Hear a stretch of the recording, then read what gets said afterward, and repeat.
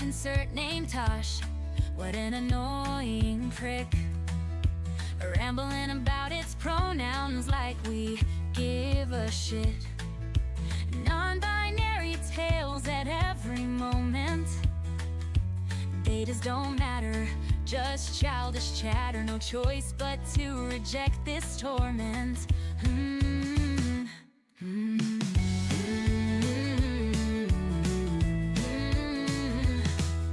The world is at stake, no one dares to care. When all this pronoun claptrap fills the air, quest for glory tossed aside, all for this cringy canary's pride. Veil Guard, just another AAA joke. Money burning on the altar of woke. Pretty to look at, but nothing more. So we laugh and we cringe and keep our wallets closed until they all go poor.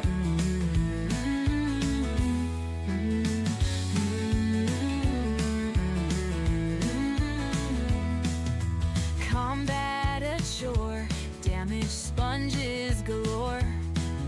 Millennial dialogue is such a bore. Mindless puzzles, is this a children's game? Even our kids deserve better and so much more.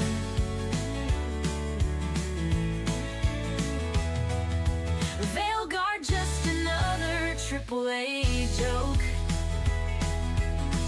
Money burning on the altar of woke. Pretty to look at, but nothing more. So we laugh and we cringe and keep our wallets closed until they all go poor. Ooh.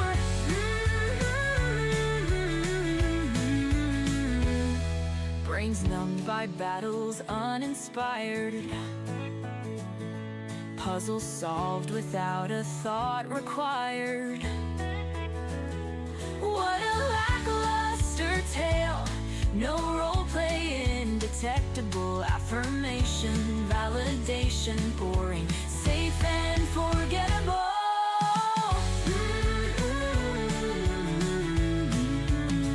Body type A or B, femininity forbidden. Vitiligo and top scars keep the cleavage hidden. Only hideous monsters representation. These lectures are nothing but desecration. Veil Guard, just another AAA joke. Money burning on the altar of woke. Pretty to look at, but nothing more. So we laugh and we cringe and keep our wallets closed until they all go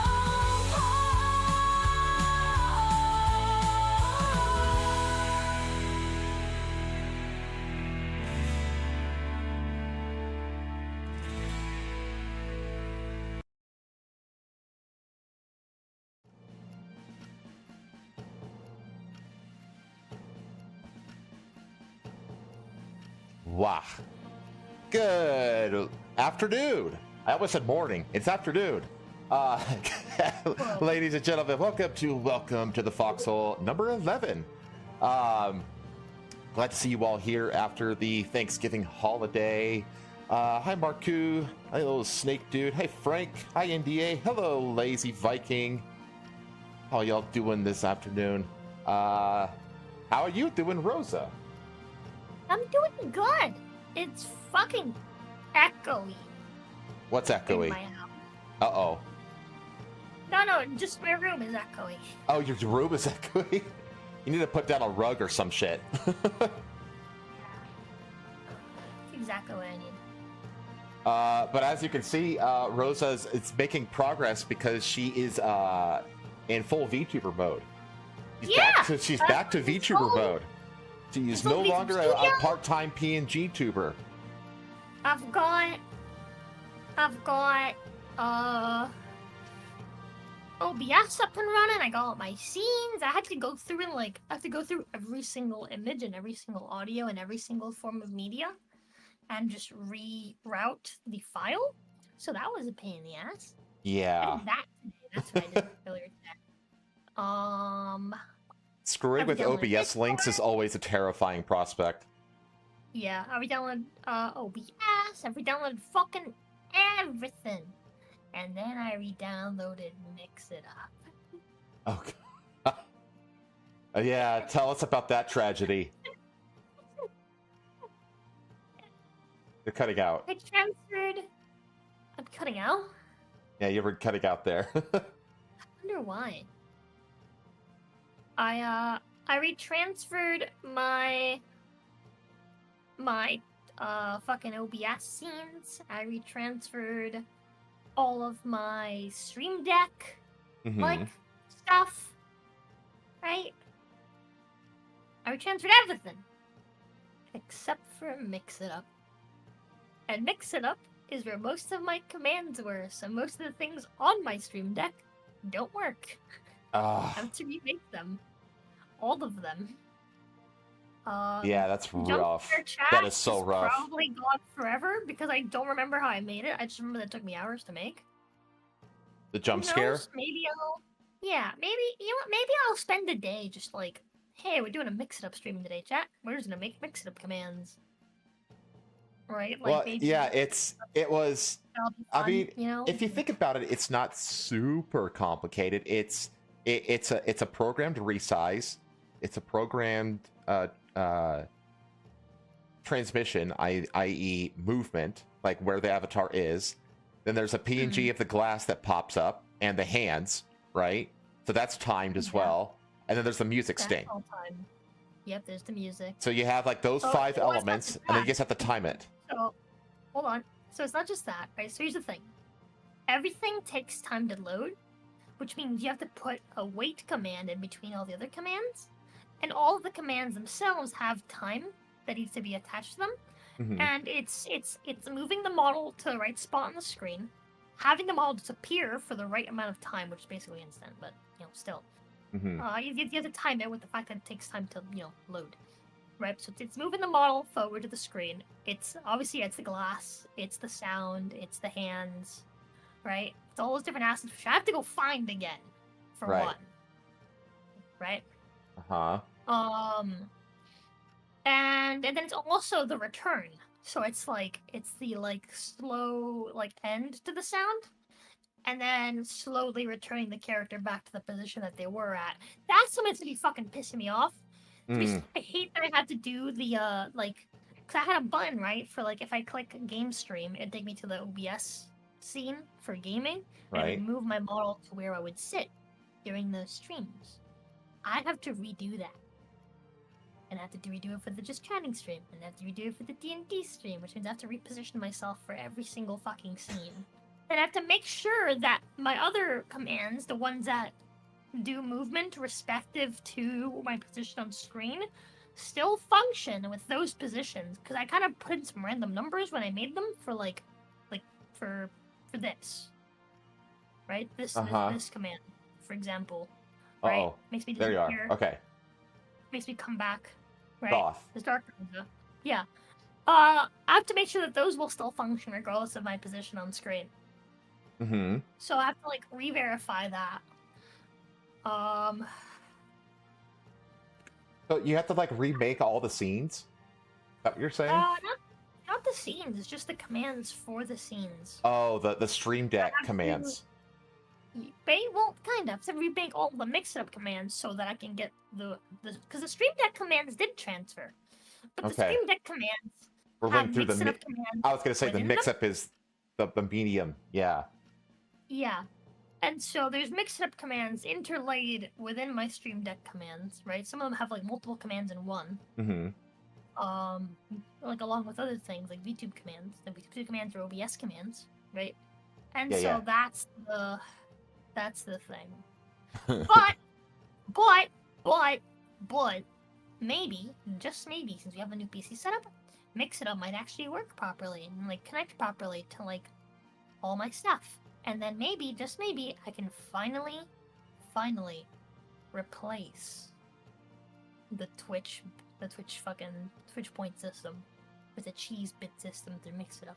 That also works on Ooh. YouTube. That's my goal. My goal is to have YouTube YouTube redeems. Okay, you need to teach me how to make that work. I need to teach myself how to make that work first. Okay, I want to help so that I can do that too. Bet. Let's finish early. Because that's one of the big things that's missing on YouTube. That's one of the that's like that chat interactivity is like the one thing that like YouTube doesn't have over Twitch. Is all that kind of stuff. So if that gets figured out on YouTube, then it's fucking over. Well, there's ways to do it. Yeah, I know there's like third-party ways to do it. We'll do it. But Yeah. I think Mix Up would be a really good way to do it because I can do it on both YouTube and Twitch at the same time. Oh, I need to figure out how to simulstream to Twitter or to X, whatever. You can do the restream. Yeah, I need to like sit down at some point and get that figured out too. Because I weirdly enough, I actually have a streaming anniversary in 3 months. So Ooh. yeah. Actually, don't you technically have one coming up? Because isn't your like when you very first started way back in like 3 lives ago, like in January? Wasn't that a January debut? You say 3 lives ago, it's still Rosa. Well, you resurrected as the same person. True. But yeah, it was January 22nd is my 3-year anniversary. Yeah, that's wild. This is my 3rd year of streaming. I was thinking about that when I was like sorting my my thumbnails into folders earlier today. I was like, damn, all my like it's only been quote unquote 2 years. It's not been 3 years yet, but I am on my 3rd year. Yeah. Time We're flies. past years. We're near the end of my 3rd year. This isn't Hindu Reincarnation Lives, it's Mario 1-Up Lives. Exactly. It's a lateral move. It's not a vertical, reaching enlightenment kind of move.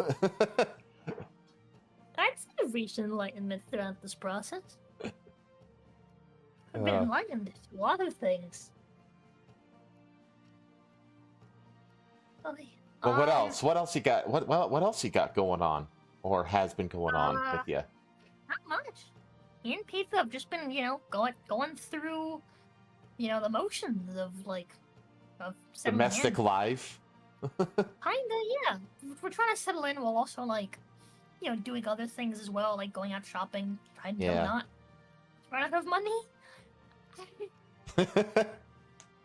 Oh, my soul. My soul. Going groceries is so fucking expensive, dog. Yeah, you need to get your ass back into streaming regularly.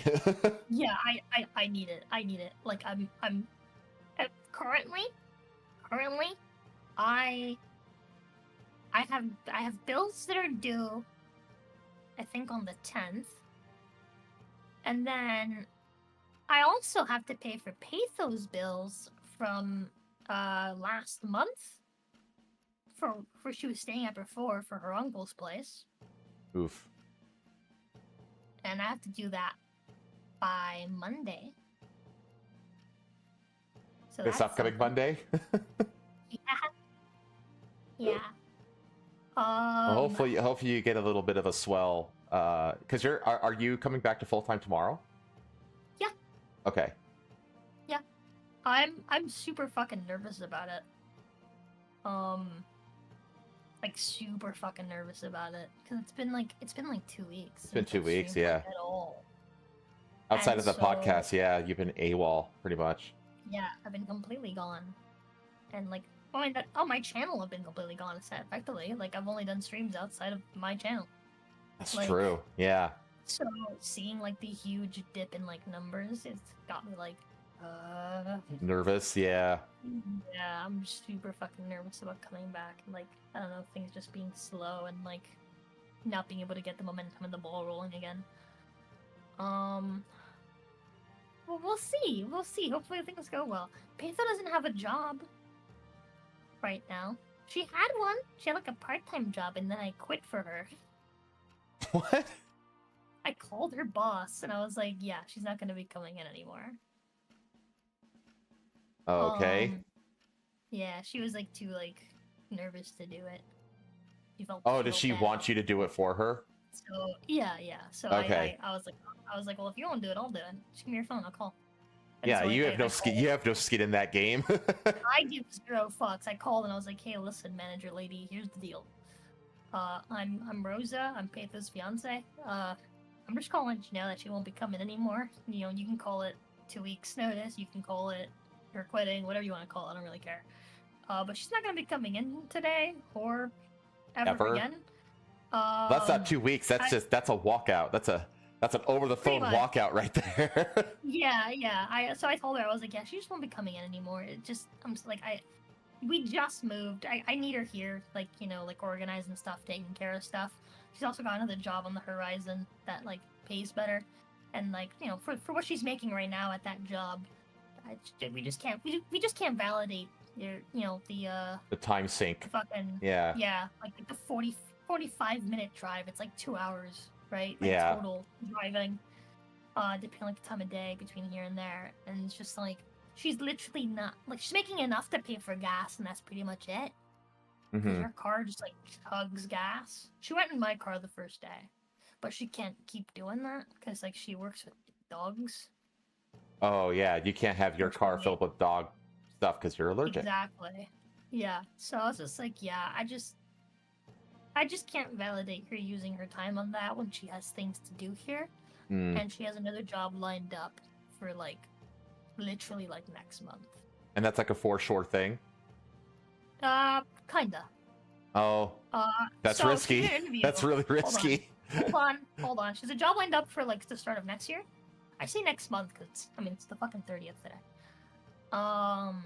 But she did an interview with them already, and they like her. You know, they want her for the job.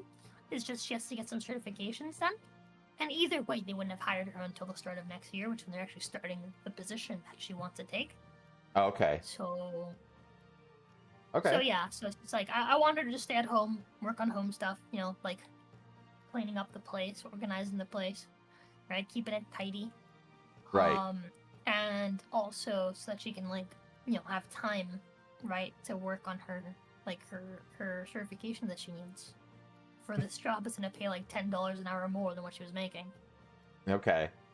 So. Well, fingers crossed that holds through and that could improve, and hopefully you have a good comeback stream tomorrow. I'm also excited to upload some members only, like extremely candid like cooking videos. The audio fucking sucks because we didn't test audio. We just kind of were like, yeah, it could be fine. This mic's really good. I didn't account for the fact that Paytho's fucking OBS mic settings were garbage. And her internet speed is like 0.000006 kilobytes a second. It doesn't really matter because we're just recording. Like, we're like, you know. Oh, that's true. Yeah, so it doesn't really matter. But it matters now when she's trying to, like, you know, talk to people while she's editing and shit. She's, like, trying to download the fucking thing to edit. So her PC just... We thought it was the internet. I'm like, dude, his internet sucks so bad. And then I looked at my phone. It's like, no, my phone speed's like. Your computer's fine. It's her computer.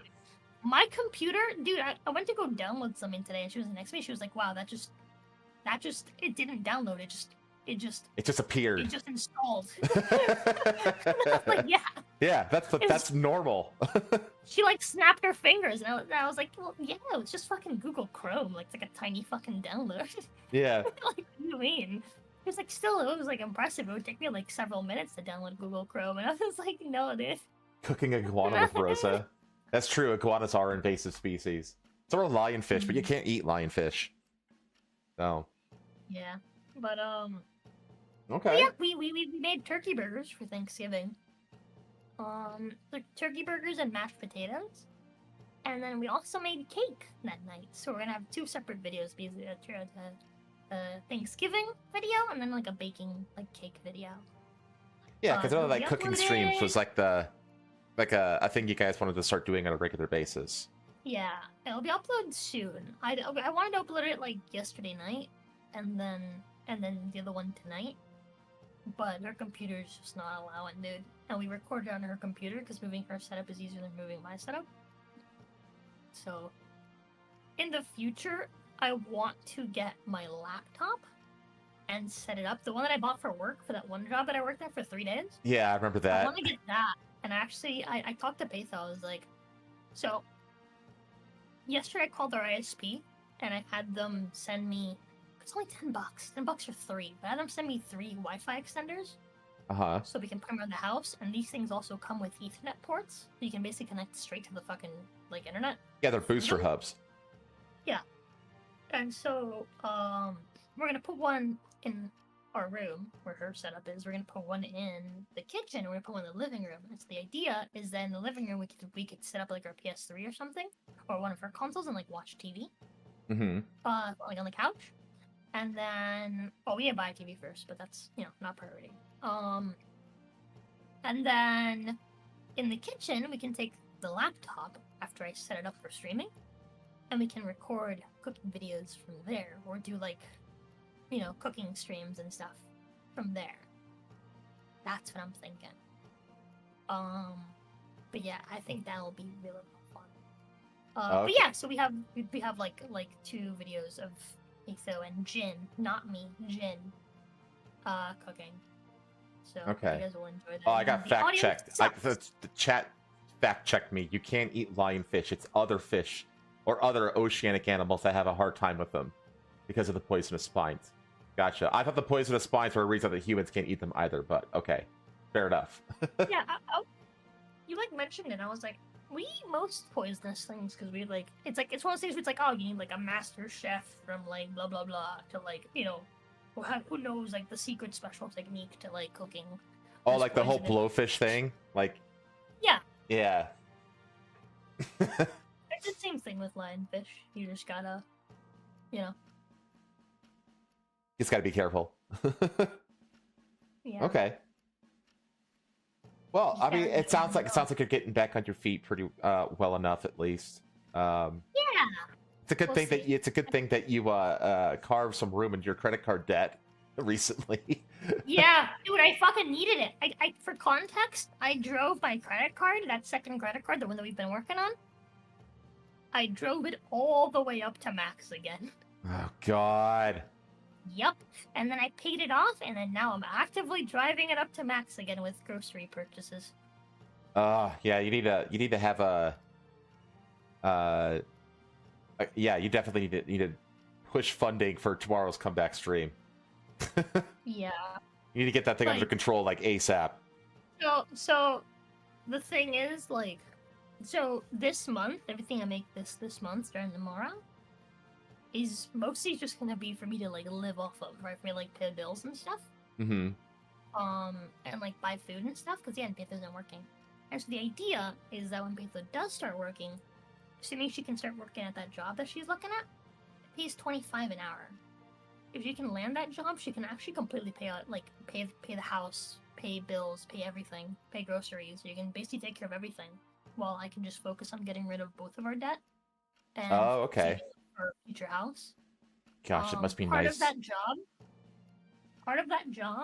is that they offered her, they were like, hey, if you end up liking the job and you end up wanting to like do more, get into more of like a teaching position with like slightly older kids, if she works with them for a year, I think, or 6 months, I can't remember, 6 months or a year, I think it's 6 months, they'll pay for her schooling on the condition that she works with them for 2 years. I think is how it works. Or that she works with them for a year. I can't remember. It's probably But I would think 2 years. yeah. Because Yeah, you need that built-in ROI if you're going to pay for someone's schooling. So Yeah. 2 years seems like honestly I would I'd have to require ask her, I would I don't require remember. 3 personally, but yeah. Yeah, I can't remember, but yeah, so that's something that like she like wants to do. That's So a we're normal probably gonna be thing. living in this house. Yeah, we're probably gonna be living in this house for like 4 years. A while. Yeah, originally we're planning 2, and then, well, we thought more about it, and it's like, yeah, we're probably gonna be here for about 4 years. If all And goes so to plan. Yeah, she felt kind of bad about it, but I was like, no, I mean that'd be great because I mean that gives me lots of time to save up Yeah. money. Because Like- you want to like basically find like an FHA or a foreclosure or for something like that, or a short sale or something like that requires like a really low down payment. So you can actually get going on like a little 3-bed 2-bed kind of starter home. I figure. Yeah. Yeah. I am Also, not now on and my then starter is home really good. this time around. Yeah, that's fair. But yeah, like that's kind of like what I'm thinking. I'm a little like, I'm hoping things are like better in the like house department Hmm. in the housing market in 4 years. We'll see. It's hard to know what's going to happen in the next 4 years, dude. The next 4 years is going to be fucking wild, dude. Yeah, it's gonna be fucking crazy. Dude, like this Trump administration is going to be fucking running wild. Like, like a wrestler, coming in on pick number 40 in the Royal Rumble, just running wild and just bouncing around everywhere, throwing people out everywhere. Just it's going to be chaos, man, and I'm fucking here for it. But anyway, I don't really have much updates in the day-to-day life department, really. Because I'm still just in the process of closing on that house. It passed. We got through the inspection phase, and I got them to pay for a couple of the key fixes that will help with that actually are required to get it insured. So there's that, which is nice. And I was able to like not negotiate, yeah, but like I ended up putting, I had like a certain amount set aside for a down payment, and I actually went lower than that so I wouldn't be house poor, or not like super house poor, so I could afford to do like some things like right out of the gate, like fence the backyard, fix the sprinkler, a couple of the sprinkler heads that are broken, this and that, Okay. buy a nice big shed in the I back. have been. Can you step away for a second? My nose is bleeding. Oh, It's been bleeding a lot since I moved up here. I think it's 'cause it's fucking cold as shit. it's probably drier, that's why. Yeah, that too. That's why. Get some Vaseline and just, yeah. I'm ready for Trump mania in the air. Yeah. Oh, yeah. Lots of educational type jobs after paid college. Yeah, I mean, if I went into like back when I was a geologist, like still in school, if I got like a job with one of the oil companies, they probably would have paid for like a full PhD program for me. Because oil companies absolutely pay for like the schooling for their scientists in a lot of ways. But then they just basically say like, you work for us for like 5 years and you cannot leave. So yeah, there's a lot of sectors that will basically say like, hey, if you work for us for this amount of time, we'll pay for your schooling, because that's their, working for them. Having like a highly skilled person in a very specialized job is very valuable to them, that they're willing to invest, to pay for your schooling, and then basically to keep that knowledge base within their company for at least a certain amount of time. That's a pretty damn common practice, actually. So, but yeah, I'm just like working on, like I said, we just got through the inspection phase. I paid for the appraisal, so that's happening. I'm currently in underwriting, which is annoying because like no matter how much information that they need that you give them, they always ask for more, and it's fucking annoying. Like every day getting a new email or a new call. Oh, could you give us this? Could you give us that? It's like some random fucking, it's like a bank record or some like a letter from an employer, or it's just always something. You know what I mean? It's such a pain in the ass. But whatever. It's not that big a deal in the grand scheme of things. So, yeah, and that's really the only thing I've been up to in real life, is just like trying to like stay on track with that buying that house. So, I haven't really done much else. Like I'm trying to plan for the Japan trip as well, that I'm going to in April, but I'm not. I feel like I could do some more of that this week, since things for my job at least, they've really calmed down in December, because people just don't want to go through like what they go through for my job during the holiday season, and so they just wait till the new year basically. And then like January is like this, you hit the ground running, and it's like super stressful, like right at New Year's, which is gonna be kind of scary because I'm gonna, if all goes to plan, I'll be driving to my new house over the New Year's weekend. So that means I gotta like time it so like internet gets up and ready and installed, and I have my rig up and ready and set up, and all of like the basic infrastructure I need to do my job and to do streaming and stuff like that is up and going like immediately. And that's gonna take some. I gotta time because all my stuff that's not essential is in a pod right now, just in storage, and I'm paying like almost $400 a month for. You all right? I see your back. Yeah. Okay. So that takes like, I got to give them like a heads up so that they can time that delivery as well. So I have a bed, because right now I won't have a bed when I go there.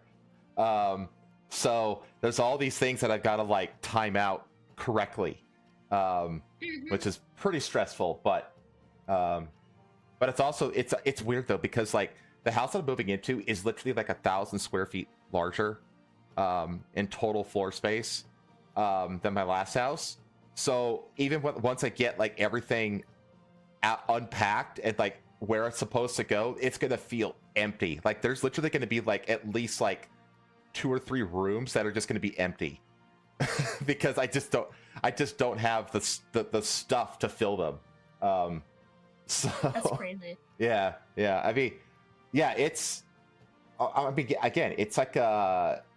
What is it? It's one. Yeah, it's a 4-bed, 3-bath.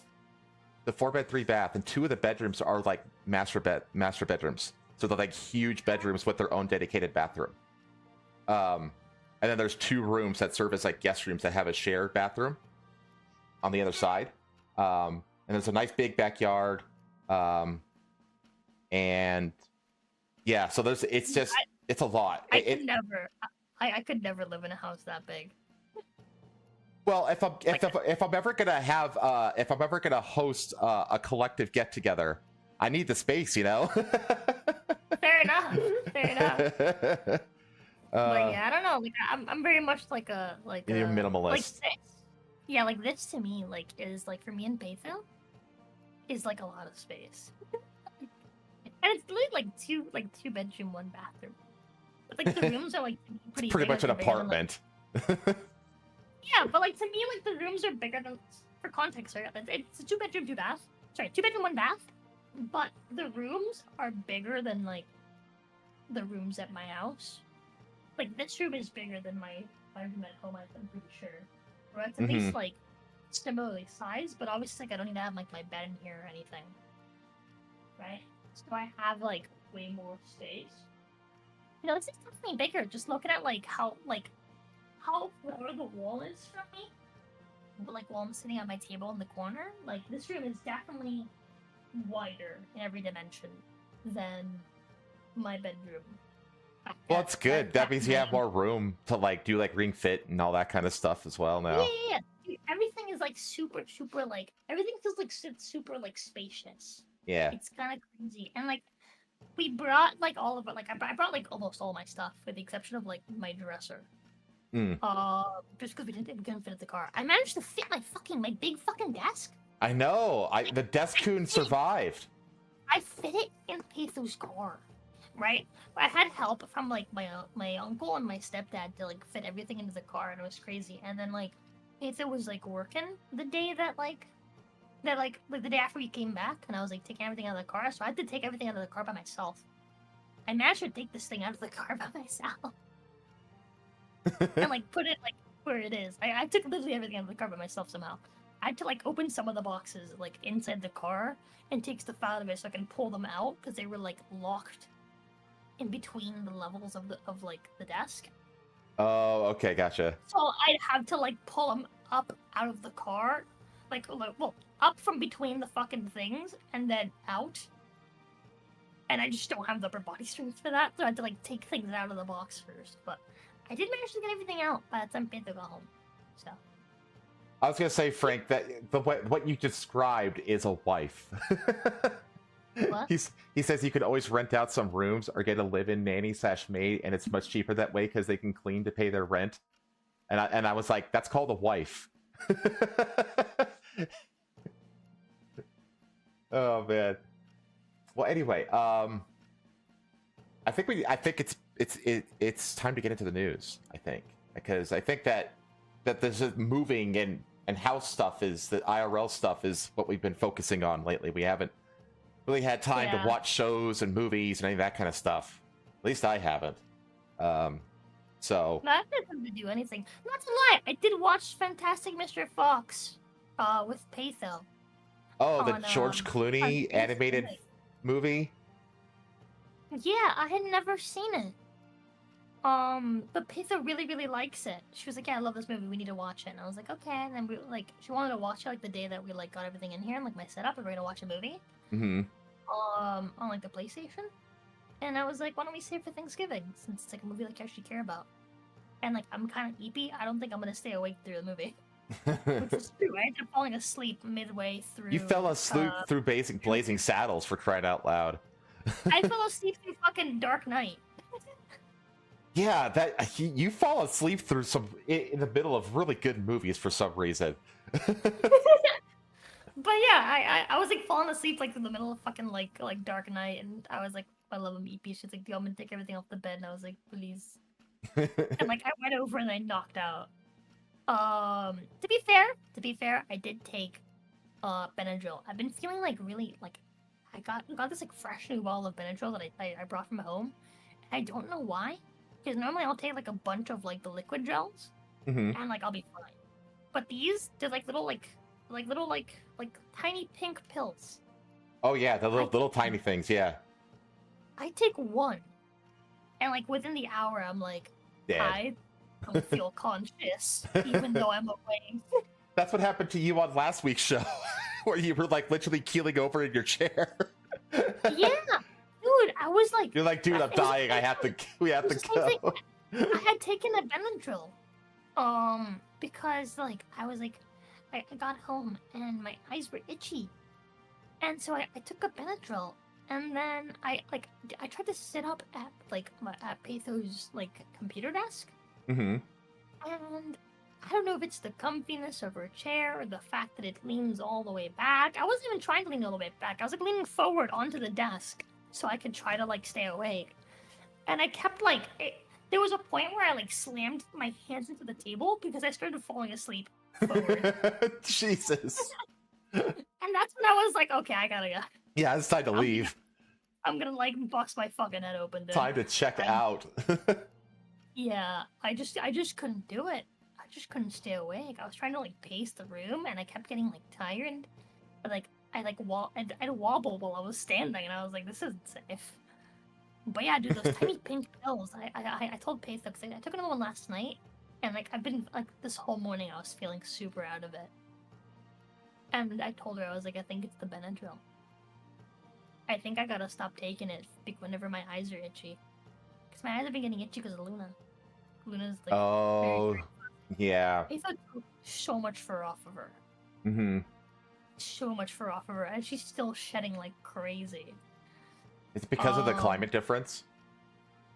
No. I think it's just because of her nerves. Oh. She got like really, really fluffy when we got like that 1 weekend that I took care of Garfield, my sister's cat, and since then she's been like super fluffy and shedding like crazy. Because Stella's also been fighting her more since then. And then we brought her here and she's been more calm, but also she's dealing with like Pathos cats in a new environment, so she's still kind of nervous. Yeah. She's doing better now, but she's been shedding like crazy and she still has like tons of fur on her that needs to be like brushed out. Yeah, it'll take time for the animals to adjust. Yeah, but yeah, like it makes my fucking eyes itchy, and I think I gotta start taking my like anti-anxiety medication instead of taking the Benadryls. Because even though like I'm personally not been super anxious, I've been like super relaxed. Actually, I feel so good here. I started so calm here. Oh, yeah, it's not a terrarium anymore. Yeah, no, I don't like the cold. I hate the cold. I woke up last night. It was in like the 30s, 20s, something like that. Oh god, that must be a nightmare for you. I had I had my regular blanket on. I had my weighted blanket on. I had Pathos blanket on. And then I had like one of those like comforters, the like bed comforters. I had one of those on. Patho like tucked me in, like hardcore, like she just covered me in fucking blankets. And I was still cold, so she had to like hug me The cold cuts deep. so that I can try to sleep. This morning I woke up. Yeah. This morning I woke up and there was like a shard of mucus in my throat. Oh, God. Because like I think that's why I've been having nosebleeds. I don't think it's Yeah. because of like the dryness necessarily. Well, is it really But it drier? definitely plays a part. It's a little drier. A little bit. Yeah, it's a little drier. It's still pretty humid here. Yeah, but, you're not in that much higher of a latitude. Like it's only I think it's like only like 10 degrees latitude difference from where you were to where you are now. yeah, I think so. I think you went from like tropical to you're not quite in tropical anymore though. So No. it is going to be a bit drier. It's still going to be humid though. I've been experiencing less allergies since I moved up here. Yeah, because the air isn't as thick. Yeah. Yeah, that's why. But I think it's the cold, right? Since I don't Mhm. produce a lot of my own body heat, like at all. Like I think what's been happening is that I've been having like mucus in like my nose just freeze up and stick to my skin Ew. inside my nose. So when I go to blow my nose, it like takes a chunk of skin with it, and that's why I start bleeding. And then it keeps coming back, covering the blood, right? So like Uh-huh. the blood that's like sealing, right? The scab. And it continues to pile onto the scab in the same spot while I'm sleeping. Mhm. Yeah, it's like clotting almost. Yeah. Yeah. So when I wake up, I blow my nose again. Like literally every morning this last week has been a nosebleed. Ugh. And then also several times like throughout the day. Vaseline. But yeah, I guess. Yeah, get some Vaseline. And you just get a Last little. night was real. You're saying? I guess You I'm get- asking to get like Yeah, you just get it. You get some Vaseline. You just get a little dab on your finger, and you just rub it all Uh-huh. inside your nostril, and that will keep your nostril moist and stuff like that. And it won't be so prone to the nose bleeding. Again, I'm not worried about that. I don't think it's like the lack of moisture. I just think it's the cold. The 'cause, like, Vaseline in will my- still help. It'll still help. Yeah, maybe. This morning I had a fucking shard of mucus in my throat. I had to cough up. It wasn't great. I could feel it in my throat. Like I was like, oh my god, like I'm. That good tastes morning, yes, delicious. I was like, no. I need to. I had my mouth closed because like when I'm sleeping, sometimes what I'll do is I'll suction a bit, like on like my tongue. I'll press my tongue to my teeth and then suction a bit, so I can basically keep like a vacuum in my like mouth and throat. While I'm like, I'll also breathe like my nose, obviously, but like I'll keep like a vacuum in like my mouth, so I'm not inhaling a bunch of cold air, and I'm keeping some warmth in my throat, specifically to avoid that happening. It still happened. Yeah, I mean, yeah, you just at this point you just basically have to just stick it out and let your body just adapt. Start adapting, yeah. Yeah, I guess. it'll just take fucking time. Yeah, it's I rough. have to go outside today to Dude, fucking. I can't wait. change I can't wait, clothes. dude, because I'm moving from the the high mountains down to the Yeah. coastline, like literally to the coastline. Like where I'm moving to is literally like a 10 minutes to the beach. Is Yeah. right, so I'm just like that's gonna be rough on my body. Yeah. You're gonna be like. And I'm going from like temperate into like tropical. You know what I mean? So like it's a drastic climate change for sure. Yeah, dude, it's fucking crazy. I was thinking about like my ears kept popping like the first week I was here. They're still popping now and again, but not as much. But Mhm. like the first like week I was here, they kept popping, and I was like, why is that? I wonder what the altitude is here. I mean, I don't think it's that high. I know it's like hilly, but I wouldn't call it mountainous here. And then You'd be surprised. yeah, I fucking checked the like what the height like was from sea level here, and it's like 500 something feet above sea level, and I was like, That's enough. doesn't seem that high. And then I was like, I wonder what it is back in Miami. And I went to check, it's like 5, and I was like 5, yeah. Where I'm moving, it's like 30. I'm going from I'm going from 5. I'm moving. You have to remember, I'm moving from 5,000 feet to 30. Yeah, dude. Like, dude, yeah, you know how good it's gonna feel? Like, my lungs are gonna be like superhuman. Are you kidding? Because I've been so conditioned to like thin, like low oxygen altitudes. When I go down, when I live in Florida, I'm gonna feel like I can like backflip a mile. You know what I mean? Like, like my lungs would be like, let's fucking go. So that's crazy. That's also probably a good reason why people come down here. That's another reason that's a reason that your nosebleeds are happening too, is because of the elevation change. That's true. That's another big reason why. There's a reason they call like the top seats in like stadiums the nosebleeds. That's why they're called that. It's because they're so high up in elevation. But I think those things are in Colorado though, oddly enough. Right. Well, people forget that like Albuquerque and like is like at the same elevation roughly as Denver, because it's still a part of the same like high plateau, like the Colorado Plateau. It's still a part of it, so you're still up on this like high desert. But anyway, hey, we need to get into the news because it's like 10 minutes till. Yeah, sorry. So you're good. Okay, so obviously the big holiday happened. Big Thanksgiving happened. I did not have turkey. Turkey is a pain in the ass. We make Mexican food for Thanksgiving. We have enchiladas and Spanish rice and refried beans. Yeah, it's fun. Yeah, it's great. Yeah, it's great. Only $3 an hour. God bless Mexico. Now, but there is a controversial way to cook a turkey, and that is via deep fryer, right? We've all heard of the deep fried turkey explosions. So what? I have this. Have you never heard of deep frying a turkey? No. Oh well, that's a thing, and I will show it to you. Now it's funny because there are correct ways to deep fry a turkey, and they are incorrect ways to deep fry a turkey. And it reminds me of did you ever watch the show Animaniacs? The cartoon show from way back in like the late 90s. Okay, well, do you know what they are? No.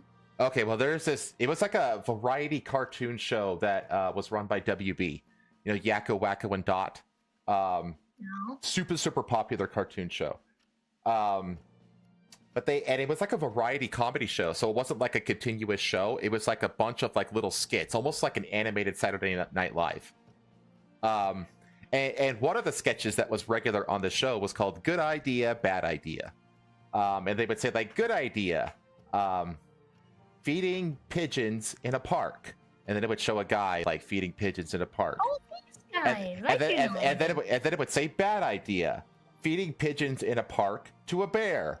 And it would show the guy, like, trying to give a bear pigeons, and then the bear would, like, kill him.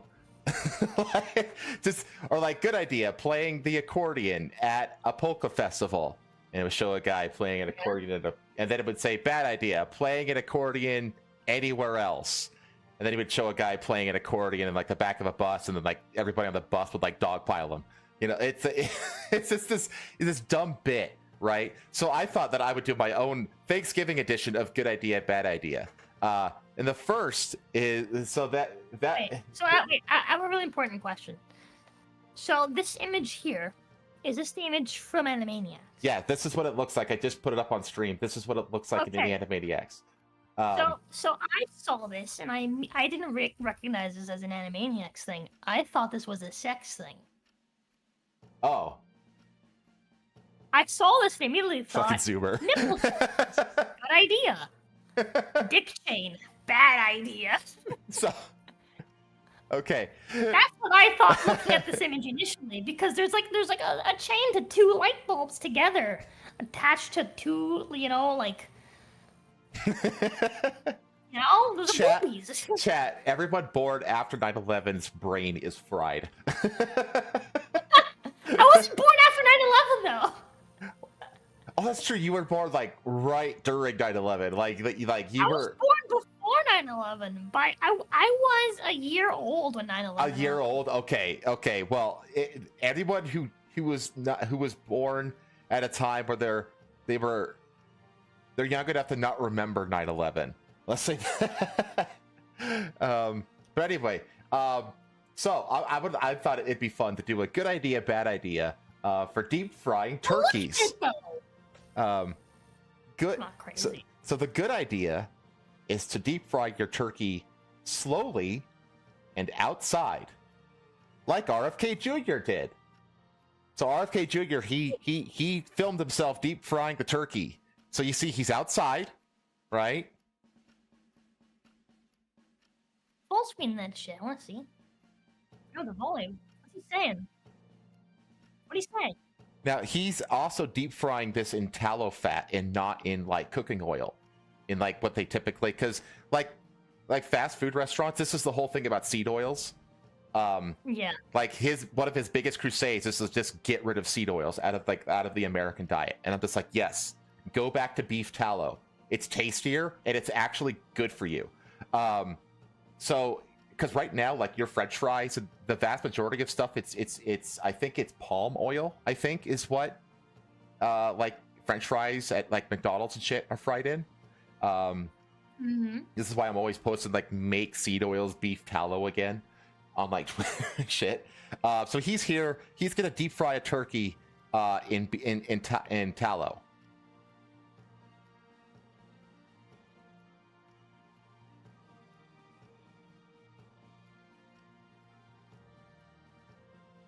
Okay, so watch how slow he goes. Yeah, very slowly. He's brave for doing this without gloves on.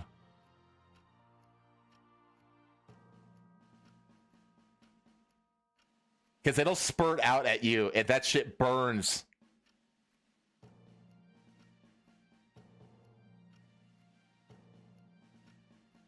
That dude's fucking jacked, bro. I know, dude.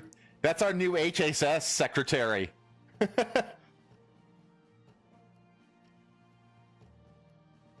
Yeah, so he slowly lowers it in.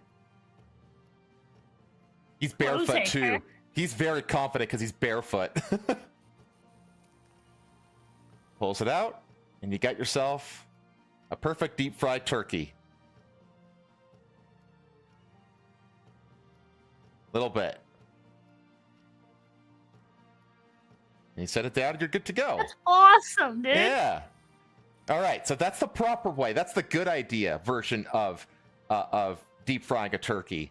Slowly lower it in. Do it outside. You know, what do you think the bad idea is? Seed oils? Actually, I think the bad idea is very specifically just dunking it. Oh, there's no sound on video? God damn it. I changed I think the source. dunking it is very specifically the bad idea.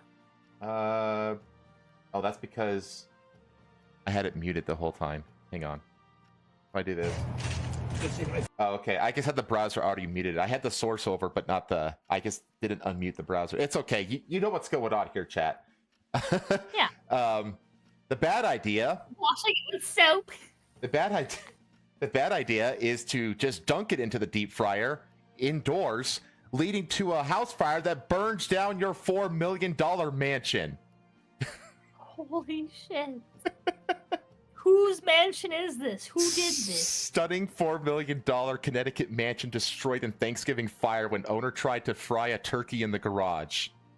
How did it go that poorly? There's no sound here, by the way, chat. Did he also just like not have?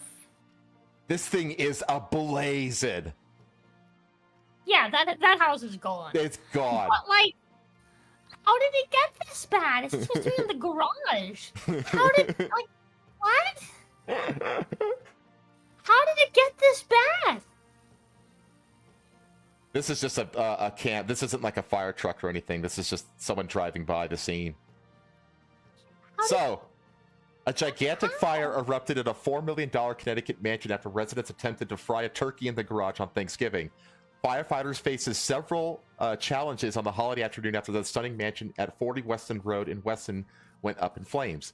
The aggressive fire quickly spread throughout the home, and soon its structural collapse created dangerous conditions for responding firefighters. Residents were attempting to fry a turkey for the big meal Thursday afternoon when the garage caught fire and began rapidly extending into the residence. Firefighters attempted an aggressive fire attack. However, their efforts were thwarted by dangerous fire conditions and structural collapse, which said the department, which battled the flames for 16 hours. In addition to the gigantic flames ripping through the home, first responders hit a major setback when water flow stopped for several minutes after a vehicle drove over the water supply hose. Bruh. Oh man. The identity of the turkey chef was not released by authorities, but the home is owned by Tweedy Brown managing director Thomas H. Schrager, so like a hoity-toity law firm owner, basically. Oh no. Photos released by the fire department show massive flames ripping through the home and extending several feet outside the home through broken windows. So, yeah, this thing was aggressive. And that is an amazing photograph. Holy shit, dude. Jesus Christ. I'm amazed that this didn't start like a fucking forest fire. Because, like, look at this thing. Same. Like, these houses are like in this forest on this lake. Like, I'm amazed it didn't like catch the trees and like go over to the house next door. The entire house was engorged in the orange blaze, and a dark billowing plume cloud of black smoke filled the air. Video of the fire posted by a commenter shows a menacing wave of orange glaring through the trees along the roadway as the sky blackened with smoke around 5 p.m. The fire started shortly before 4 p.m. The Weston home, located roughly 30 miles outside of New Haven, has been deemed uninhabitable. No shit. Wait, where? There. Yes, I think you could consider this uninhabitable. Yeah. The house isn't there anymore. It's just gone.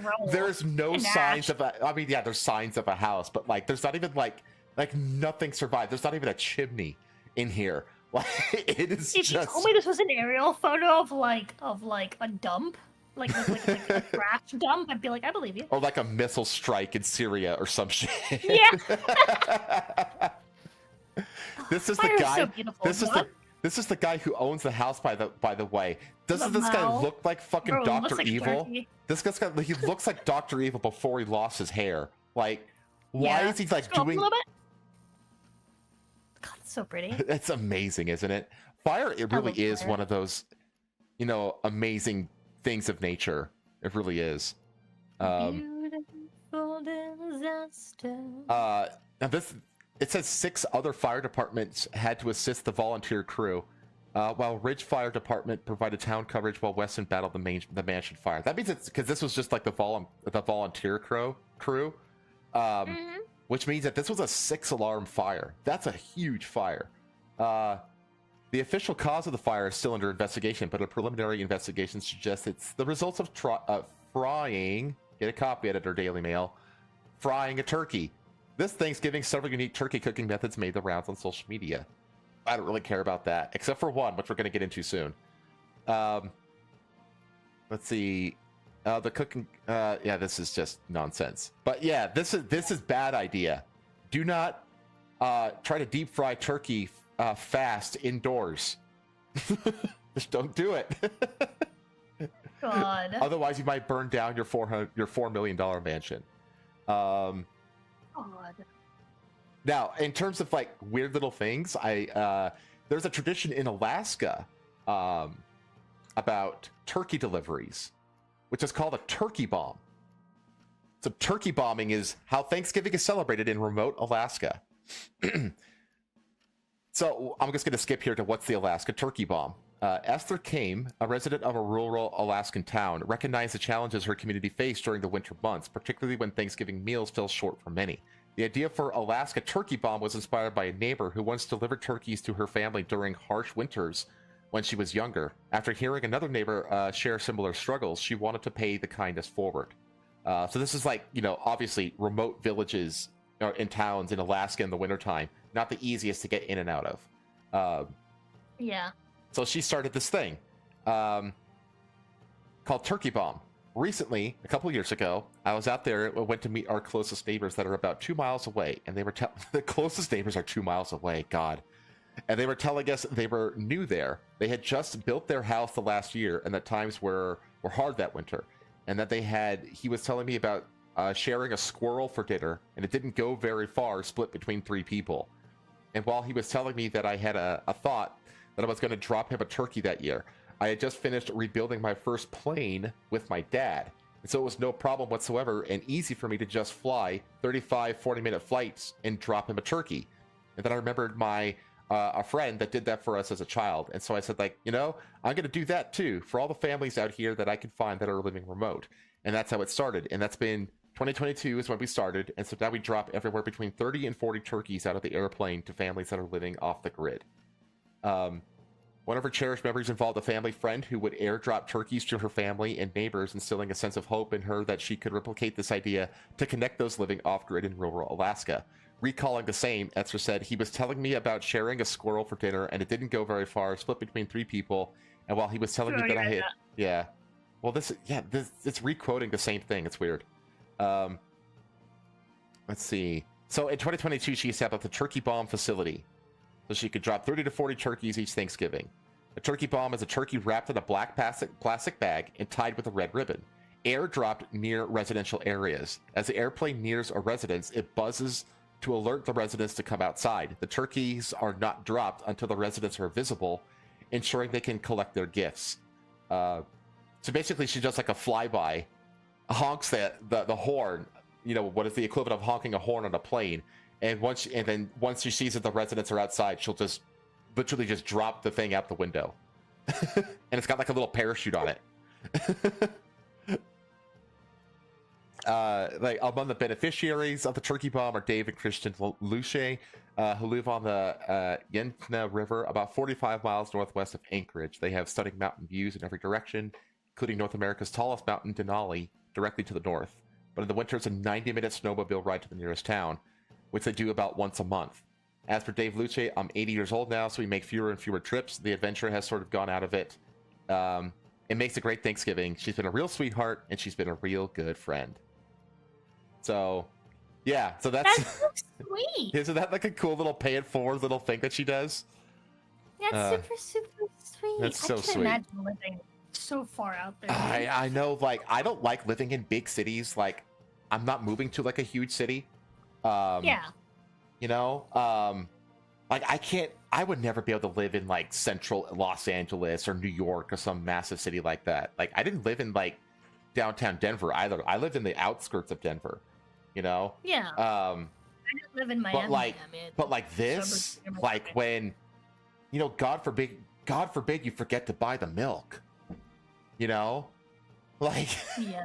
Well, you have to like seriously plan trips in and out of like, for basic necessities and stuff like that. That's, man, no thank you. Especially in retirement. If I retire, I want things to get easier, not harder, Yeah, that's crazy to me, dude. But, that's so crazy. Like, Panther was telling me how she doesn't consider the area that I live in a suburb. I'm like, what the fuck do you mean? Like, the area that I lived in Miami is like cookie cutter houses, like peak post-World War II, like fucking Cold War suburbia. Like, what the fuck are you talking about? My house was literally built in the fucking 60s. Like that is what suburbia is. Yeah. And she's like, oh, no, I don't think it's like... Because, like, she considers where we live now to be, like, suburbs. But it's like... No. What are you talking about? Like, all these houses are different, right? This is, like, a really small city. Mm-hmm. It's not even a city. It's a town. Yeah, it's closer to a town, at least to me. Right? Like, it's...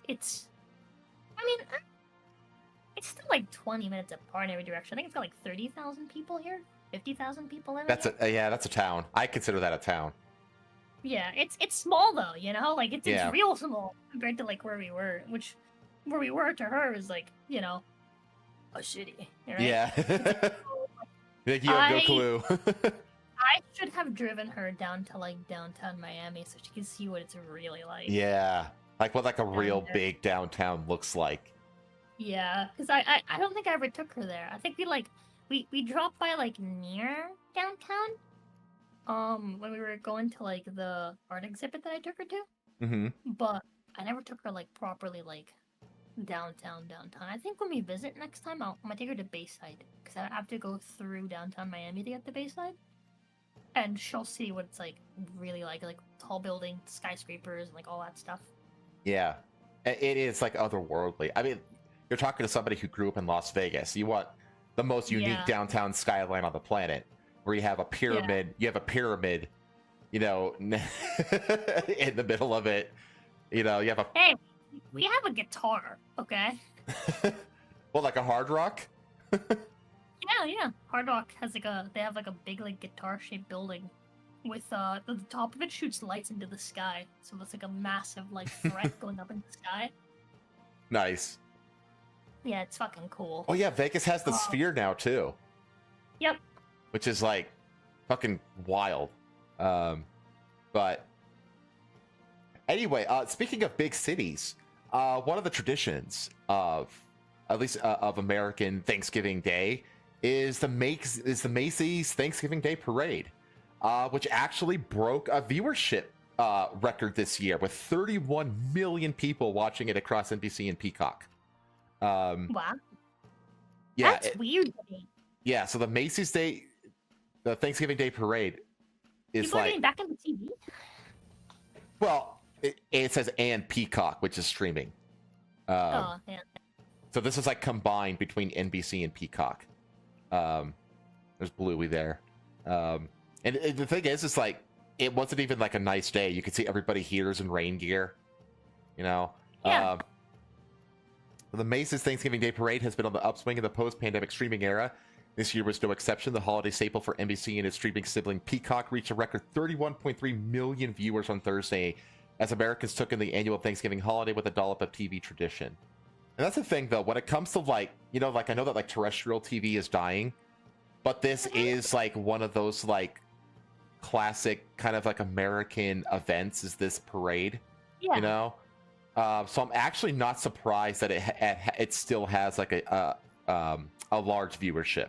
You know what I mean? Because it is a very much a traditional thing for a lot of families in the country. It's just like I don't know. I feel like a lot of like holidays, like tradition stuff, has been kind of dying, like these last few years. Well, Last several years, honestly. well, that's because of COVID. Well, that's part of it, but I don't know. I feel like even before then. I think it's just like shit's been fucking expensive, you know. Yeah, but the thing is that when things get rough, people kind of fall back onto tradition. You know what I mean? Like tradition is like it's like a safety net for a lot of people. I guess. I don't know. I so- guess like same thing with like I've had conversations with my grandpa like in like the car like tripping around. Like, my grandpa's always like and stuff. Mm-hmm. I think the reason why we sold but lights up in my house because no one really was in the mood. Whatever, he always does it anyway, just because it just makes him happy. Like, we'll drive around, he's like, everyone's sad, like, no one wants to celebrate anymore. Because, like, you drive around, like, almost no houses have, like, Christmas lights and stuff. or, like, things, or nothing seems like Halloween decorations and stuff like that. Yeah, No one does. I swear, I know it really depends on the neighborhoods, I feel like, but I feel like you're right. I feel like people aren't decorating as much. And I think it's especially true of Halloween, and I think it's all because of the abomination that is trunk or treat. Do you know what trunk or treat is? No.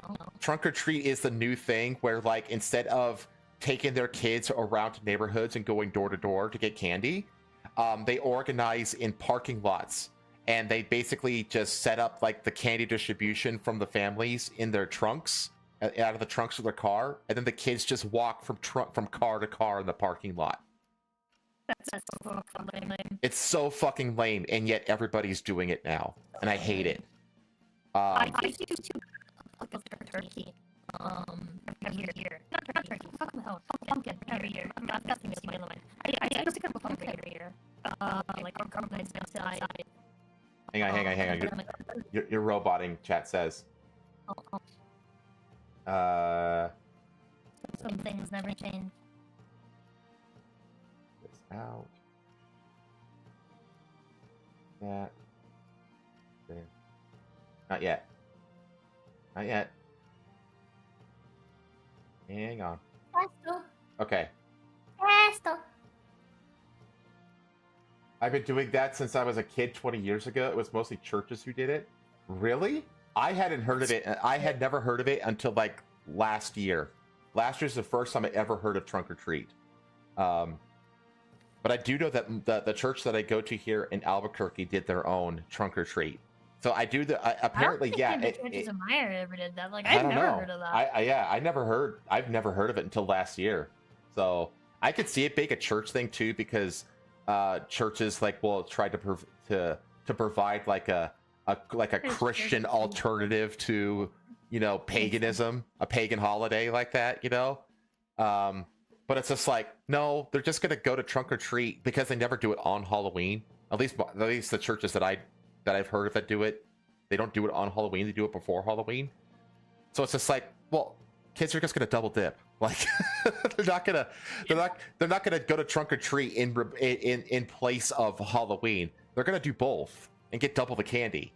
Like, Yeah. like it's just, that's all it is.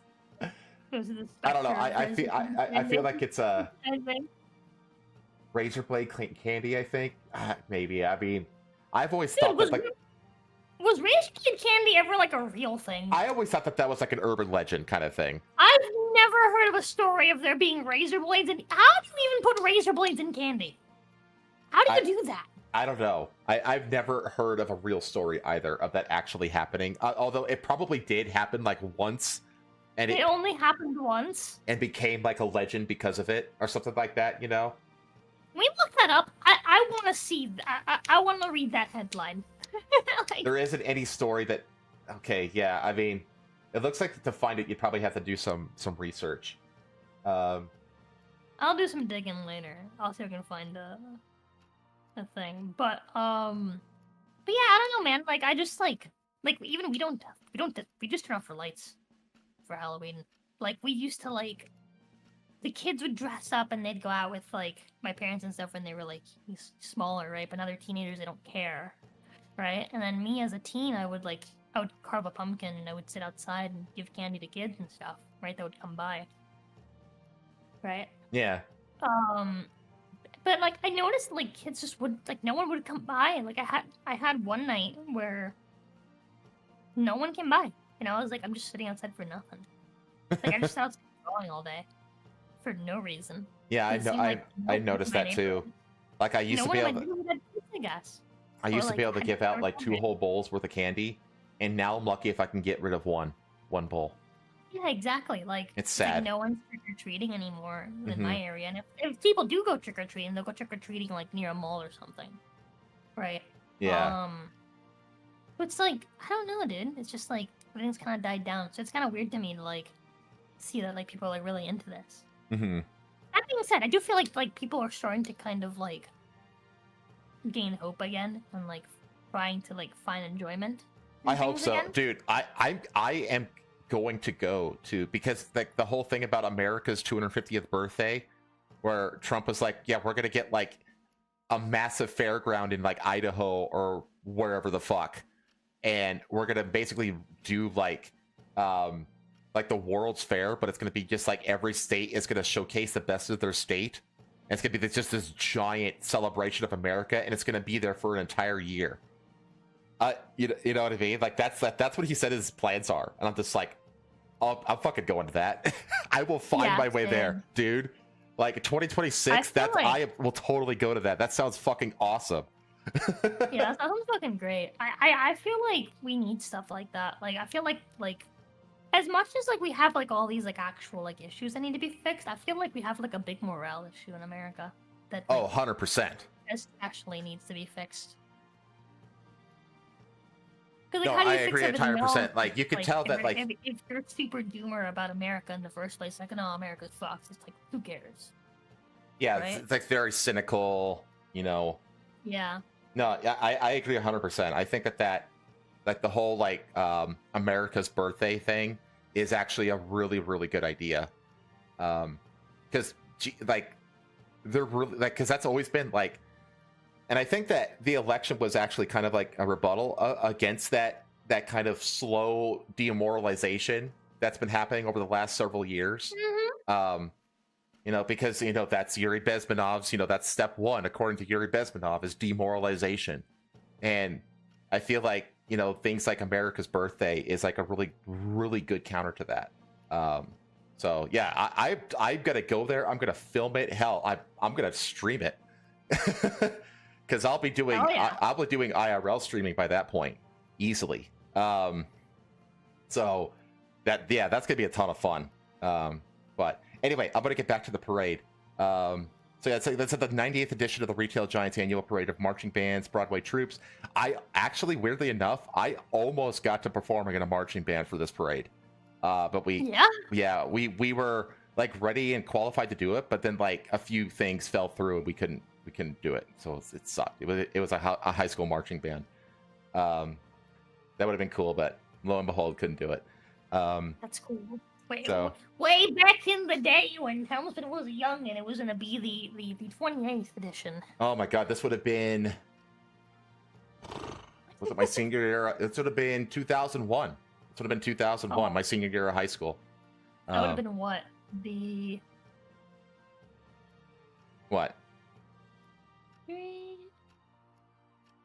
What math are you doing? 75th edition. Oh, yeah. 75th anniversary. Yeah. The third quintennial. Let's see, Manhattan grabbed an impressive 23.6 million viewers in its live airing on NBC alone from 8:30 a.m. to noon. That was strong enough to make the parade the most watched entertainment special on linear TV since ABC's Academy Awards telecast in February 2020.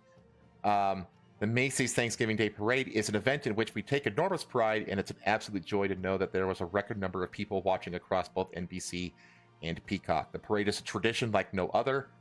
I wouldn't say like no other. I mean, it's definitely a tradition, though. It's a very American tradition, the Macy's Thanksgiving Day Parade. Year after year, it's the best way to kick off the holiday season, and we're thrilled to be a part of it with our partners at Macy's.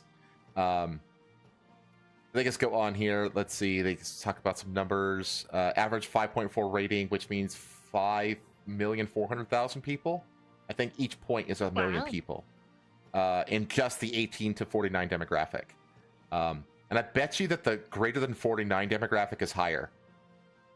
Since it's kind of like I would say more aged people watch the parade than younger people. The Macy's Thanksgiving Day Parade is his beloved tradition. It's hard to bring this iconic experience to life and create moments of inspiration and joy through the world-class entertainment that only we can deliver for our customers and the nation, said Will Cross, executive producer of the parade.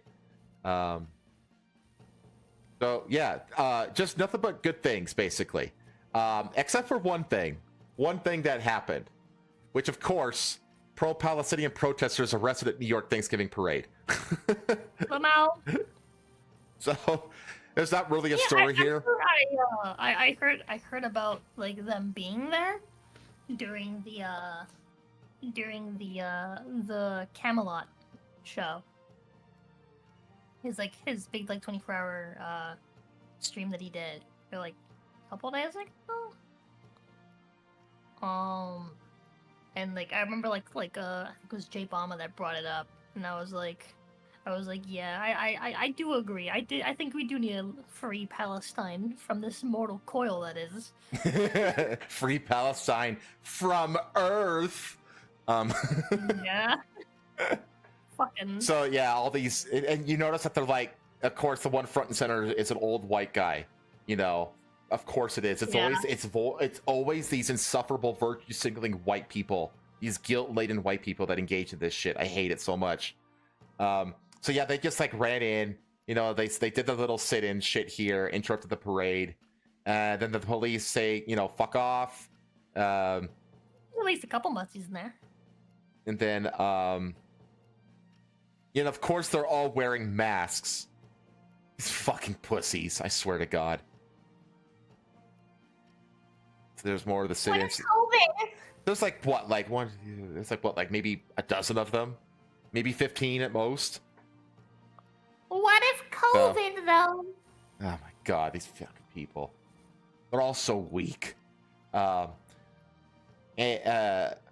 Speaking of weak, the opposite of weak. What's the opposite of weak? Dolph Lundgren is the opposite of weak.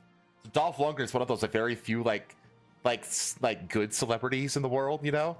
Yeah. So he reveals that he's cancer-free following a 9-year battle. After Dude, what's bad, bro? doctors gave him only 2 years to live, he battled it for 9 and won. What a fucking legend!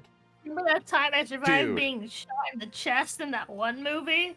Same thing. This guy has a PhD, by the way. I know. What an absolute legend, dude! What a legend, dude! This is inspiring shit right here. So Dolph Lundgren is finally cancer free. They don't even have a fucking like sarcastic line at the beginning. They're just like saying it like, "This is awesome." No puns. He's just cancer free. That's it. The Swedish actor 67 has shared a welcome health update with fans after enduring a grueling 9-year battle with cancer and being given just 2 years to live by doctors. Taken to Instagram Wednesday, Lundgren posted a video in which he revealed he was undergoing a lung ablation, a procedure that destroys cancer cells through hot or cold energy. Interesting. Here I am at UCLA. I'm about to go in and get rid of the last tumor. Since there are no cancer cells in my body anymore, I guess I'll be cancer-free, so I'm looking forward to this procedure. It's been a rough ride and really taught me how to live in the moment and enjoy every moment of life. I mean, it's the only way to go. True. Absolutely true. The only position you are in life is in the present, where you are like free is in the present. This is very true. The Rocky IV actor captioned the clip, finally cancer-free with gratefulness and excitement for a bright future. Thanks for all your support always. Hell yeah, brother. Hell fucking yeah. It's so cool to see. Because fuck cancer. Reposting a video on his Instagram story, the actor added, thank you for all your wonderful messages and supportive comments. It's going to take a little more to break me. Lundgren revealed he was in the midst of a serious cancer battle in May 2023. So even then, that's like 8 years into the battle. It's like, damn, dude. They found a tumor in my kidney, and they took it out here in LA in 2015, he said last year. But then they did a biopsy, and it was cancerous. Fighting back tears, the Expendables actor said that after the initial tumor discovery, he underwent scans every 6 months, then every year, which you said were fine. But in 2020, Lundgren began suffering what he thought was acid reflux. Turned out to be more tumors, including one that had developed on Lundgren's liver. He was preparing to shoot a project in Alabama at the time. At that point, it started to hit me that this is kind of something serious, he recalled. Lundgren said that his doctor gave him 2 to 3 years to live and recommended he take a break from work and spend time with his family. It wasn't like I was bitter about it. It was just like, I feel sorry for my kids and my fiance and people around here. The ordeal has given the Creed 2 star a new appreciation for life. But yeah, Dolph Lundgren beat it. Holy hell. Fucking Chad. Not everybody beats it, though, unfortunately. Yeah. So I've had, let me think, 3. I've had 3 family members die from cancer, all from different kinds. Yeah, One from, yeah, no, your family's kind of in a similar boat, isn't it? Yeah. My grandpa died of cancer. My great grandpa, my mom's side, died of cancer. My grandpa, my mom's side, is also dying of cancer. My mom has cancer. Yeah. Yep, it runs in my family too. I actually kind of expect cancer to take me one day. At this point, it never ran in my family until fucking great grandpa was like, "Let me fucking piss off this like fucking this voodoo motherfucker." Yeah. You need to go find a witch doctor and get that shit out. Dude, before that, like most of my family members, for context, my grandma's grandma lived to like 109, I think. Damn. Yeah. I think my not my great grandpa, right? The one that like pissed off the voodoo guy. But his dad lived to like 108, if I'm not mistaken. Wow. I think the oldest I've heard of a family member living, like, and I'm talking like, not recent enough for obviously me to have ever met them, but like recent enough for like someone in my family who's currently alive to have known them, was 113. Wow. Yeah, Well, fucking chain smoking tobacco. that's an amazing segue, by the way. Because the world's oldest man has died in England at 112. Almost beat my Almost. great grandpa. I think or your great. grandma. I Yeah. can't remember. I think it was grandma. Well, it was current living oldest person. Yeah. So the oldest man has died in England at 112. So that means that this guy was born in. Oh God. So 100 years ago would have been 1924. So this guy was born in 1912. Oh yeah, it says it right there. Right there. Yeah. What's crazy? You know what's crazy? There's like all these people in Cuba that have been like living for like forever, just chain smoking fucking cigars and like little fucking hamlets in the middle of fucking nowhere that the world just doesn't know about. Well, dude, there's like there's a fuck ton of like, I swear to God, there's like a whole fuck ton of like 120-year-old Japanese women just like, you know, just chowing down on kimchi and sake all day every day, just living their best lives, you know. You know what I mean, that nobody knows about. Yeah, I think it's crazy, dude. Oh man. I feel like Japanese people though, like they like don't age until they get to like they're like late 90s, and then they just become like a noodle just out of nowhere. They do. I feel like that's how it is for the Asian people. For Cubans, the oldest relative that I ever knew was my great grandmother on my grandpa's side, who lived like in her like late 90s. She was like almost 100. I think she was like 99, something like that. And she was still walking around and shit. She's like walking around, like cooking and stuff. Well, that's the thing, like, because my granddad right now, he's 90, 95, something like that. He's in his mid-90s right now. And we're just waiting for that call. Like, literally, like, my dad, like, every phone call he gets from his brother is like, he thinks that's the call. Like, every call is my granddad. Yeah. Like, he's right there on the edge. Like, it could literally be any day. You know. Yeah, my great grandma. I think she also died of cancer, if I'm not mistaken. But like up until the moment that she died, she kind of like my grandpa, where like he has cancer and like he's just walking about, he's doing his thing. She was kind of the same. Like the last time I saw her, I think she already had cancer by that point, and she made me food. Actually, she carried me as a baby. She's the one that got me hooked on coffee as like a baby. She was the one that it wasn't my grandma; it was my great grandma. She was the one that when I was like an infant, right? Like, and my family would go visit Cuba. Whenever I'd start crying, she would dip my pacifier in Cuban coffee, and then she'd put it in my mouth. and then I would stop crying. But, yeah, and that's I just remember delicious. that is like a vivid, like, I still remember what she looks like. And I literally didn't, like, the last time I saw her, I was like 7. Yeah, I know what I remember what my great grandmothers look like. I don't remember what either of my great granddads look like though. But I can absolutely pretty easily picture my great grandmothers in my head right now. Hell, I can even picture like their houses in their backyards. That's cool. Yeah. So I think they were both gone by the time I was like, I don't know, 8 years old, so I don't really have that many memories with them, but I can remember their faces. But yeah, I had my granddad died of cancer. I have an aunt that died of cancer. One of my grandmothers died of cancer, and then I have like a what's like the father of a cousin called? The father of a cousin? Yeah. Your cousin? This is a cousin? Yeah, so your cousin, and that would be your like second cousin. Okay, so like I think 2 second cousins that died of cancer as well. So I think is how that works.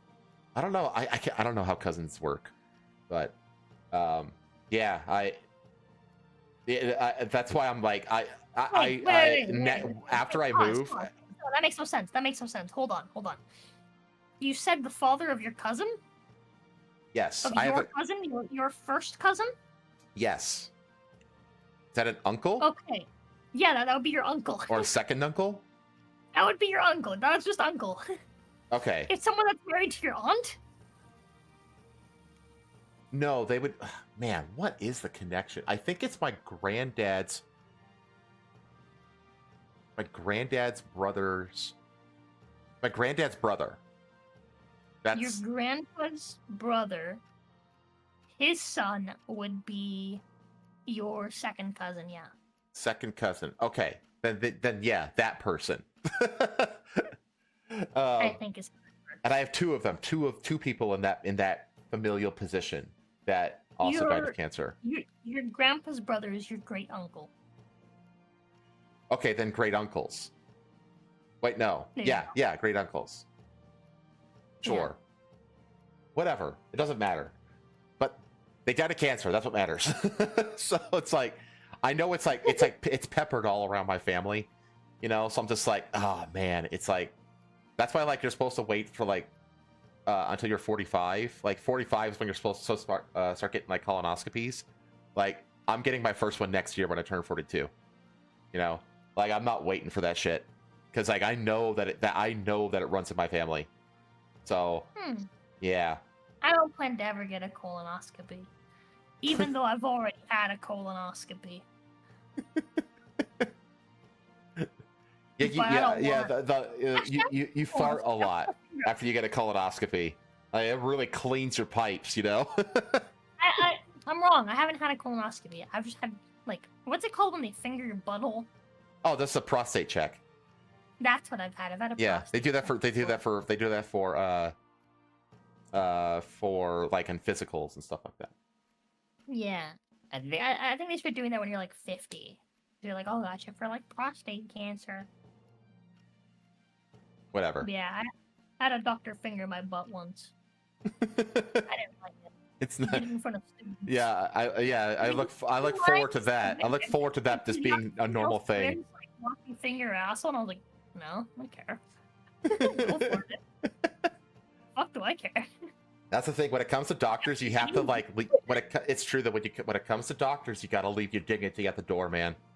You know, dignity. You got to leave the dignity behind. Like I had Exactly. I had a female skin doctor, you know, and I had to like sit there like just like underwear, you know, just because so she can just scan my whole damn body, you know, for like cancerous moles and shit like that, you know. It's just like, yeah, you just gotta. So it said his record-holding status ended Monday when Tinniswood died in a care home in northwest England near Liverpool, where he was born on August 26, 1912. His family said in a statement. Tinniswood attributed his longevity to pure luck. I mean, at that point, yeah, it kind of does come down to pure luck. Yeah, he doesn't look awful, actually. Like, if I would have guessed, that's around like how like my abuelitos like my great grandma looked, you know. She's like she's elderly, but like he looked. If I had to guess his age, I would have guessed like late 80s, early 90s. Yeah, same. He doesn't look like he's a centennial, you know. So good for him. You either live long or you live short, and you can't do much about it. Like Asian centennials look like fucking like Mexican like aliens. Yeah. Oh yeah, they look like they're just walking death. Like yeah. Or shuffling death, I should say, probably. If you drink too much, or you eat too much, or you walk too much, if you do too much of anything, you're gonna suffer eventually. Tinniswood was born a few months after the sinking of the Titanic. He lived through 2 world wars and served in the British Army Pay Corps in World War II. Tinniswood was 111 this spring when he claimed the record after Juan Vicente Perez of Venezuela died at 114. See, that's the thing. Like, when it comes to like the oldest man in all of living history, I always expect it to be either a Chinese person, a Hispanic person, or a Japanese person. Those are like the 3, because like China just has like a tendency to just produce like genetic like freaks. like the tallest man ever to ever live was that Chinese dude. And he was like, Yeah. he was like 9 foot, 14. 9'14". You mean fucking 10'2"? That's the joke, damn it. His real records did not name who would replace Dennis Wood as the new record holder. He is survived by his daughter Susan, 4 grandchildren, and 3 great-grandchildren. His wife of 44 years, Blodwyn. Man, that's one of those ancient names. Blodwyn. Blodwyn? Damn, died in 1986, which is 3 years after I was born. When Dennis Wood turned 112 in August, he said he was taking it in stride like everything else he did. I don't feel that age. I don't get excited over it. That's probably why I've reached it. Here it is. Look at this. I swear to God, I do not read ahead in any of these articles, chat. The world's oldest living woman and oldest living person is Japan's 116-year-old Tomiko Ituka. I knew it would be one of those 3. Chinese, Japanese, What's Hispanic. the record? Right here. This is it. No, for like oldest ever, not oldest current. Well, this just says the woman's oldest. Living. Oh, right now. Okay. I don't know. I have to look it up. You can look it up. I'll let you look it up. Yeah, I'll look it up. Blodwyn is Welsh? Oh, okay.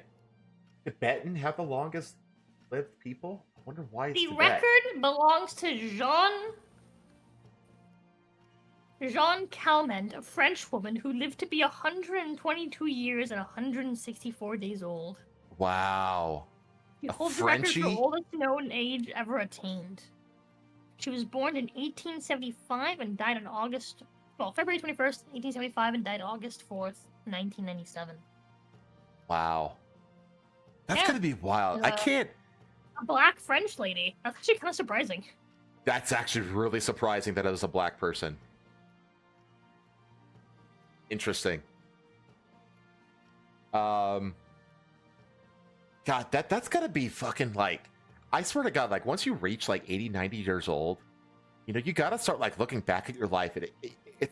I'd imagine that life itself starts feeling surreal at that point. You know what I mean? Wait. Look up the oldest living person in the U.S. Oldest living person. Apparently, it's also a black lady. Really? She's 115. She's only a year younger than Tomiko. Wow. Black people are all right then. I wouldn't have expected that because they're prone to a lot of diseases that are, I won't say unique, but more common. But I guess like that's just I guess it's kind of a stereotype though, isn't it? Yeah. So, well, anyway, let's see. I'm gonna skip that one. I am Louisiana. Here's another case of incredible survival. Missing hiker found alive after 50 days in Canadian wilderness where temperatures dropped below 0. And this is real this time. It was, remember that lady that turned out to be like a hoax who like chained herself to that tree in India? Yeah, this is actually real though. A young hiker lost in the volatile Canadian wilderness for more than a month was found alive Tuesday after weeks of desperate searching. Sam Benastic, 20, was found hobbling down a service road in British Columbia's Redfern Kelly Provincial Park, where he had been reported missing after failing to return home from a 10-day hiking trip on October 17th. All told, Benastic spent 50 days in the mountainous Canadian tundra, where temperatures dropped below 0 amid heavy snowfall. You can see his like eyes got damaged here, obviously. Yeah. Which makes sense. That makes sense. He's in rough shape, man. For 50 days out in that cold, he's going to live. Mike Reed, the manager of a nearby inn where a Benastic parent stayed during the search, told NBC. Park workers came across Benastic while they were tending to the service road and were baffled by the sight of a person struggling to walk while wrapped in a makeshift coat fashioned from a torn sleeping bag. They had just started driving, and they said, "The hell is that person doing walking on this road?"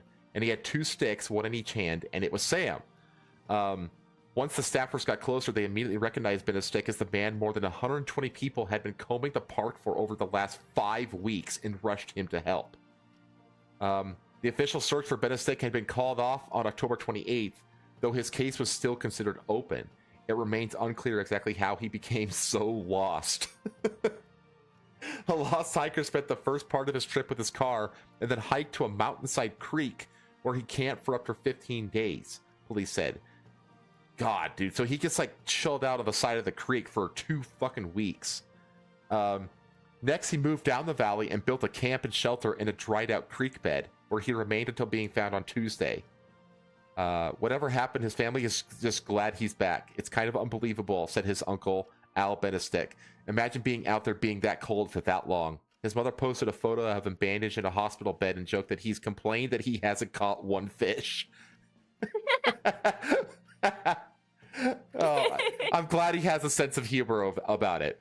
Family members said that the young man is suffering from some frostbite and smoke inhalation, but is expected to recover. Benestick's grandmother said she was going to buy her grandson a GPS for Christmas. I don't know his story, but I'm sure it's going to be freaking amazing, she said. His family is funny. Yeah, they all seem to have a good sense of humor about it, which is great to hear. But yeah, just another good story here about somebody actually not dying in the wilderness. Yeah, his mom complained that he hasn't caught one fish. And his grandmother said she'd buy him a GPS. A GPS for Christmas? That's funny. That's fucking hilarious. Look up Gene Hillard, who was a popsicle for 6 hours and was revived? What? When did this happen? Wonder if the cold has made him an honorary trans woman. Gene Hilliard. Gene Hilliard. Gene Hilliard. Gene Hilliard. The woman who... Okay, this is from 2019. Okay, that's why it's not on my radar. The woman who froze solid and thawed back to life. Her body was frozen for 6 hours in minus 22 degree weather, and then she survived. Holy shit. All she remembers is blackness, falling asleep, and then waking up. Sounds like getting blackout drunk after a breakup or something. Unbeknownst to her, doctors had declared Hilliard a medical miracle after she recovered from being frozen for 6 hours in sub-zero temperatures. The baffling case of this hibernating woman remains a medical marvel nearly 40 years later. Also, this was like, I guess that explains the black and white photo here, but this is an old story from 1980. Thank you, baby. So she was 19 years old, lived in Langby, Minnesota, December 1980. The town had a population of a mere 87 people. Just outside its limits are forests, lakes, and farmland in the north central part of the state. It's in the middle of nowhere, and in the night of December 20th, she made her way home from a night out with friends in negative 22 degree weather at around midnight. I got into town and met some friends. Okay. Hilliard had just left the Boston American Legion. That sounds fucking awesome. Where young adults in Langby typically spent the evening, as it was coolest hangout for townsfolk in this part of Minnesota. Her dad's Ford LTD had rear-wheel drive and no anti-lock brakes, which made for a dangerous vehicle to have while navigating a frozen, icy road. Yeah, no. When the car slid into a ditch, Hilliard, in her new cowboy boots, began to walk for help. Her friend, Wally Nelson, was but 2 miles down the road after all. But Nelson's home seemed further away that night than Hilliard could remember, and she grew frustrated. I get over one hill thinking this place would be there, and it wasn't. When she finally saw the lights of Wally's place, everything went black.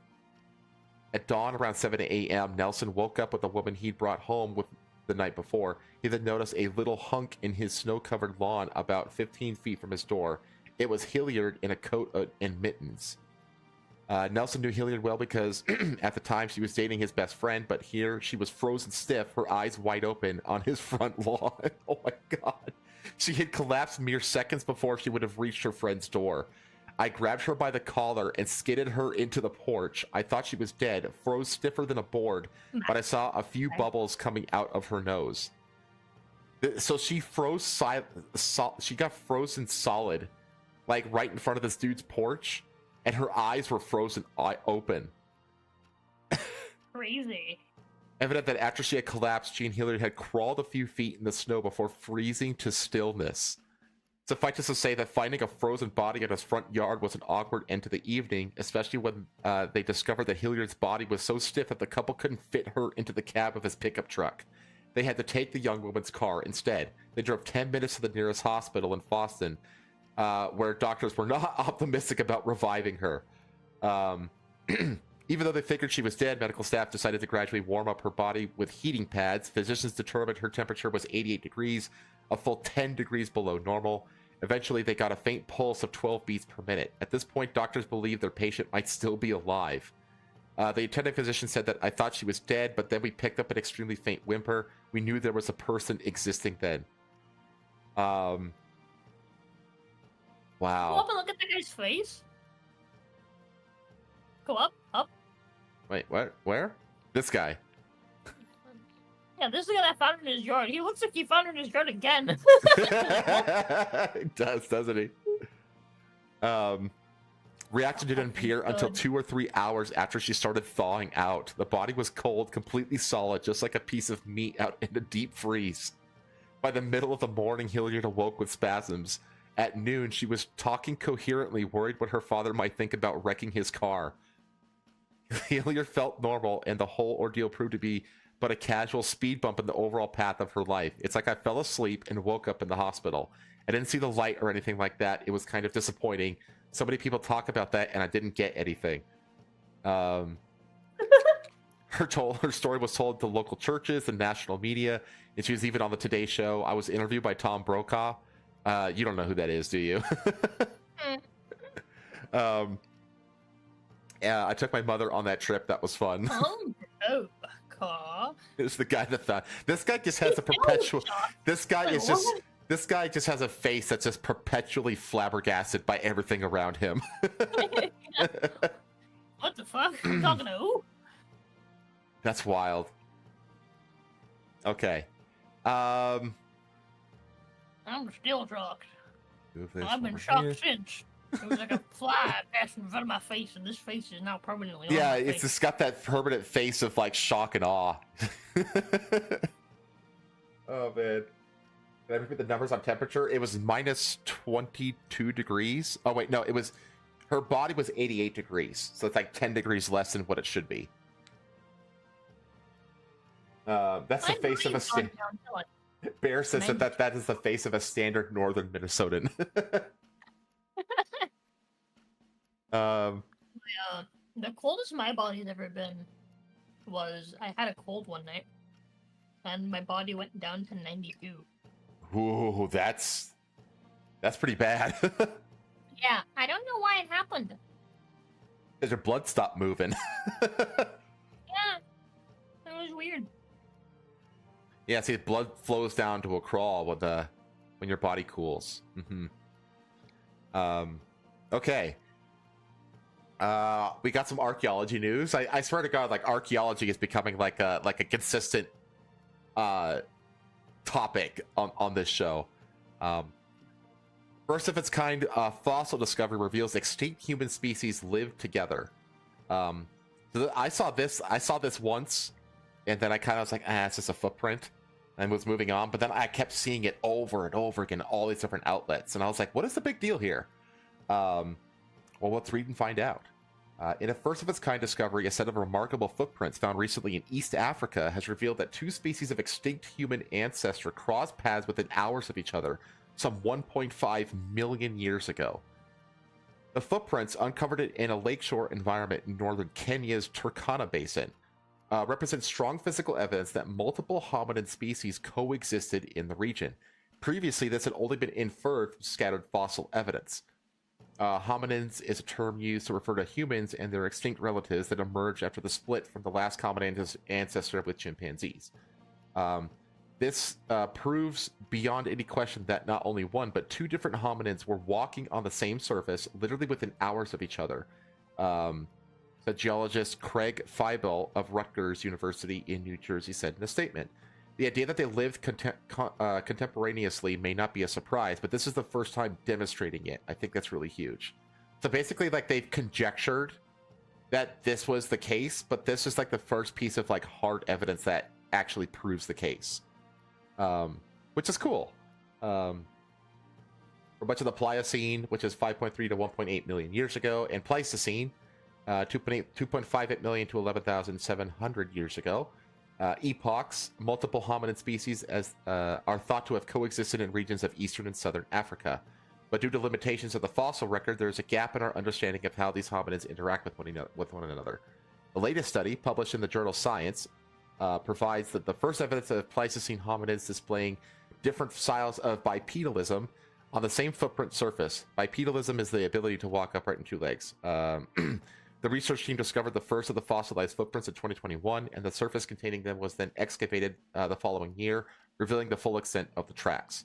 The study authors determined that the tracks were likely made by Homo erectus and Paranthropus boci, two extinct hominid species that once lived in the region. Analyses also revealed that the footprints were 1.5 million years old and that the tracks had been made within hours of each other. Their presence on the same surface, made closely together in time, places two species at the lake margin using the same habitat. Yeah. So, yeah. Yeah, this is true. This is like, that's the thing about footprints, is that there's certain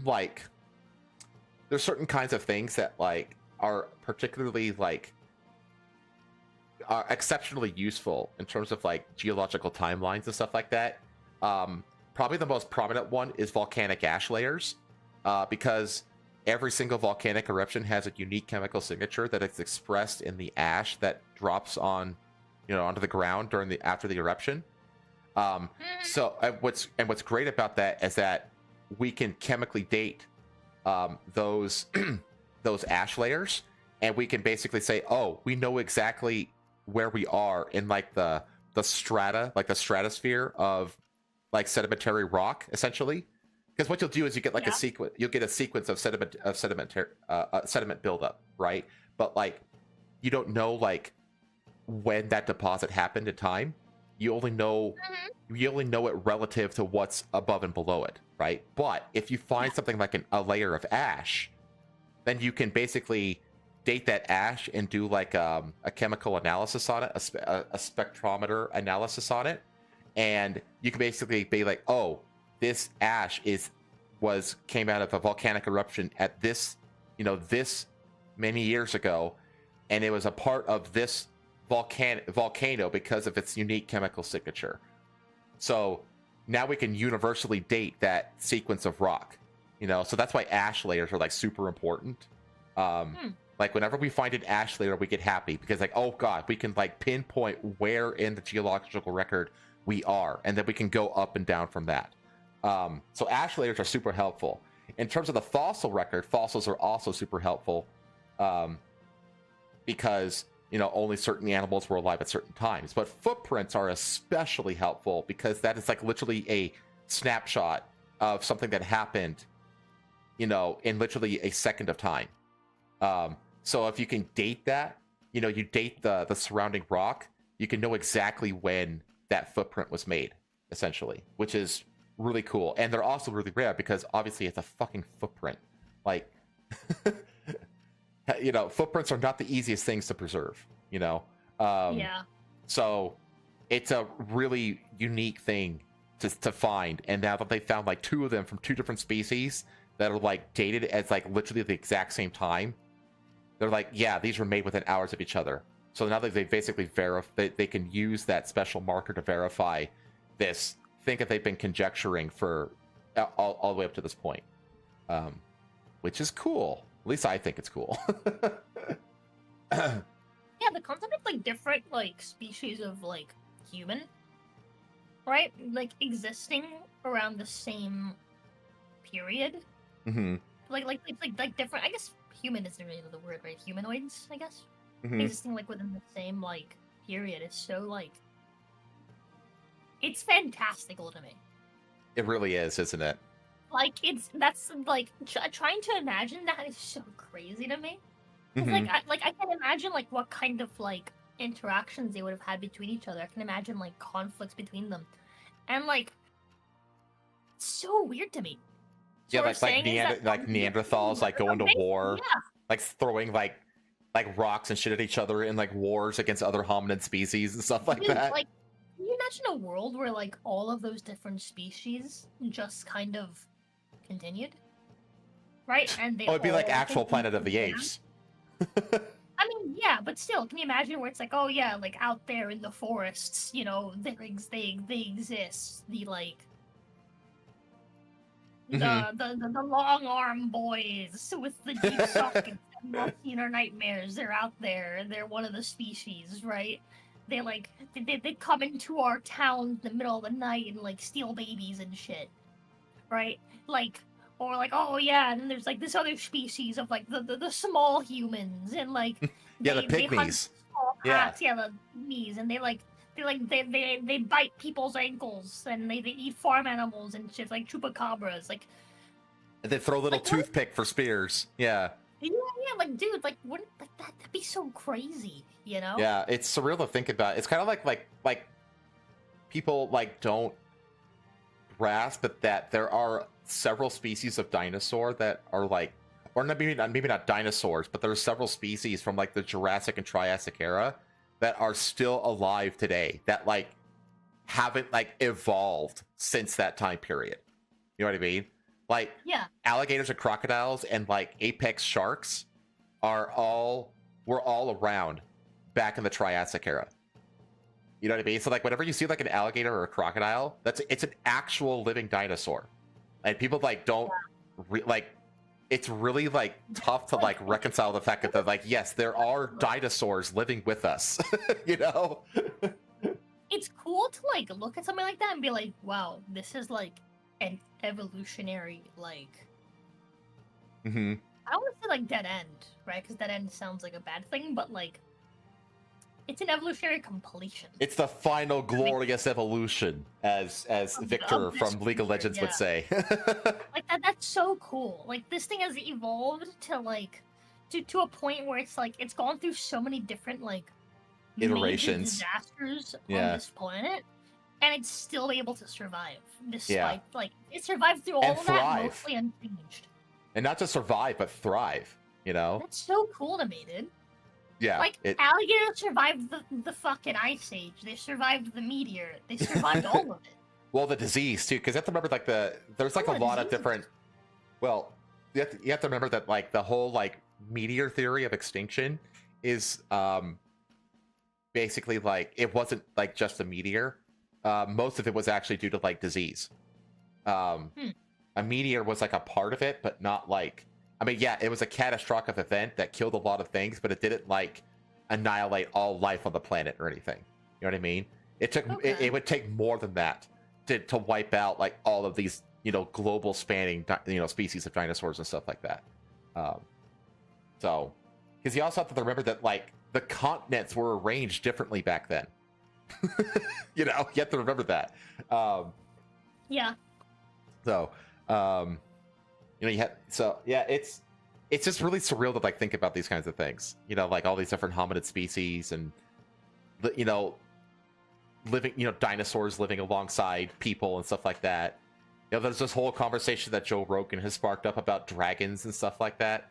And it's like but then when you really think about it, it's just like dragons were probably like crocodiles and alligators. That's probably that's probably what they were actually interpreting.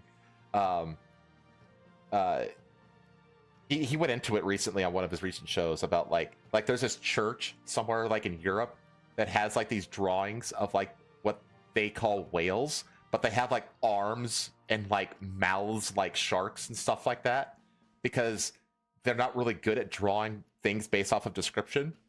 And so you end up with like this historical record of drawings of all these like fantastical looking creatures, but they're actually just like poorly interpreted drawings of people describing foreign species that that were experienced by explorers and stuff like that.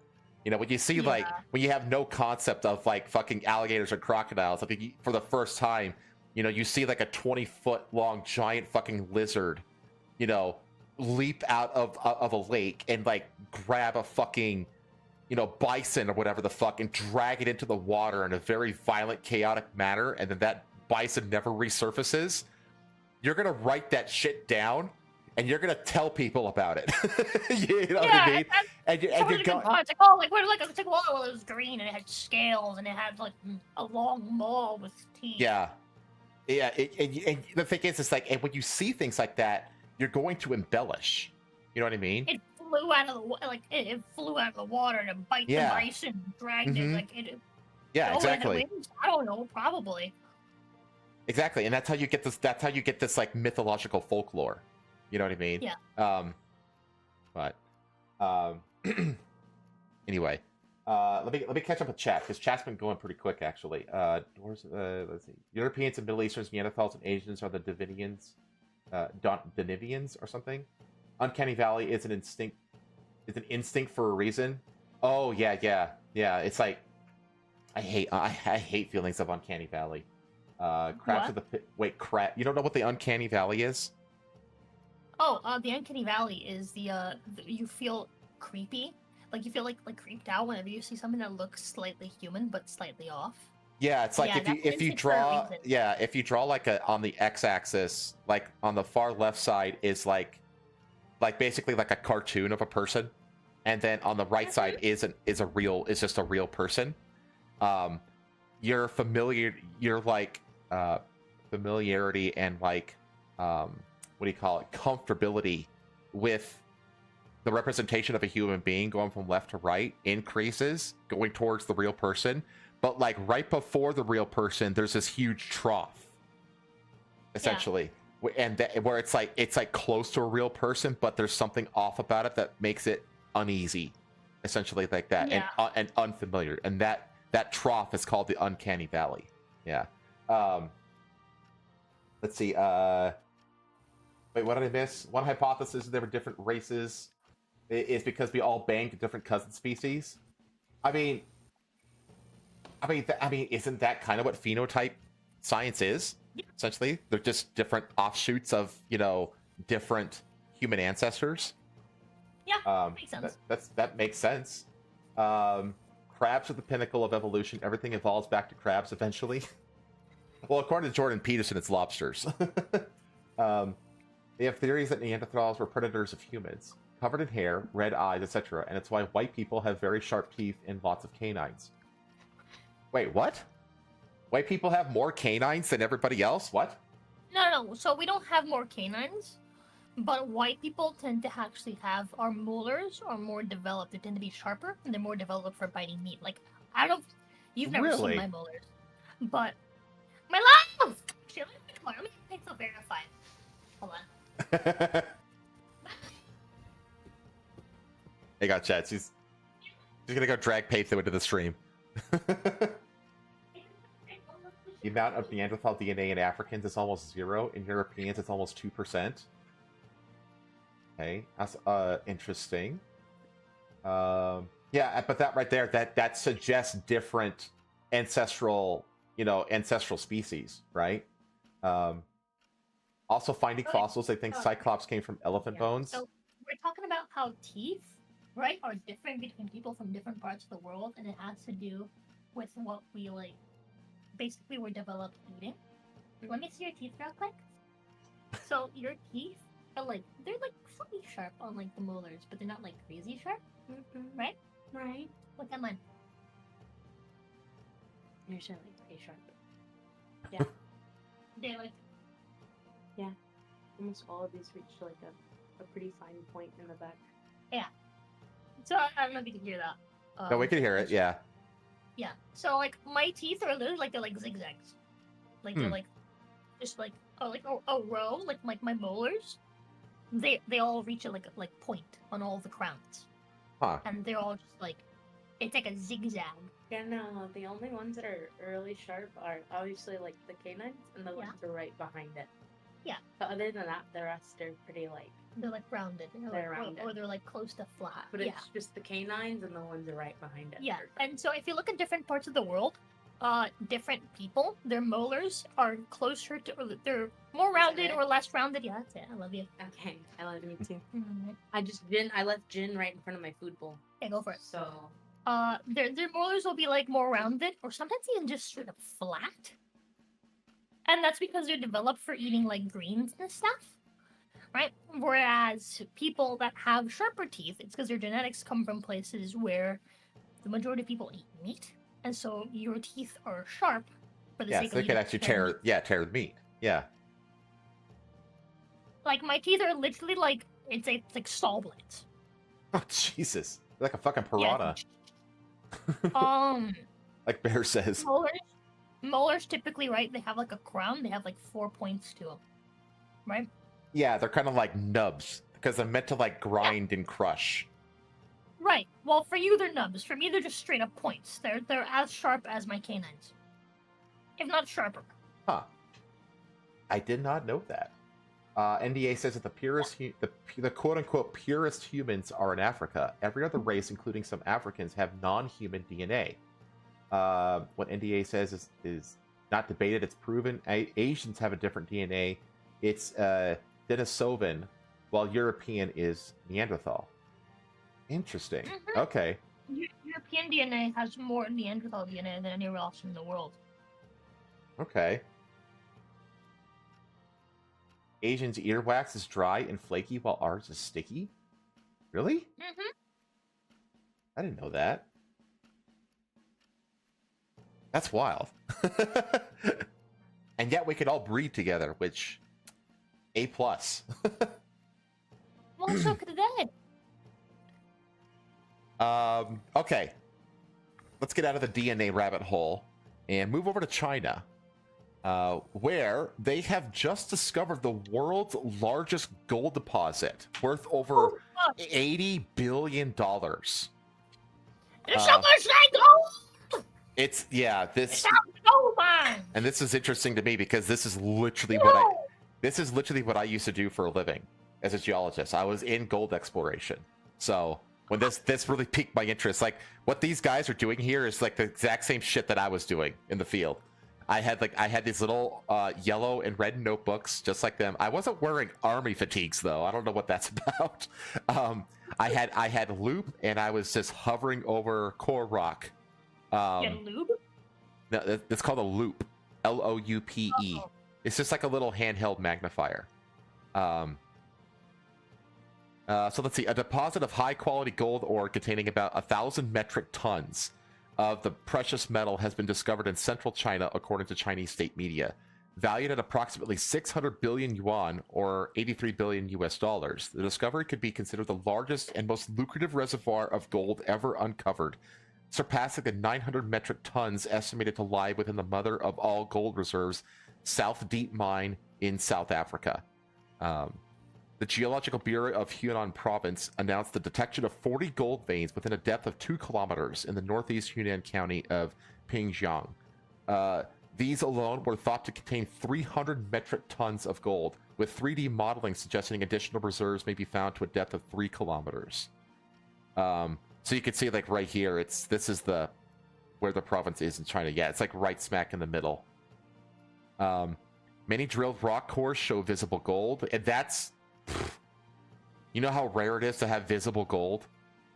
Yeah, that's fucking crazy that they actually have visible gold forming. It's so rare. When I was doing my exploration geology in the 2.5 years that I did it for, I never once saw VG. Visible gold, not once. Core samples suggest every metric ton of ore could contain as much as 138 grams, nearly 5 ounces of gold. An extraordinary level of quality, considering ore excavated from underground mines is considered high grade if it contains more than 8 grams. Yeah, so this is what I've like basically spent 2.5 years staring at, is stuff like this, just boxes of core rock. It's pretty good. Yeah, this was my job. Let's see. China already dominates the world's gold market, with reserves considered to be in excess of 2,000 tons earlier in 2024. Its mining industry contributing around 10% of the global output. Announcements of the findings have contributed to a further increase in the already skyrocketing gold price as demands for the resource continues to rise amid global uncertainty. Yeah, it's actually a good idea to invest in gold. It's always a good idea to have a little bit of gold. You get it in the form of like little commemorative coins. That way they can't confiscate it. Just Just how many bonanzas of the valuable ore remain yet to be discovered around the world is unclear, with experts divided on whether we've reached peak gold. Yeah, dude, this is the thing. Back when I was still studying to be a geologist, I was taught that we had reached peak gold. Same thing with oil. It was peak gold, which means we found where all the gold is. It's just a matter of extracting it now. We've discovered all the gold, whatever that resource is that there is to discover. Now it's just a matter of extracting it. That's what peak. The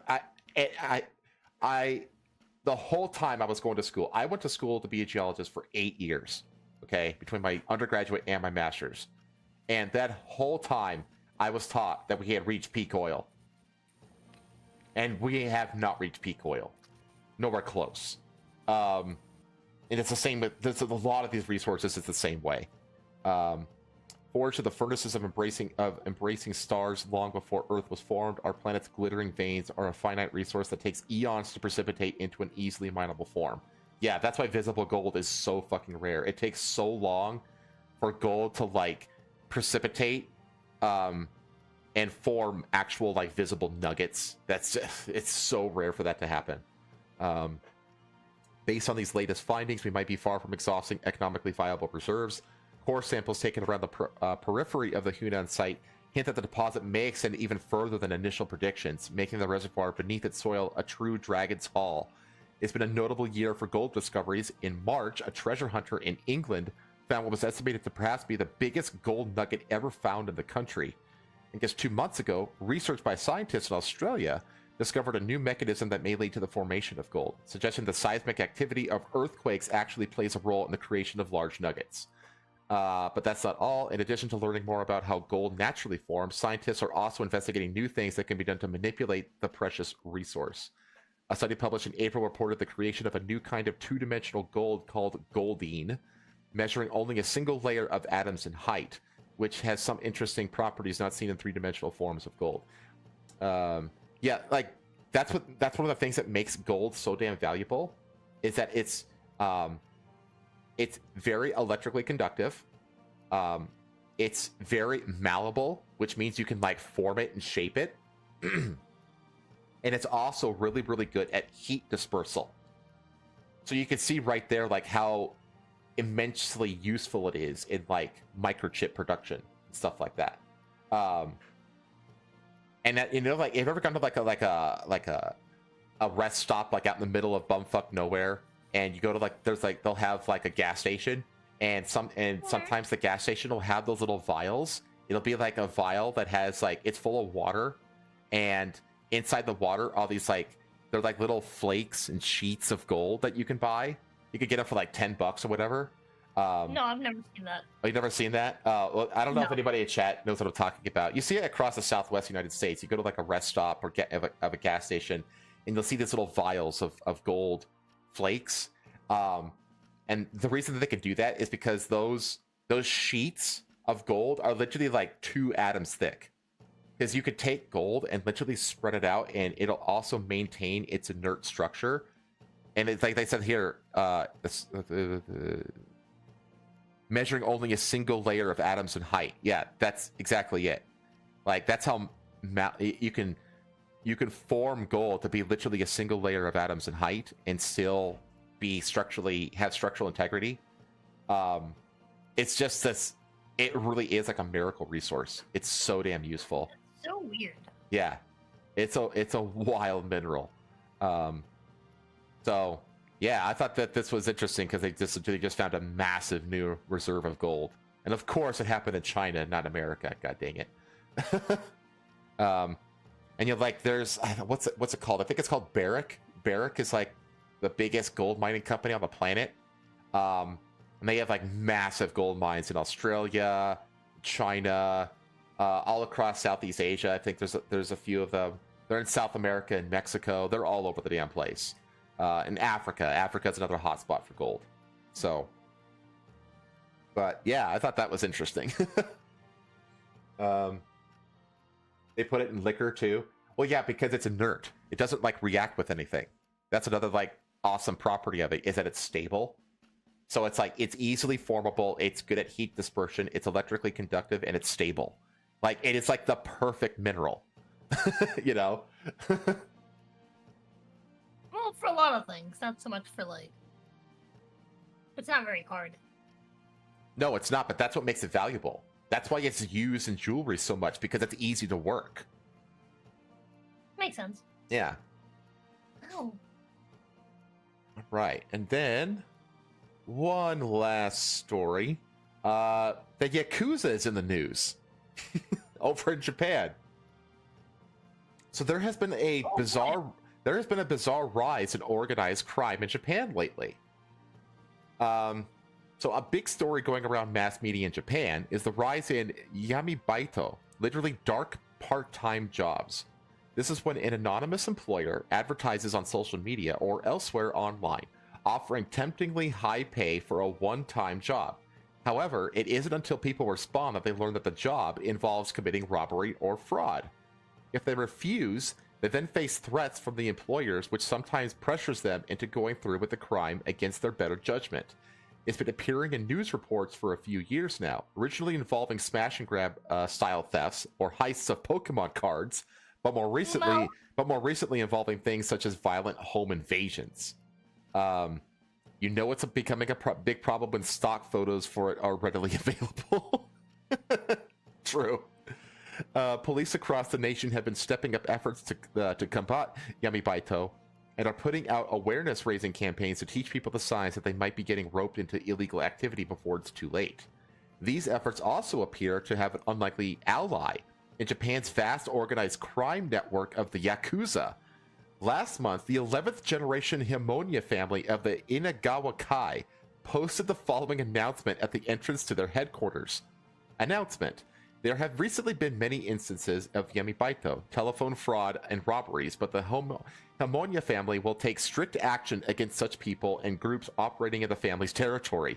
Shinagawa Ward, Oda Ward, parts of Setagaya Ward, parts of Megudo Ward. We are working to create a safe community, 11th generation Himonia family. In addition, that's crazy. Isn't that wild? That but that's the thing. That the fact that these Yakuza gangster families are still around and operating, because that's the thing. Like this, it immediately reminded me of the Las Vegas Mafia. Because if you talk to people that are really old that spent their whole lives in Las Vegas, a lot of them will tell you that they prefer the times before Steve Wynn came in and drove and basically just used legitimate finances to just destroy the mafia in Las Vegas, because they operated out of the Flamingo Casino, which is still around, by the way. And they like it because the organized crime mafia organizations actually policed petty theft and shit like that, and they were actually really effective at keeping the communities safe and orderly, essentially.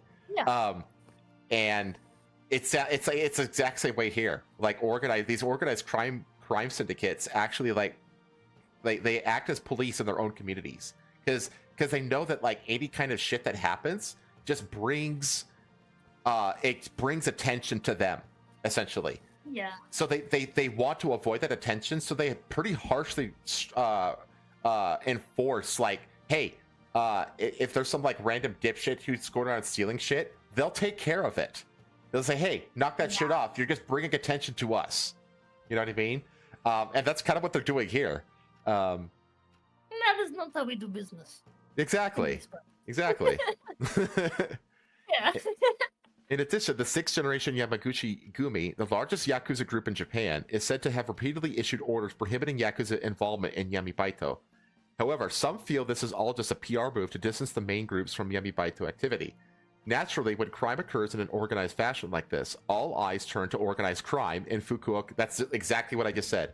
And Fukuoka police even raided the Dojin Kai group on suspicion they were involved in yamibaito. There are also so many offshoots and subgroups that could be involved without the higher-ups knowing, either deliberately or indeliberately. Readers of the news, which is why they police themselves and enforce law and order in a weird way in their own territories. Let's see, readers of the news. A lot of organized crime groups start as neighborhood watch groups. Mm-hmm. 100%. Like they start off as protection rackets, and stuff like that. Readers of the news are also divided on whether the Yakuza are behind this particular brand of organized crime or not. Those guys are all too old to use the internet. That's ignorant right there. Actually, that's an ignorant thing to say. Yeah, that's not. You don't think that organized crime groups are wise to all the modern technology? Like, no, they're very keyed in. Yakuza aren't really known for robbing people indiscriminately like Yamibaito does, though. Yeah, it's like that's why it's called organized crime and not random crime. This isn't about honor or anything. The bosses are just ducking responsibility. Yeah, exactly. That's exactly what they're doing. They don't want, because they even said like they were raided in connection to these things. They're like, no, this isn't us. And now they're like, hey, knock this shit off because we're getting heat for it. They also say they don't sell drugs, but they just turn a blind eye when lower level groups do it. I can see how the Yakuza could be involved, but I don't get why this is getting so big now. The Yakuza can just get some low level group to do it and then disavow them if they get caught. Yeah, that's true as well. Yami Baito worsens public order and safety for minimal financial gain, which isn't the Yakuza style.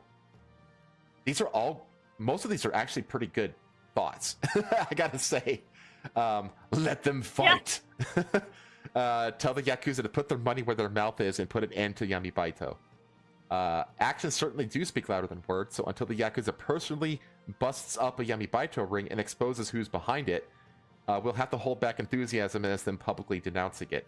It would be cool if they did, though, kind of like when G.I. Joe and Cobra teamed up to take on the villainous drug kingpin Headmaster after he turned Falcon into a junkie. However, life is seldom like G.I. Joe. Sigh. Real? That's funny, I like that. Yeah. Sora News. Dude, Sora News 24 is a really great site to like just they talk about all things happening in manga and like trading cards and like otaku culture essentially. Food and restaurants. It's a really good site to just like keep track of all the different little things going on in Japan. All right.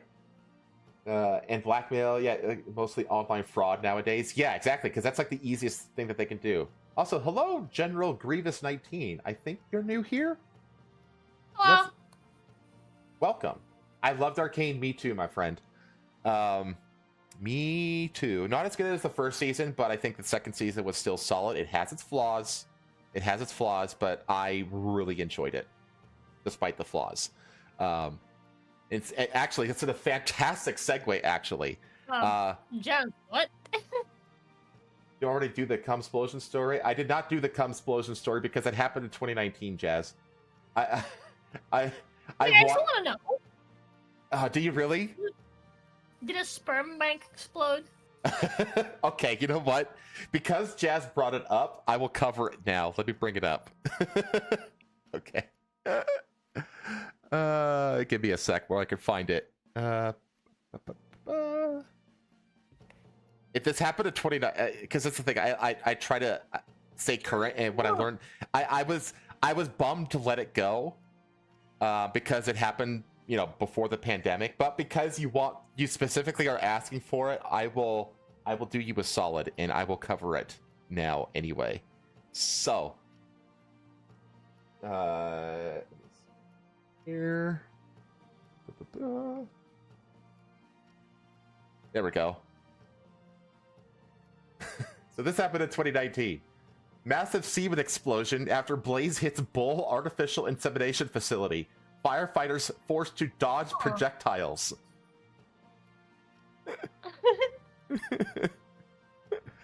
So a huge fire at a cattle breeding facility in Australia has caused thousands of dollars of damage after at least 100 cylinders containing bull semen were destroyed.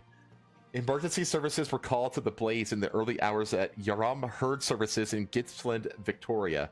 According to ABC, it took 10 fire crews more than 2 hours to fully extinguish the fire after it broke out around 3 a.m. local time. A spokesman from the country fire authority told the Daily Mail Australia that the fire had completely shredded the building. County Fire Authority Gippsland Commander Chris whatever the fuck said the crew had to be wary of projectiles coming at them while they tackled the blaze. the liquid inside the cylinders was rapidly expanding, and essentially the lids of the cryogenic cylinders were just popping off the top, and projectiles were being thrown from the building. So firefighters went into a defensive mode initially to protect themselves because there were also LPG cylinders at the neighboring property, and they did a magnificent job. Bleh added that he has never had anything to do with the artificial insemination side of things before during his career. Oh my god.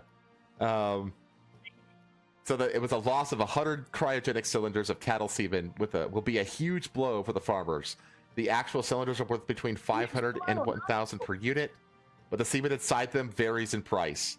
We're coming into the artificial insemination season, so there would have been substantial amounts of semen inside the tanks that we've lost, which was owned by our local farmers, and it can range in value from $5 per straw to $95 per straw. What the fuck is a straw? I don't want to know. Actually, I really don't want to. Thomas said that the farmers have also lost a lot of equipment as a result of the fire. So this is a significant damage and is going to have a flow-on efficient on... You have to say, word it that way. You have to say a flow-on effect. Say knock-on effect. You know, please don't use the word flow right now, especially after the drought that Yaram district has experienced over the last 12 months. Earlier this year, ABC reported that farmers in Gippsland were losing as much as 70% of their regular income due to a lack of rainfall and weeds causing what is known as green drought. The green drought is whatever. That doesn't matter. So yeah, in 2019, a bull semen factory blew up and shot bull cum all over the firefighters. That's the story that Jazz was adamant about me talking about tonight. I know it's really sensational, but it happened in 2019, so I was like, this isn't current news. And trust me, I really wanted to cover it, but I was like, I have to stick to things going current. But I will. I made an exception this time for you guys. A straw as a single tube of jizz? Okay, why do they call it a straw? Anyway, thank you, Jazz. All right. I will remember this information in the future. It's very memorable. It's a very memorable story, for sure. No, not that. The straw definition. The straw. I will remember this in the future. Oh, for later. man. Okay, I think that does it for the news around the world. Your whale cum? Oh, yeah. Okay, thanks. All right, let me bring up the pop culture tab here. Get that all set up for y'alls. Let me share the right one with you. Oops, what did I just do? Yeah, okay. No. That. Then let me switch this over. All right. It's a literal straw filled with jizz, though, so it's shoved into the uterus for fertilization. Oh, okay. Man, that... You can't imagine applying for that job. I want to be that guy. Oh, man. Okay, we're going to start with the silly story about Arcane and censorship. So, as previously mentioned by new friend General Grievous, Arcane Season 2 wrapped up about a week ago. I think it was last Saturday, yeah. And despite its flaws, I think it was fantastic. And I think that the vast majority of people agree, which is why it's the first show, or the first season of a show in history where every episode was rated over a 9 on IMDb. And it's also what finally put me over the edge in unsubbing from a bunch of, like, internet critics, essentially. Like the only people left that I'm still subscribed to are Nerdrotic and Critical Drinker. Those are the only two left. I unsubscribed from Mauler, Rags, and pretty much everybody else because I think that their approach to critiquing is not the way that normal people approach how they feel about a show or a piece of media. I'm not going to get into it like right now, like super deep, but I just basically don't find their particular way of analyzing things to be useful. And I realized that, like, man, like I find myself like not caring what these kinds of critiquers. You mean nerdism runs too high? Well, I get that. Honestly, yeah, actually, that's what it is. Like, okay, I will get into it. You know what? Fuck it, I will get into it. People forget that autism is a mental illness. It's a mental illness that basically like makes your emotions completely like it kind of like how what does it do? It like it makes it like super hyper like nitpicky and like hyper focus on every little tiny little minuscule detail, and you put like it makes you like put like a fuck ton of value on those things, and it kind of like arrests your ability to like emotionally experience things, you know? Yeah. And I'm just like, I think that it's like exact wrong way to approach media analysis. Like media, like movies and shows, the primary reason that people watch art or experience art is for the emotion, the emotional impact that it has. So when you approach it from like a hyper autistic point of view, it's not really the way normal people judge art. You know what I mean? So if like if you're like, so I don't think that if you're a normal person that isn't autistic, you shouldn't be taking or caring about the opinions of autistic people when it comes to art and media, because the way that their mind works is completely different from normal people. Like, and so, and I just realized it's like these reviewers, and even though I in the end will agree with them a lot of the time, it's for completely different reasons. You know what I mean? Like when they're like, oh, like they went into this cave, and then this, and but like the boards were still here, and you know they like logic, they do this nitpicky logic shit, and I'm just like, normal people don't care. Like normal people don't care about this, and even if like it's true, they don't put value in that kind of aspect of media. You know what I mean? They put value in how it impacts them emotionally. That's the primary thing. That's why you go to movies and shows. You go into movies and shows to feel things. You don't go to movies and shows to like engage in like a logical exercise. You know what I mean? And so I was like, you know what? Mahler and like Rags and all of those kinds of people, they don't review these things, and they don't place value on things the way normal people do, which is why they're in such hyper cynical about practically everything. And I'm just like, yeah, their opinions are really irrelevant to me, and I think that they're irrelevant to the vast majority of normal people. But I still kept like Nerdrotic and like Critical Drinker, because like when you watch a Critical Drinker review, like his little 7 to 10 minute reviews on things, he reviews them like a normie. He's like, man, this shit was rushed, but like this and this was really impactful and that kind of stuff. Like he talks about it like a normal person talks about it. You know what I mean? Even if he can recognize like the nitpicky little autistic shit, he still like approaches it from like a normal, healthy human brained person. Which is why like I can disagree with him, but I can like be like, oh, but at least he's approaching it like a normal human being and not a literally mentally ill person. So I'm just like, I'm just not putting value in the opinions of mentally ill people anymore when it comes to media analysis. And so I unsubscribed from them all. You know, like that's just what it was. Because they were comparing Arcane Season 2 to fucking Game of Thrones Season 8. And it's just like, I'm sorry, but if you've reached that point, you have completely lost the fucking plot. and your standards are so fucking out of line, essentially, that I can't even start to try to sympathize with your opinions. I'm just done. I cannot take you seriously. And I just wipe my hands of it. I'm just like, I'm done with these fucking people. I'm done.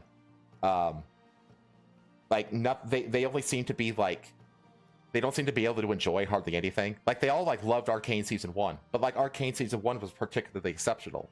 Most media isn't going to reach that level, but it could still be very good. You know what I mean? Enjoyable, yeah. Yeah, it could still be plenty enjoyable. But like, to these kinds of people, unless it's absolutely perfect, they can't find enjoyment in it. And I'm just like, yeah, your opinion is kind of worthless at this point. So yeah, I'm gonna stop ranting about it, but that's kind of like where I'm at with it, with these kinds of channels. I'll still watch like Friday Night Tights with Gary and stuff like that because they're entertaining, even though they have like Mauler and stuff on there. Having people that aren't like that on the show kind of tempers that shit, and they're funny. At least they're funny. So yeah, I made the mistake of making an angry post on the Discord about me unsubbing from Mauler and his cohorts. I deleted it because I was like, this is unnecessary negativity on a holiday, you know? So I was like, that I got rid of it, but I was just like, yeah, I'm just done. I'm done with these people. I just don't have value in it anymore. That's valid. I can still disagree with it, Thomason, but the tism can be great entertainment. Yeah. I feel like... How do I put this? Something I think about often, and it's someone that I've been like, is whether or not I'm autistic. Because I don't know. Well, I think that... And I've never gone to get it checked out. Well, but the way that I approach media analysis and the way that I enjoy content, is probably more similar to the way that you do than the way that, for example, say someone like Mueller. Oh, yeah, absolutely. I know what you like. You like B-movie military action shit. Like... Yeah. But at the same time, I also, do hyperanalyze things sometimes. Mm-hmm. And I can if I want to. Like, for example, when we were watching Star Wars, I was the one that pointed out that the guys in the background in the forest during, the fight against, during basically, the fight with, all the Jedis against the fucking Smiley. Most of them are just in the background, just waving their fucking swords randomly. They're not actually, Mm-hmm. They're not actually in the fight. Well, there's things that, everybody has, a certain, we all have hobbies, especially guys, you know. Everybody has interests in different things, and the more you're interested in something, the more you tend to be knowledgeable about that thing, you know. So when you see that particular thing appear in a piece of medium, it's easy to kind of turn the logic side of your brain on because you recognize that thing that you are have an innate knowledge of. But the thing is that autists, it's also we watch that for the purpose of criticizing it. Recently I watched fucking when Patha was here, but not here. When me and Patha were both in Miami when Patha went to visit. We went and we watched the third Venom movie, which a lot of people have problems with it. I loved it. It was great. I don't know what the issues were, but I was at the theater watching that movie to enjoy. I wasn't there to hyperanalyze the movie. Yeah, you know? Yeah, exactly. You go to the movies to be entertained, and when you're entertained, being entertained, if you're not an autist, means you're being entertained emotionally. You know, because an autist will call emotional manipulation, but it's just no. Manipulating emotions is the whole point of art. Yeah. You know what I mean? That's literally the whole point of art. I fell in love with Arcane because of how much it pulled on my heartstrings, because of how much it activated this paternal instinct inside my 41-year-old childless ass. You know what I mean? But in season 2, by the end of it, I wanted to leap into the screen and just give Jinx the biggest hug and tell her that everything's gonna be okay. You know what I mean? It's like it activated like this fatherly instinct inside of me, and that's super powerful. You know what I mean? And it's like, guess what? That is going to go a hell of a lot longer to me personally, and how much I enjoy something, than some little nitpicky logic error in this or that or some other bullshit. You know what I mean? Like, I can take that and like acknowledge that that's real. I think I'm the same way. But to me, like, I take that and I don't give it a lot of value. Like, I take all the little now, if it's like a massive plot problem, like you see in like the Star Wars movies and stuff like that, then it's like, yeah, okay, then it actually does affect my opinion of the thing. You know what I mean? But if it's like a small or even like a medium-sized thing, if it emotionally impacts me, that logical inconsistency doesn't have squat in terms of value to me. I don't give a fuck. So, and the thing is, like, Arcane is the show that has I've never felt so emotionally compelled to like or root for a character more than in Arcane, and that's why it's my favorite show, because it gets me in all the right ways emotionally. The logic stuff just falls away, you know. I can't comment on it. But like, yeah, I feel like the way that I enjoy media is like very like normie. I feel like a very like normie point of view on like a lot of media. Yeah, this is what normal people do. Normal people, they in their day to day, and the way that they experience media is via the elephant. You know, the elephant and the rider analogy. The elephant is like your emotions, and the rider is like the rational part of your brain. And 99.99% of your life is spent with the rational part of your brain just on the ride of the elephant, and the elephant just kind of goes wherever it wants to. That, you know, basically saying that in your day-to-day life, almost everything you do is guided by your emotions, not by logic and reason. Like, you have to like actually go out of your way and consciously decide to engage in logic and reason to guide what decisions you make. You know what I mean? Yeah. But your normal day-to-day, and this includes, especially when it comes to escapism, is, for normal people, a purely emotional experience. So if you're not autistic, you should not be getting your opinions about media from people who clearly are autistic, which is people like Mahler and stuff like that.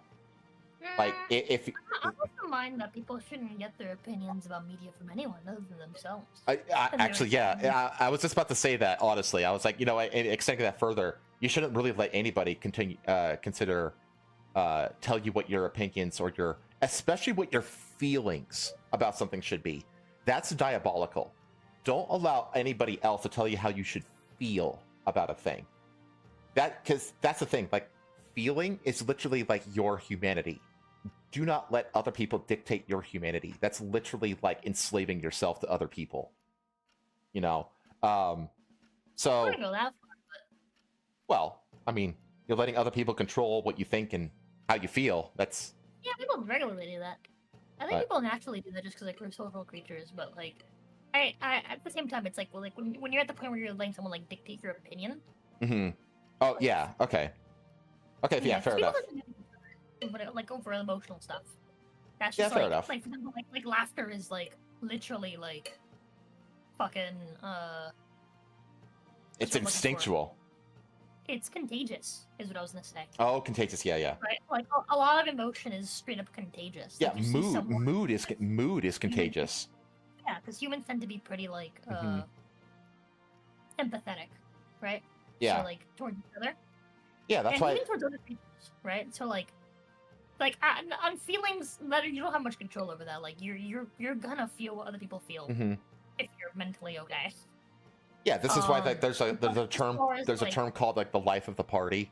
It's like that guy or the girl who's always like upbeat at the party, and everybody around them is always happy and having fun. Yeah, it's like that's like an example, a perfect example of what you're talking about.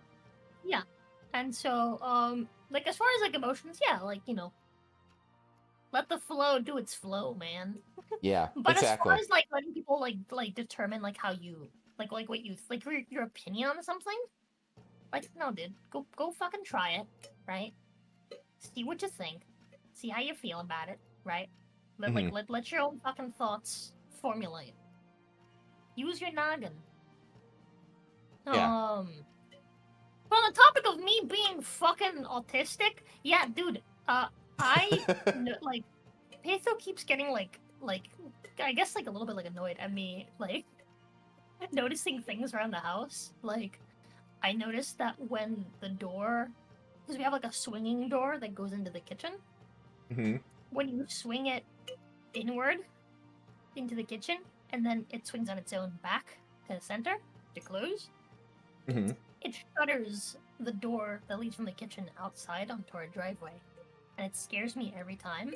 And I went to show it to Patho, and Patho was like, nothing happened. And I was like, no, look at it again. I had her come like really close to the door and like look at it. And literally, like, it's like the tiniest bit of movement, but I notice it. That does say that it does say like something that you would absolutely focus in on, and Patha would be just completely oblivious to it.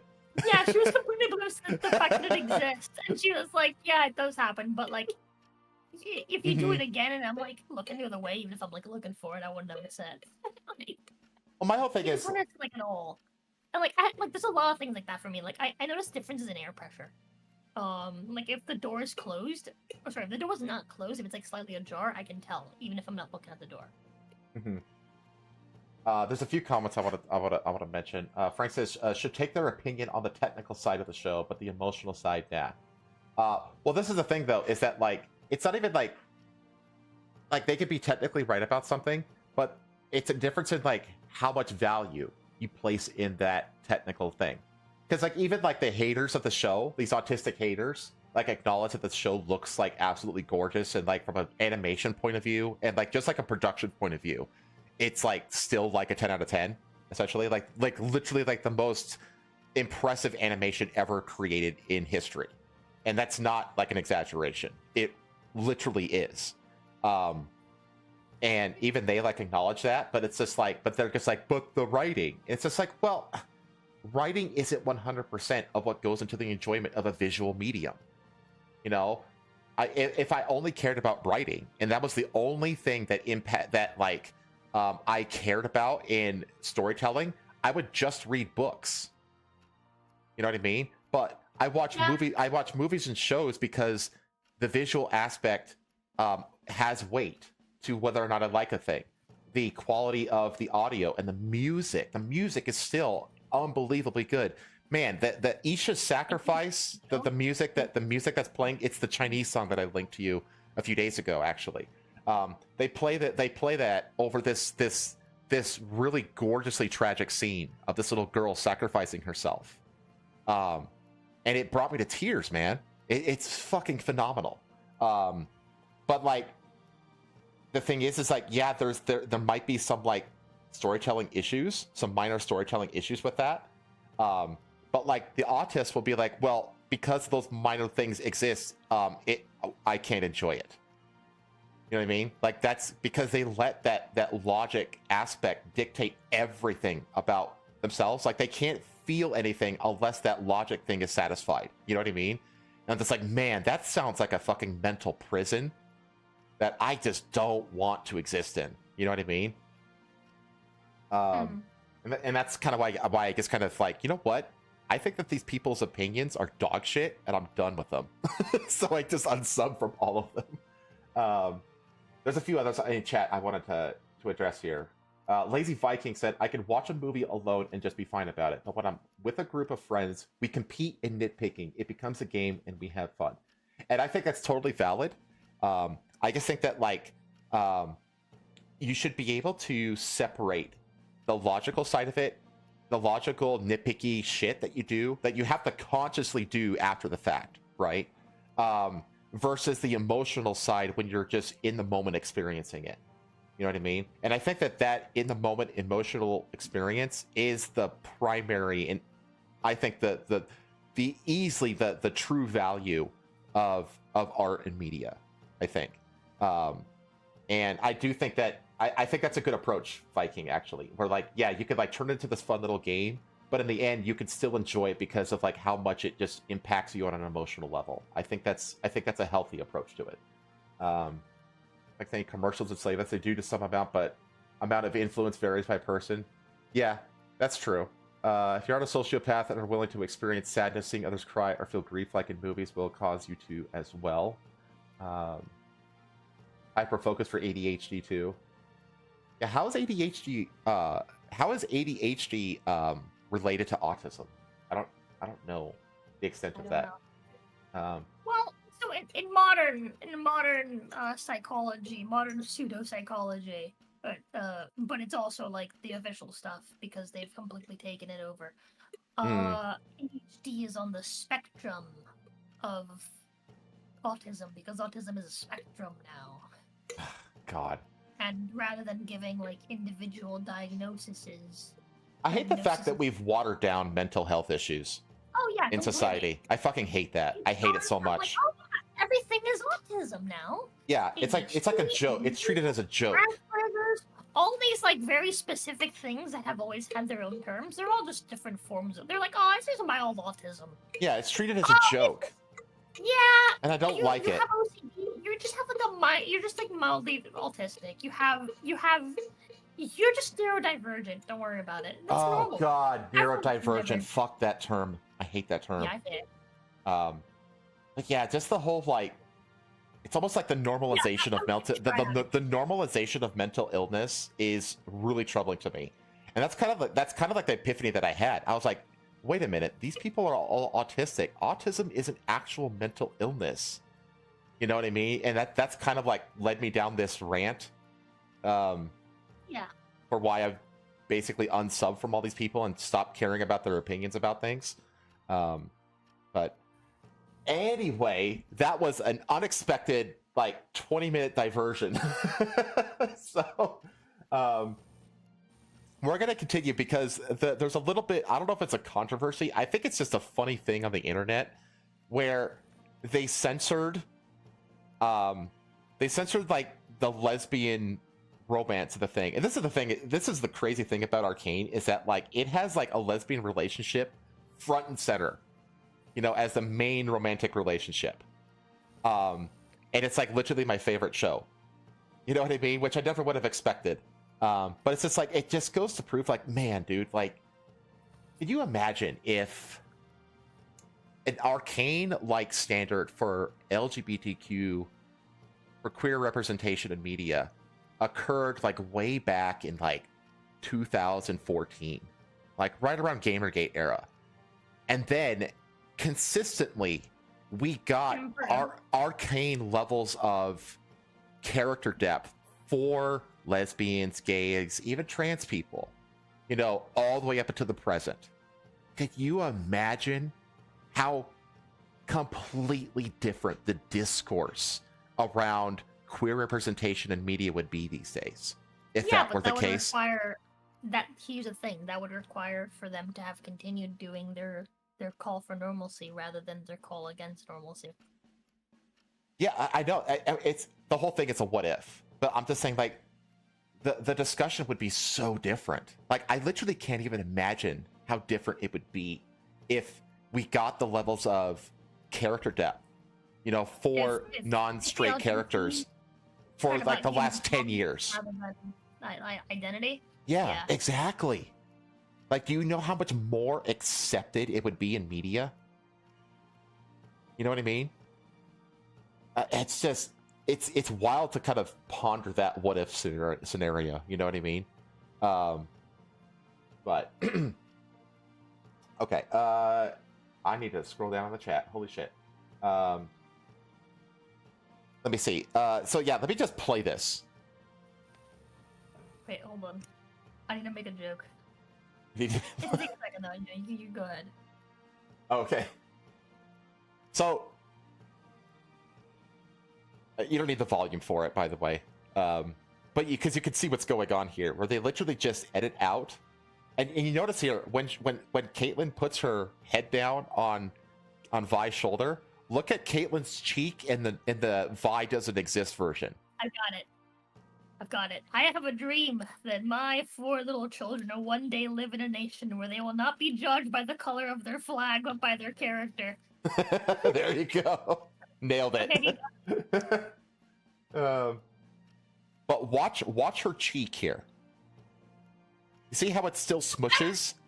Yeah, they just took the existing animation and they just... No, it doesn't mean that they went back and edited it. What it means is that they actually animated it like originally as this separate version. They like made the effort to actually, because you have to remember that this animation, it's actually a 3D physics engine that this is animated inside of. So these are actually they're 3D models that are painted over with all these different iterations. That means that they didn't make a different version. They just kept the same version, but just made her model invisible. Invisible, exactly. That's all they did. But the fact that they did it like on the animation level and not like the post editing, you know what I mean? It means that they didn't take they didn't take the final footage and go back and digitally erase Vi. It means that when they were animating it, they rendered a version where Vi is invisible. Does that make sense? Couldn't they just, again, can you just do that in post? But they didn't do it in post. What difference does it make? Well, it's the fact that means that it was the animation studio that did it and not the Chinese censors that did it. It tells you like who was actually responsible for the censorship. So now I'm pretty sure that this was because Riot Games, who produces this show, is owned by Tencent, which is a Chinese company. So they you know that they were told early on that the lesbian shit can't get shown in China, and so they planned to animate, 2 different versions essentially. Well, I'm gonna say that's no different to like Sony like making a fucking version of the entire world of Spider-Man that doesn't have LGBT shit in it. Mm-hmm. Like it's the same shit. Like any company that wants to put their content out to the rest of the world is going to make different versions of that content. Well, it just means that that Riot Games was aware from the very beginning that they were going to get censored. And so they just planned for it in the beginning and they capitulated. It wasn't like, here's the final product, and then China goes in and goes, no, you gotta edit that shit out. And so that they go back retroactively and change it. You know what I mean? Yeah, but I think every company knows that. Yeah, I guess. If this isn't like particularly impressive or interesting, like it's like, yeah, you want to put this content out to China, of course you know they're gonna fucking censor the lesbian relationship. You don't have to wait for them to tell you. Right? Like, oh, you want to put this fucking game in the Middle East? Yeah, of course they're gonna fucking like want you to censor the fucking LGBT stuff. Yeah, dude, you're gonna do it. Like, and then Vi disappears in this one. I just think it's just funny to me because like they're talking about this lesbian relationship all across China. They all know about it. You know what I mean? So it's just like, what was the point? Because it's like everybody knows. Everybody in China knows. So it's like, you know what I mean? Like, it just seems like a waste of time. It's just silly, And I'm like, it's just... Yeah, but pause. Yeah, is what it is. They're not free over there. Yeah, it's just... That's all it comes down to. I just think it's funny. Every company that's gonna make content over there knows it, right? Whether it's a video game, whether it's a show. Like, if you're putting anything out that's gonna go over there, you know you're gonna fucking sell it over there. Have to deal with the Chinese censors. Yeah. Yeah, like you're not gonna wait for them to tell you. Then you're just wasting your time. Right? Like, of course you're gonna do it. I think every company that puts anything out over there does. Well, that's a good pause game, actually. This is the one of many indicators that Jinx didn't die. No. But yeah, that's just a dumb, silly thing, So. But I think the show is phenomenal despite season 2 flaws. But anyway, they don't allow feminine men on media either in China. No femboys allowed. Yeah, that's true. They don't. Men have to be masculine and women have to be feminine in China. That's absolutely the But case. there's- Which But there's femboys and and butch fucking- lesbians like Vi, no, hold on. tomboys. There's femboys in and tomboys, but I feel like femboys is more like extreme than tomboys. I think so Tomboys is too. feminine. But there's femboys in Genshin. Yeah, that's true, isn't it? It is weird. Well, I mean, I guess don't that believe you. well, no, that's the thing that that they one. declared that. Like, I think it was during the pandemic because they released these military ads. China did like a military recruitment drive or whatever. They released a bunch of ads. This was like right at the time that we were the United States released those cringy, you know, my two moms ads for the military. And people were like comparing like commercials for our military to like China and Russia, and they were like, "Huh, I wonder why they're having a hard time recruiting people into our military." Gee willikers, you know, like there's that whole thing. But like it was revealed that like China, like in their media, they basically say like women have to be like, because didn't they like ban like K-pop or something like that? They banned K-pop in China because like they all have like this femboy kind of, you know, the soft boy vibe, right? I think that's what happened. And it was because of like they want their men to be masculine and their women to be feminine, essentially. So they just banned K-pop. Which is like, damn, that's Those boys are too yeah, somebody gay. some chat Why are you gay? yeah, fact check me on that, chat. Someone maybe look that up, that they banned K-pop or something like that in China. So good show. Woke AFH. I don't agree. I don't think You that. want femboys, you go to Thailand. I don't think Leave that. China alone. I don't think that Arcane is woke at Okay. all. To be honest, I really don't. Again, because remember, wokeness isn't about existence; it's about execution. That's the thing about it. The existence of trans, the existence of gay, the existence of minority—that's not what makes something woke. It's the execution of it that makes it woke. And Arcane has depth, like multidimensional depth, for all characters, no matter what their sexual orientation is. Okay, let's move on from Arcane and let's talk about this revelation that both Sony and Microsoft, as it turns out, are planning to re-enter the handheld market. So Sony is reportedly making a new handheld gaming console designed to play PlayStation 5 games on the go. This sounds like a Steam Deck, but for PlayStation.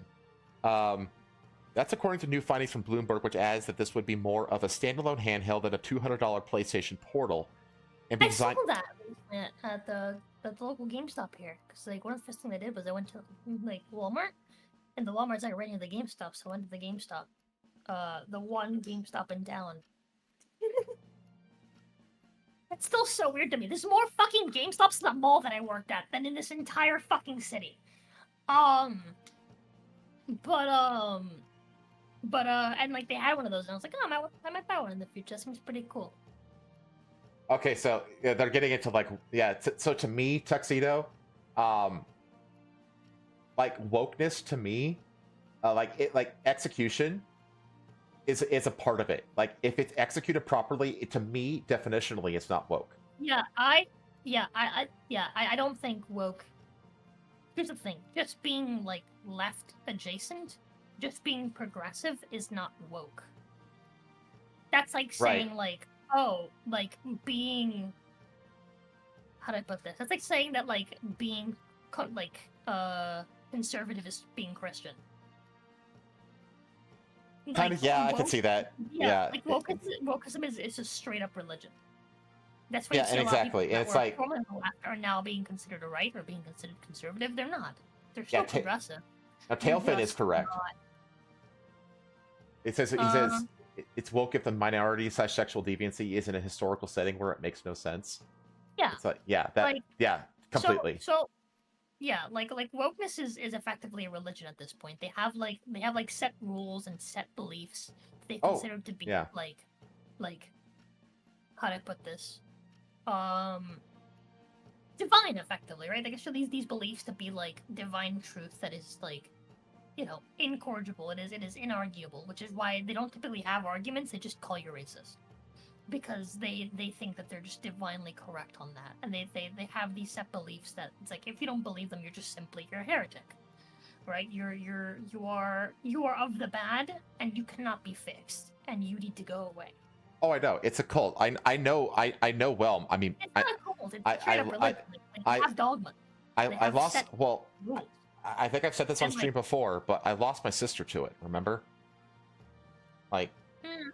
I used to celebrate Thanksgiving with the four of us, but my sister fell into the woke cult, and then she disavowed my family, and we haven't spoken since before the pandemic, pretty much. And Yeah. now we celebrate Thanksgiving with 3 family members. That's So I know very well, watching a family member fall into this cult. It is 100% a cult.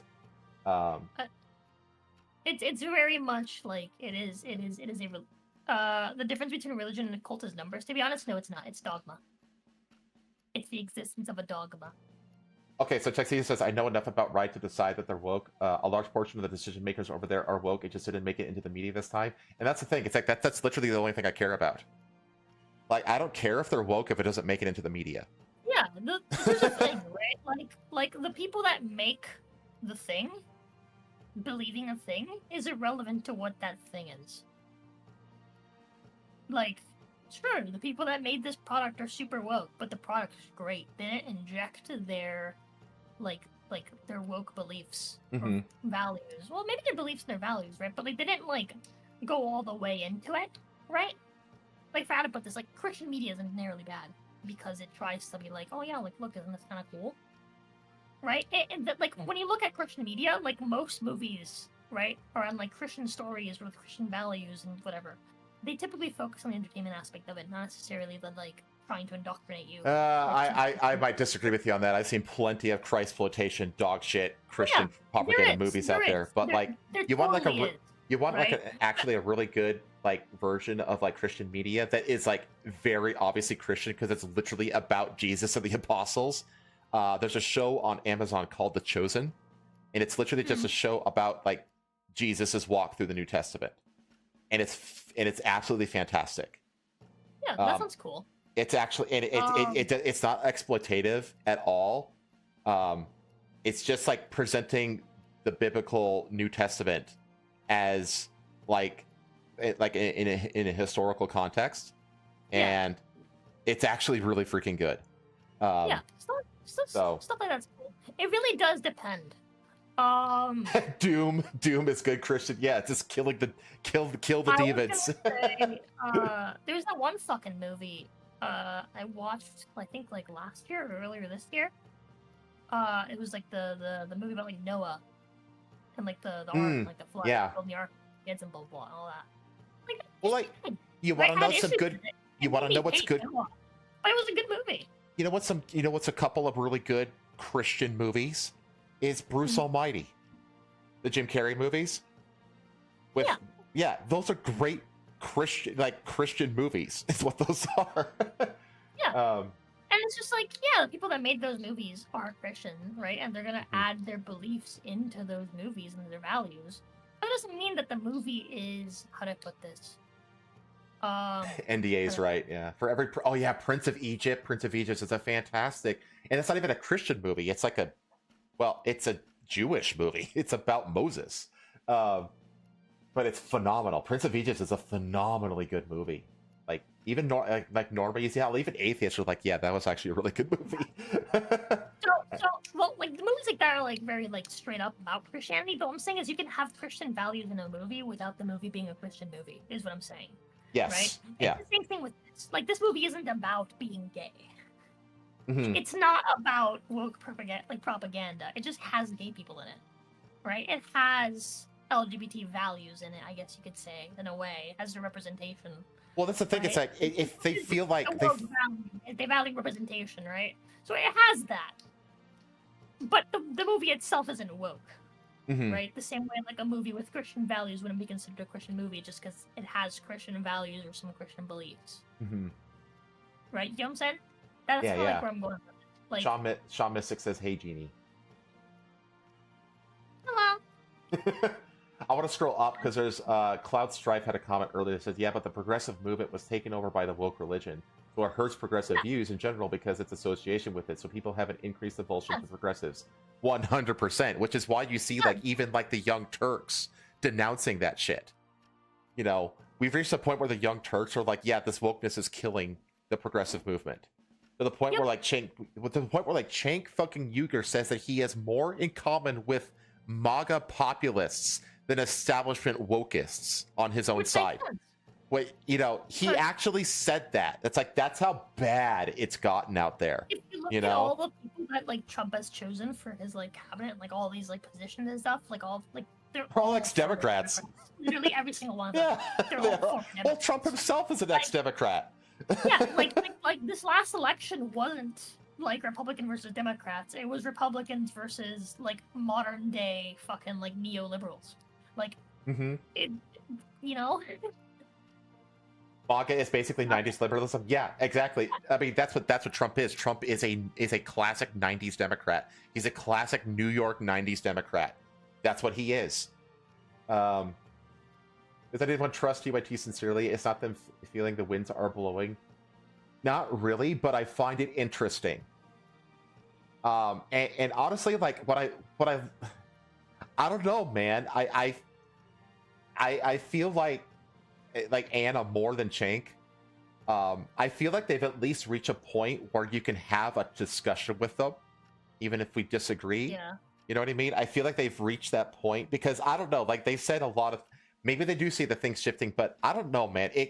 At least with Anna, because Anna started over a year ago on the, you know what I mean? Well before the campaign like really kicked into high gear. The campaign season, like Anna was on this path, and I know that that's been rubbing off on Cenk, but whether it's authentic or not, it's interesting. It's interesting to see. You know what I mean? Like, do I trust them? Do I trust them? Not particularly, but I'm open-minded about it enough. You know what I mean? Like, I'm curious about it. To just add my thoughts on like what Cloud said, I do agree that like everything being taken over by this woke religion, hurting like the views, towards progressives and just like progressivism in general. While I do agree that is 100% true, I do think that like it's one of those things where it's like if you're aware of it, you shouldn't add to it. You should, you should strive to not jump at shadows like everyone else. Mm-hmm. Well, I think we're reaching a point in the culture. To try to be nuanced about it, you know? Yeah, and I think we're reaching a point in the culture where, like, Pendulum's swinging back. It's been swinging back since, like, last year. Yeah, it's not just swinging back, but we do need to start transitioning from swords to pens, if that makes sense. Yeah. Where nuance and negotiation,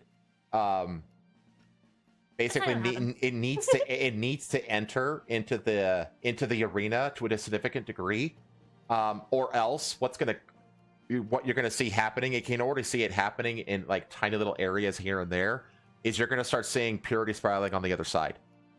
Oh yeah. If you don't allow like the negotiation table to exist, then you're gonna end up in your own purity spiral, and then the normies are gonna just abandon you as well. You know what I mean? Like that's like I approach all of these things from two perspectives. Firstly, as a Christian, and secondly, from just like a normie perspective. Like I try to like think of like the optics of pretty much everything. Like a big one, like right now, is like people are like trying to call like GTA 6 is going to be woke. You know what I mean? It's like that's a bad tactic. You're gonna look foolish because that game is gonna make $1 billion in the first week. Yeah, no matter what. No matter what, and you're gonna look like losers if you brand GTA 6 as a woke shit fest. That's just it. You have to be like, even if it is woke, it doesn't matter. You have to come at it from a tactical point of view. You have to be tactful. You have to be strategic. It's woke and go broke. It's not gonna go broke, even if it is woke. Like, I'm sorry, but that game, it's. Here's the thing. It's not gonna be the shit quality that we saw from fucking Volition's Saints Row. It's not gonna be dog shit.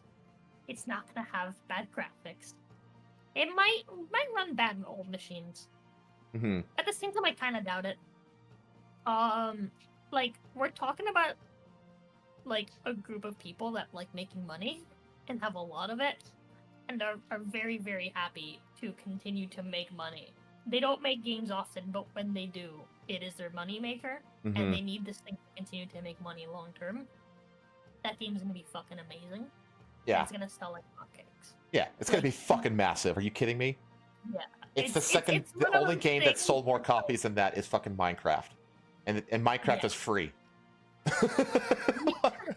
So it's a Minecraft's free? I don't think Wait, is Minecraft's it- free. well, it's not like a full No. $60 though, is it? No, it's like $30. Like $30. Okay. It's half the price.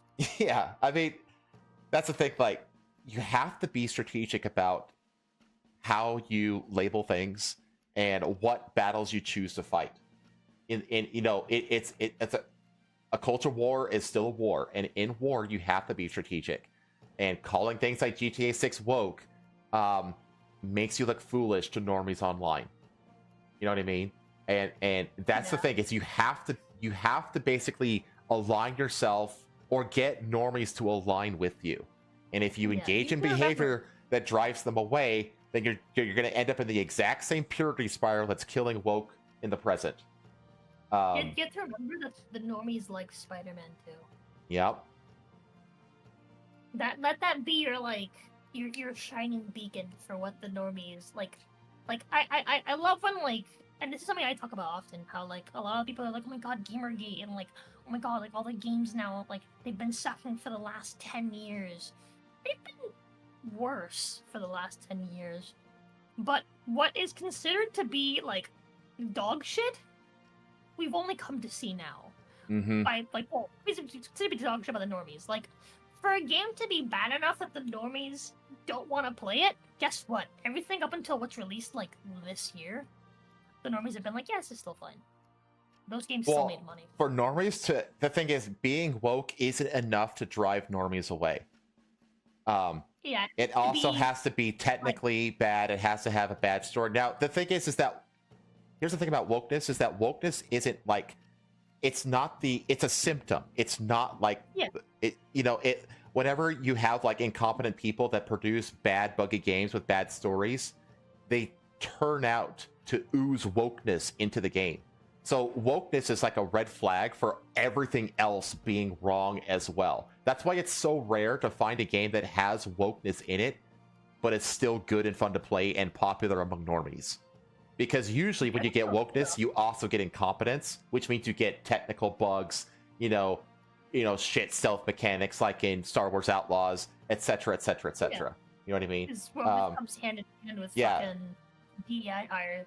Yeah, exactly. And because that's the thing, it's like it's the ideological bucket that it exists within. When you get that idea, you get all the ideas that are also inside that bucket, right? Yeah. So it's really rare to see woke things that are things that are like the red flags of woke that turn out to be good.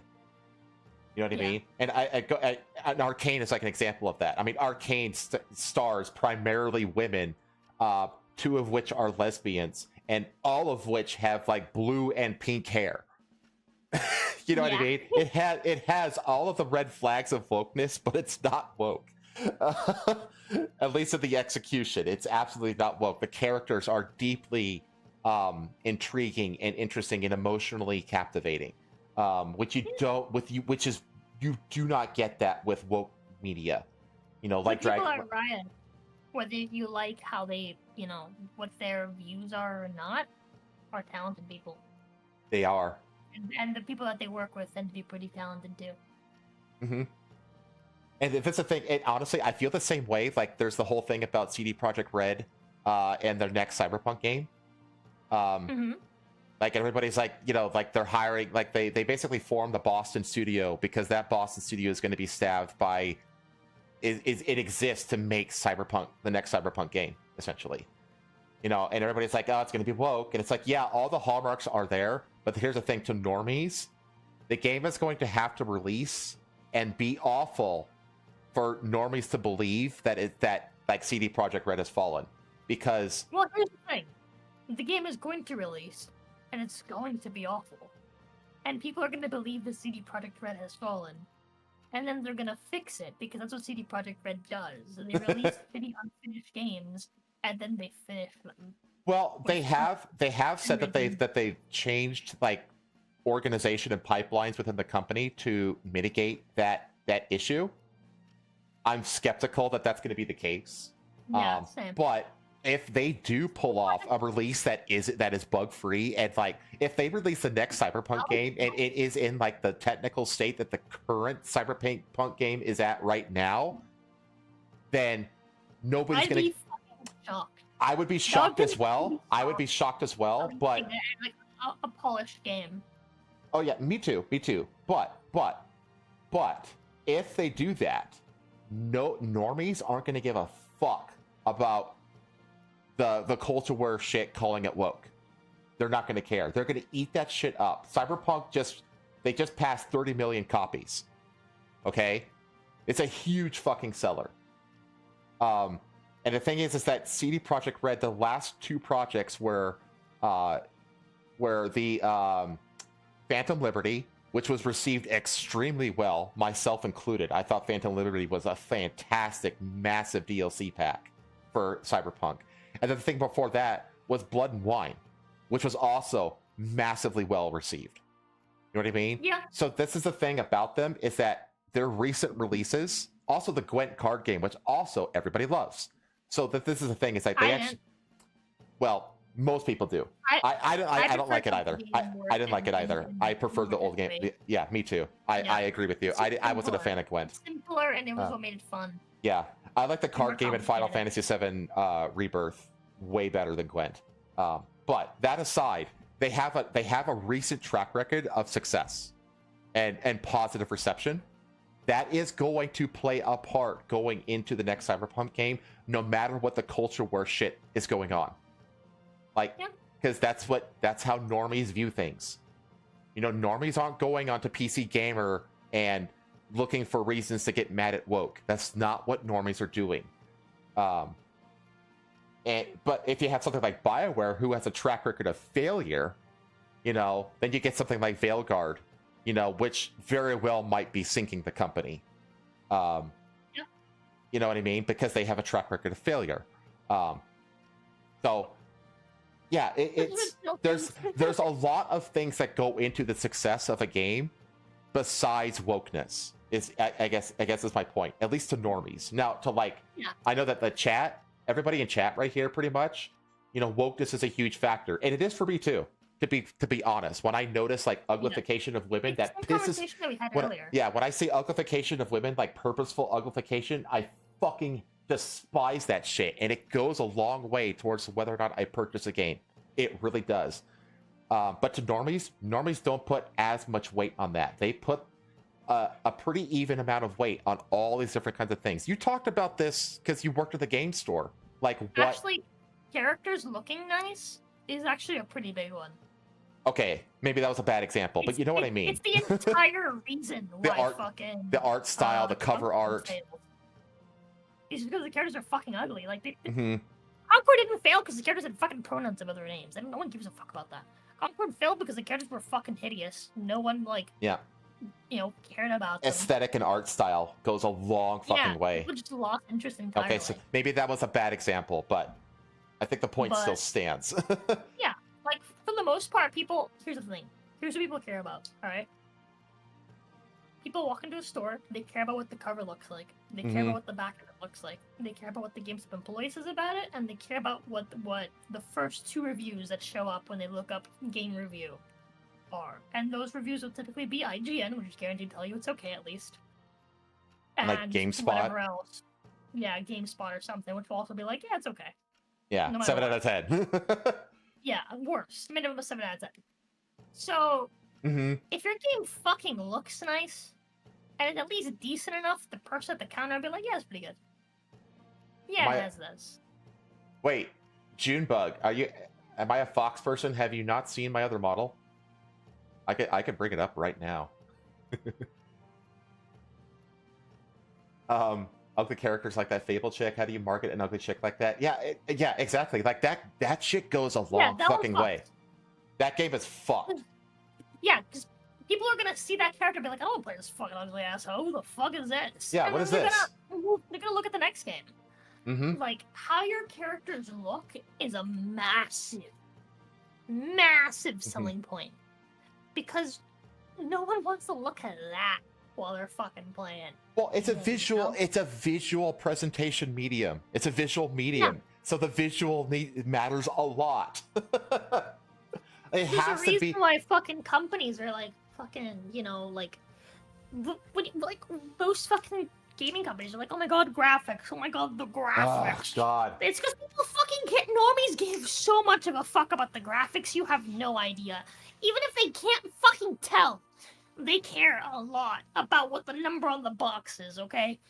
I'm telling you, I knew people that would show up and be like, yo, I heard the new console does 8K. Is that true?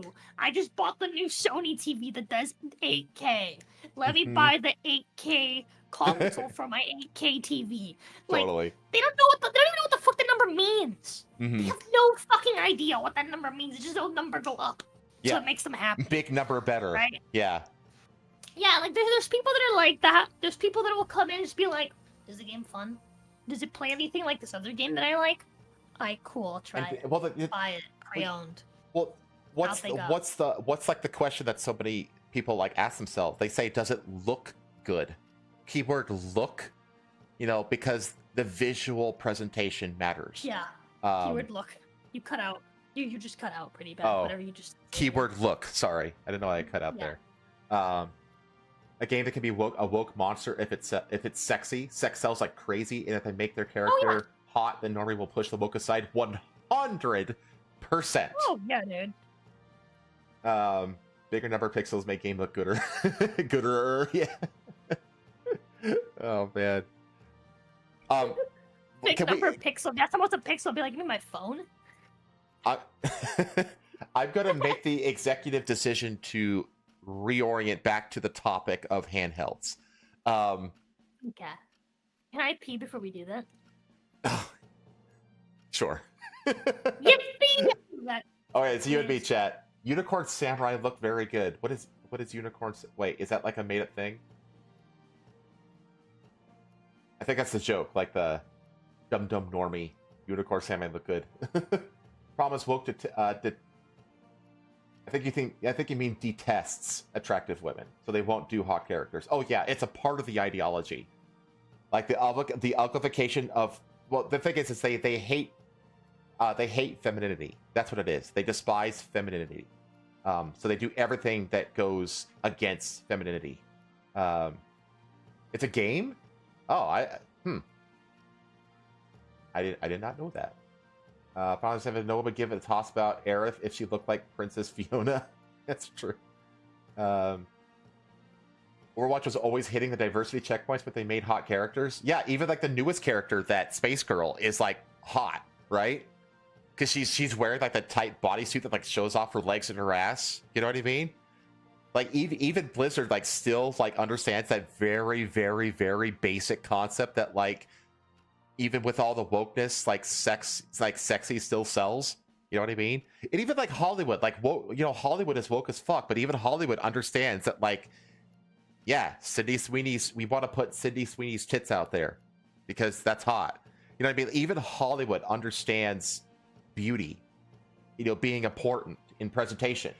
And they're the wokest of the woke. You know what I mean? They hate physically attractive women because looking fit takes effort. Looking like a slug is zero effort. Well, I mean, Rosa can get into this in detail, rant about this, but it really 99% of it comes down to jealousy. Look it up, Foxbro. I will look it up. Let's see, so much to ask for a hot black chick in AAA game. Yeah, I mean, well, you know what's amazing is that in Arcane, arguably the hottest character is Mel, the black chick. Let's see. Overwatch proved my point. Tracer is let's put most of the porn is her taking Magnum. I know, right? But usually it's from let's say About a hot black chick. Who? the probably the most like the sexiest character in Arcane is probably Mel, who's like the black chick. Show me. You can look it up. Don't show me. I want to see. Let's see. Fuda, yeah. That was that's what I was getting to. Is that most like The black Buddha? No. This is a different topic. We're talking about how like even Overwatch still understands that sex sells. What's her name? Mel Madara. MELMEDARA, 2 words. Images. Yeah, let's look her up. Madara, Arcane. Oh damn, she's pretty. She's beautiful. They gave her all these like gold, like they're not like yeah, she's beautiful in the show. You want Jinx to ruin you? Yeah, man. Jinx has got like that fit, like that petite athletic kind of build to her. There's a lot. Yeah, I totally get the Jinx appeal. They even gave her some abs in some shots.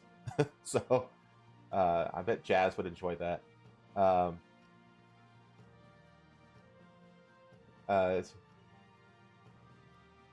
See here, commies didn't decide plaster hot chicks everywhere. Oh god, dude! If commies figured out that they all had to do was plaster hot chicks everywhere, I mean, even the Nazi regime understood that, like, because like a lot of propaganda, like Nazi propaganda, had like Nordic white girls with like blonde pigtails and rosy cheeks to them. You ever notice that? Like, there's a ton of Nazi propaganda that has like pretty Nordic girls in it. It's like even they understood that, like, you know, pretty sells the ideology. You know. Oh god, Shiva in Resident Evil 5. Yeah, she was fucking beautiful. She was like a total fucking, you know, boss girl too, and she was great. I fucking love Shiva Alamar. She had that alt costume that was basically her, like a tribal bikini. Oh man, those were the days. German 1940s Nordic girls with the Hugo Boss outfits. Yeah, like ideology aside, yes please. Let's see. Oh my god, we gotta move on. We like barely even got into like the whole pop culture side of things. I was about to say something horrible. Oh, go ahead and say something horrible. No, I can't say that on YouTube. It's one of the things you can't say on YouTube. You can't say the hard R, and you can't say bad things about the tiny hat people. Even in jokes. No, you can't. Not especially on someone else's channel.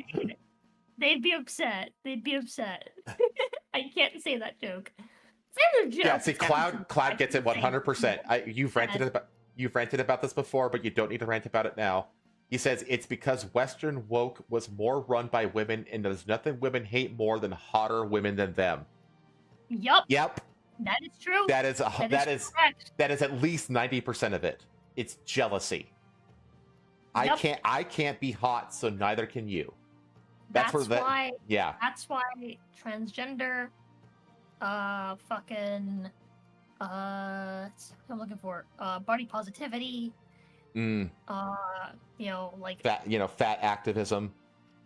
Yeah, like. Healthy at every size. The activists for fat people and gay people and trans people are all the same people. Yeah. And they're all like mediocre white women. It's because they're trying to eliminate, you know. Mm-hmm. If you make the other girls A, fatter, B, men, C, gay, then they're not competing with you for I was going to say, they're not getting they're not competing. Yep. Exactly. Yep. This is like the whole Mean Girls thing is to eliminate competition. Yep. Tell ugly people that they're pretty so that they don't change and stay ugly and they stay out of the competition. Yeah, that's what it all is.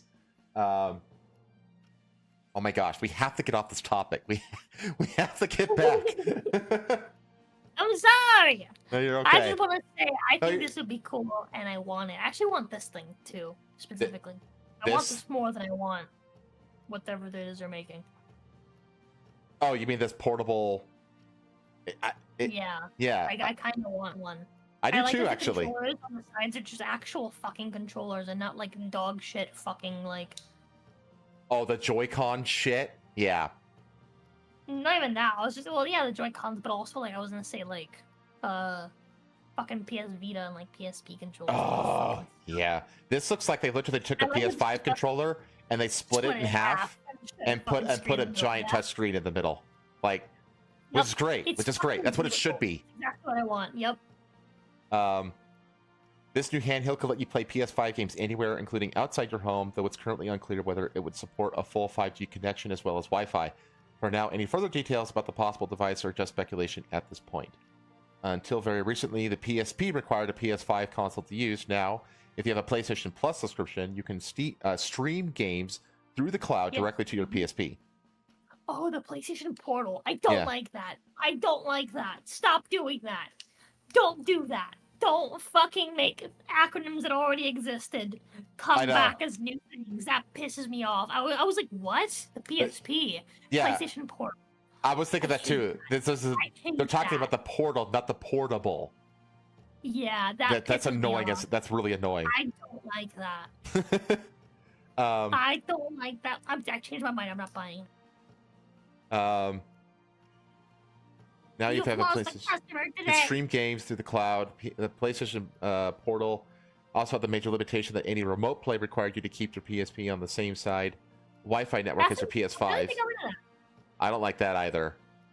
No, That- they got rid of that. They got rid of that. They got rid of all this shit. Okay, Yeah. so you couldn't travel with it. They used to. The PSP was originally intended as a standalone device. With this next device, PlayStation fans might finally get a handheld console of their dreams if Sony actually decides to release it. Yeah, they the, don't- the issue with the portal is that you still need Wi-Fi because you're just connecting to your PS5 is what you're doing. Right, you're But still now basically but Now streaming. you can connect remotely, Mhm, basically. Where at first you couldn't. They updated it so that you can. Yeah. I don't know. We'll see. We'll see what the actual usefulness of it will be. Because like my thing, if it's at a decent price point and I can travel with it reliably, What? of their whatever The- this handheld is they're making. Oh, the new one? Yeah. Yeah. If I could travel with it reliably and it's at a good price point, I'll get one. Yeah. So. What else we got? They're not delving back into that market. They kind of need to. Everything else is fucked. Yeah, their live service plans have gone up in flames. Like especially like if the what's it called, the whatever with the dollar fair game dollar sign ever when that comes out and fails, you know, that will be the absolute nail in the coffin of all their live service plans. Yeah. The live service games are going to shit. They're fucking like they're not making a lot of money from the stuff they're putting on PC. That's also absolutely killing their fucking like console sales. They've put themselves in a really shit position. Yeah, they actually need to buy Katakawa, unfortunately. Yeah, they need to, and then they need to fucking make. And Katakawa Some wants them to buy them too, which means it's probably going to happen. But maybe we'll get a Bloodborne 2 out of it. Who knows? Horizon ripoff open world survival crafting game Light of Motorrealm announced for PC. Isn't Motorrealm the name of the bad guy from the Temple of Doom, the Indiana Jones movie?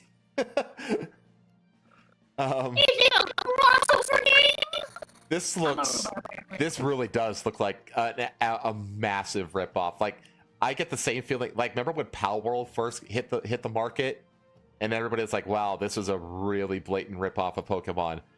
This feels like that for Horizon. Wait, Horizon? This is not Horizon. This is a new game by Tencent called Light of Motorrealm that everybody is basically saying is an obvious Horizon ripoff, and it's a survival crafting game. Oh, there's a fucking red-headed woman with fucking I right. know. At least she looks. She looks hot. This girl is way too thin and pretty to be Horizon.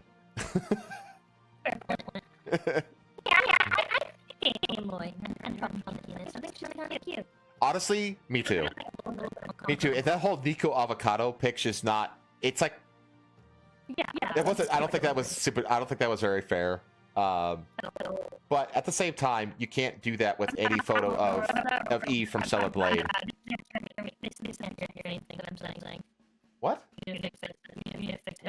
Oh. Okay. I will fix you.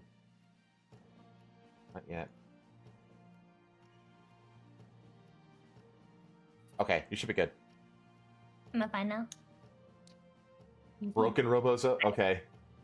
I hope that sounded horrible, chat, and I hope that you're upset about it. Oh man, but yeah, this is like a clear. Like, I was. Yeah, even the character here, and the thing is, this is a survival crafting game, so it's not like a super big story driven, like grand story driven game. Dude, the entire color scheme is like everything. Horizon. Everything is Horizon. Horizon. This looks like Horizon meets fucking Horizon? Monster Hunter. No. No. This looks like Horizon Monster Hunter very specifically. Like, look at this. I know. It's so blatantly Horizon. So Tencent, the Chinese tech giant, has recently introduced its latest venture into the gaming world with Light of Motoram, an open-world survivor crafting game developed by its subsidiary Polaris Quest. This announcement, however, has not come without its share of controversy, as the game bears a striking resemblance to Sony's acclaimed Horizon series. Yeah, Horizon is like literally like the primary flagship of Sony at this point. Yeah. Particularly striking is an understatement. Yeah, striking, that's blatant. In gameplay mechanics, the game Light of Motoram is set in a post-apocalyptic landscape where mechanized creatures dubbed Mechanimals. God, it even has like Pal World kind of naming. Mechanimals really roam freely across a world where human civilization has regressed to a primitive state. Players it's are just the same setting. It is the exact same thing. I will say, I will give Horizon credit, though, that the grand narrative of Horizon is pretty fucking wild and cool. Let's see. I don't know what it is. I've never played the game. Well, yeah, it's basically like they accidentally created like this runaway. They created technology that could basically self-perpetuate itself by like consuming organic matter, and there was like a virus, like an AI virus that was like built itself into it, called Hephaestus. I think it's called Hephaestus, something like that. And it basically corrupts the technology, so it ends up consuming like all organic life on planet Earth in like a matter of like a year. And so like during that year, they build like this basically like an arc, like a planet-wide arc of these bunkers. And each bunker was like for like a specific purpose, whereas like the water system or the air system or whatever that of the planet. And Aloy is like a clone of like the woman who basically led this project. And there's a human colony in like another solar system involved with it. It's this massive, like really big, grand plot that I think is actually really freaking cool. That's awesome. It is. It actually is a really cool plot. So you could. I actually really like the Horizon games. I actually like both of them. I think that the creatures of the combat is really freaking cool. It looks gorgeous. I think the plot is really epically cool. So I actually like Horizon, but that's me. That's one of the two plots I've heard that like actually like in my brain rivals in terms of like coolness with like Infinity Blade. Yeah, Hades. Yeah, you're right. It is called Hades. Horizon it shouldn't be the flagship. You're right. Yeah, they just released like a Lego Horizon game that didn't sell for shit. Just go play Lego Indiana Jones, man. Lego Indiana Jones is peak. Players are tasked with exploring vast terrains from lush rainforests to snow-capped mountains, engaging in survival activities like building bases, advancing technology, and taming over 100 types of customizable mechanicals. Honestly, I want to play this.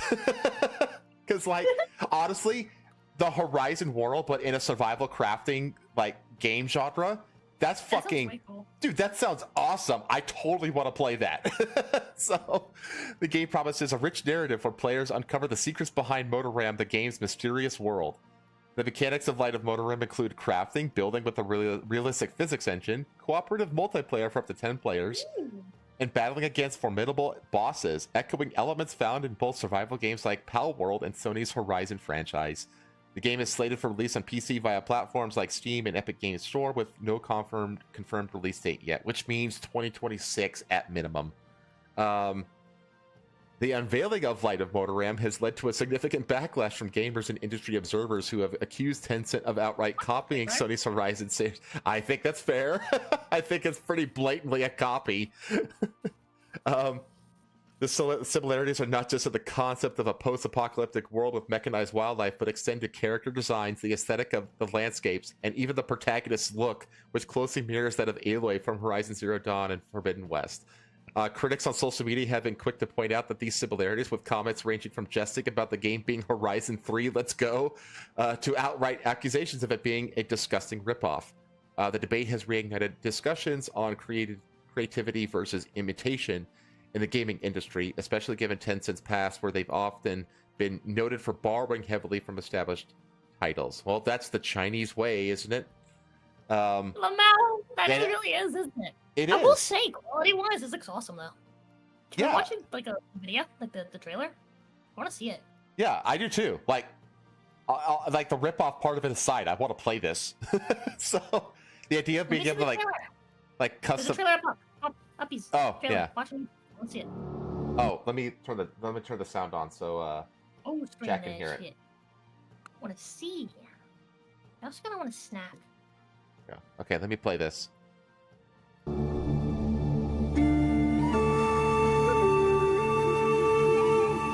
It even has similar kind of music.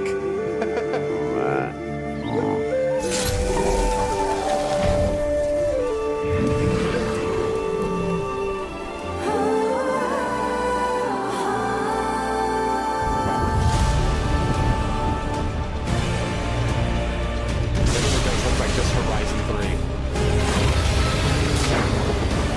Whoa, that's That looks fucking cool.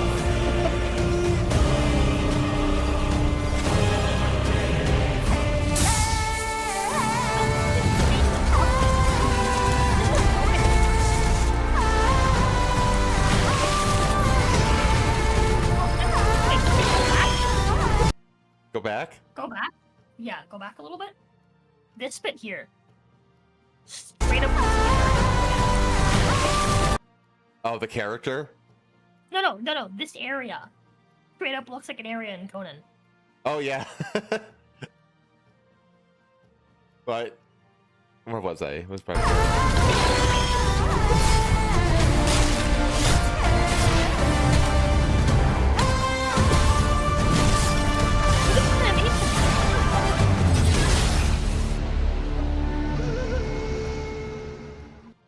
So, yeah, it's a pretty blatant ripoff.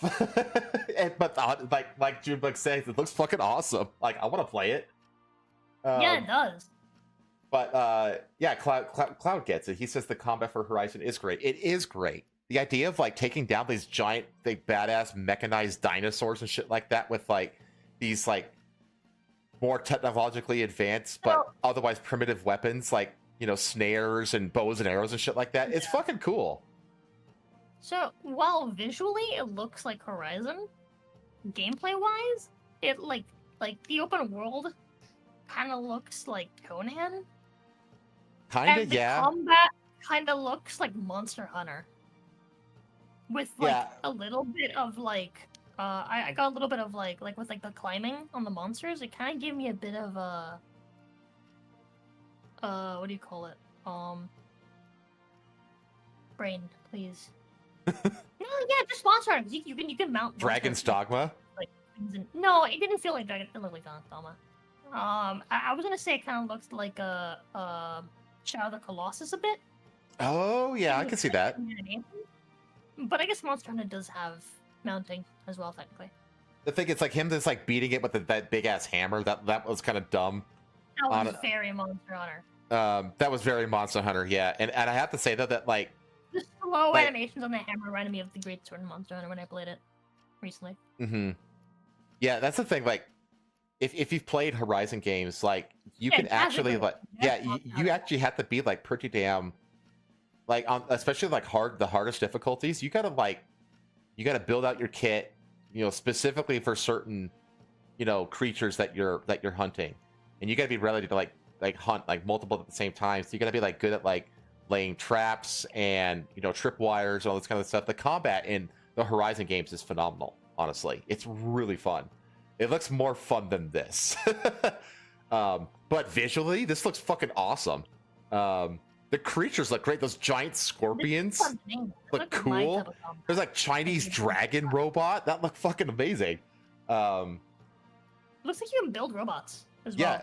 Yeah. If you look at, I think it's this one. Yeah, look at this. You can like customize parts of the robots. And it looked like she summons it to help him fight. It's like Pal World. There it is. Yeah. So, the gaming community's reaction has been mixed. While some see Light of Motorum as yet another example of how the industry often draws from existing successful formulas, others view it as a missed opportunity. What? Ring Attack Zoids, yeah. Wild Heart a little with the battles. But yeah, it's like, you totally look at this. You clearly get to customize animal mechs or mechanimals. So cool. Yeah, like, I mean, yeah, the obvious IP theft aside, this looks. I absolutely want to play this. So this is more up my alley than Horizon. Yeah. Honestly, I would encourage you to just like look up like a lore video of Horizon. I think you'd dig it. Let's see. Originating from a company with Tencent's resources, the discussion around this game echoes the recent legal and ethical debates surrounding games like Pal World, which was accused of copying Pokemon, although strangely not sued for it. Although Light of Motoram's case might be seen as more blatant due to its direct visual and mechanical parallels to Horizon. Sony has yet to comment officially on the matter, but given the game's obvious inspirations, there's speculation about potential legal action. This situation places both companies at a crossroads. Sony to defend its intellectual property and Tencent to navigate the fine line between inspiration and infringement. Light of Motoram represents a significant test for Tencent. It showcases their capability to enter new genres, but also puts their approach to game development under scrutiny. If the game can establish its own identity through unique gameplay mechanics or story elements, it might mitigate some of the other criticisms. However, if it remains too close to its inspirations without adding substantial value or innovation, well, I mean, honestly, like, survival crafting and base building is a massive... Dude, hold on. Customizable fucking, like, ally creatures that's pretty fucking... I can't think of many games that have something like that. Where you can, like, customize your... It's got fishing!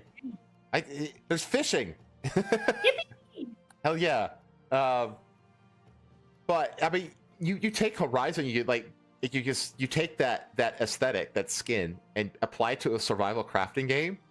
I'm totally there for it. Are you kidding me? It looks so Conan. It looks like a bunch of things. Yeah. It looks like a lot of things. Let's be real. It looks fun. It's a lot of fun aspects. It does look fun. That's the thing. Like, when it comes to survival crafting, like, there's two things that really make it, or three things. I would say variety, the UI, and the aesthetic. Like, those are the kind of the three things that make survival and survival crafting good or not. And it definitely passes the aesthetic muster. So we'll see. As we await the game's release, the industry will be watching closely to see how Light of Motoram evolves from its current state. Will it be remembered as a clever evolution of survival crafting games, or will it be another footnote in the long history of gaming controversies over intellectual property? Only time will tell, but for now, Light of Motoram has certainly lit up conversation in gaming circles globally. So, Yeah, I'll keep an eye on it. I mean, I'm interested. I mean, I'm a total sucker for survival crafting. When I was on with Horror Amarada, she said that she was playing this survival crafting game called Nightshade a lot, and I started playing it too because I was like, "Ooh, another survival crafting game." Yeah, it's called Nightshade. Get it on Steam. It's like a Victorian themed survival crafting game. Ooh. Yeah, like a Victorian steampunk. Yeah. So Is it about werewolves? No. Missed opportunity. Maybe I haven't gotten that far in it, so maybe I won't say no. I retract my no and I insert maybe. Okay. It's on Steam. Yeah, it's on Steam. Nightshade. It's on Steam. My Steam just crashed. I've been having things crashing. Oh no, it's not the Nightshade. It's called Nightingale. Sorry, I got the name wrong. Oh, Nightingale is what it's called. I know. Yeah. I no longer think it may have werewolves. Okay. Do you remember Project Mugen? Project Mugen? Project Mugen has gotten its final name. So if you don't remember Project Mugen was this. Is that the one where they like? It's basically open worlds in the Zone Zero. Shit. It can just be the like yes, it's a fucking GTA. Yeah, it's anime GTA. Spider-Man. Straight up Spider-Man. Yeah, it's kind of like well, Neverness to Everness is another recent one that looks really similar to this. Oh no, that's what I was thinking of. Oh, no, this is before that. You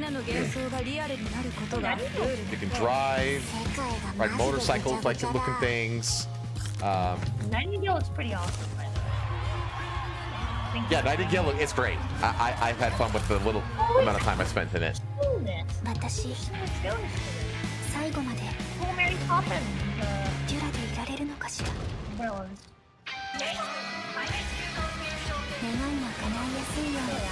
See, he even has a stack of television CRTVs like fucking Zenless.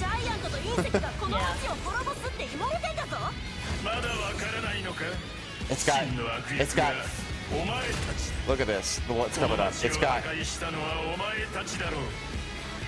feet, a giantess feet fetish. Hot. Hot. Hot. つまりこれで終わりってことね。まだ負けを認める時じゃない。 Immediately. The traversal looks totally Spider-Man. Oh yeah. But the combat, very flashy. Again, it looks Spider-Man, Zenless, GTA, all mashed up.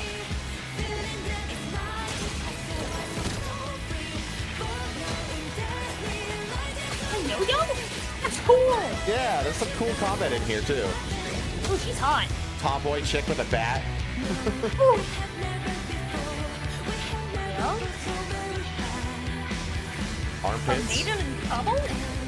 Huh? What'd you say? I said armpits.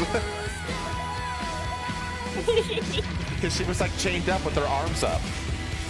Her outfit reminds me heavily of a Genshin character.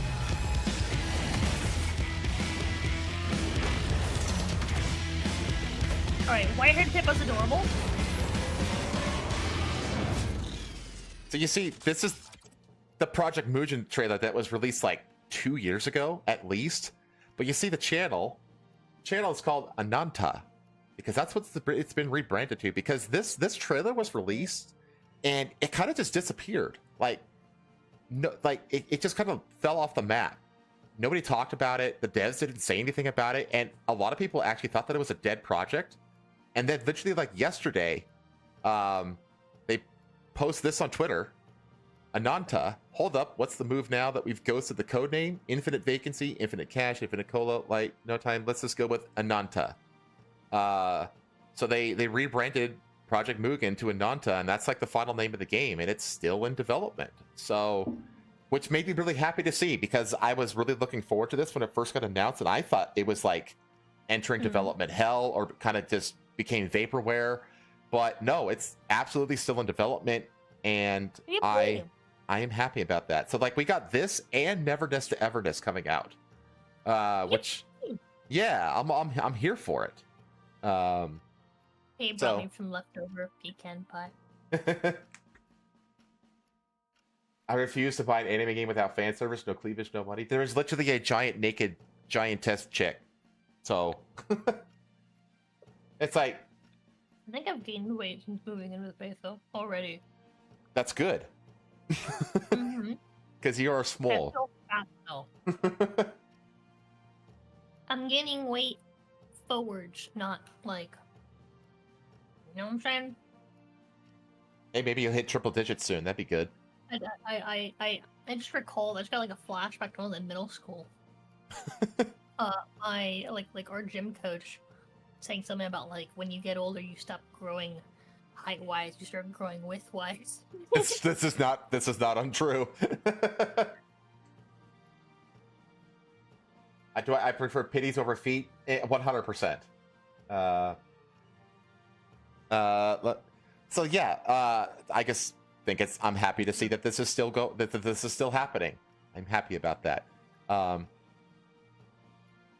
Now, shifting gears a little bit. So, we know that they're making a Hogwarts television show. And in conjunction with that, we covered this, I think, a week or two ago. They are making Hogwarts Legacy 2. And Hogwarts Legacy 2 is supposed to somehow affect the events of the show, which I don't really understand how that happens, because Hogwarts Legacy takes place like 100 years in the past. And the show is just supposed to be the books. So I don't know how there's going to be that kind of connection or whatever. But that's what they said. And as a result of that, there's already a petition. Stop Hogwarts Legacy 2 petition nearing 10,000 signatures following controversial news. Harry Potter fans are worried about Hogwarts Legacy 2. Because of course, what Hogwarts... Why the fuck are they making Hogwarts Legacy 2? Well, because the first one sold 23 million copies, and they're making a new show that's going to go on for years and years. That's why. Oh. The first one needs DLC. Actually, you know what? I liked the first one.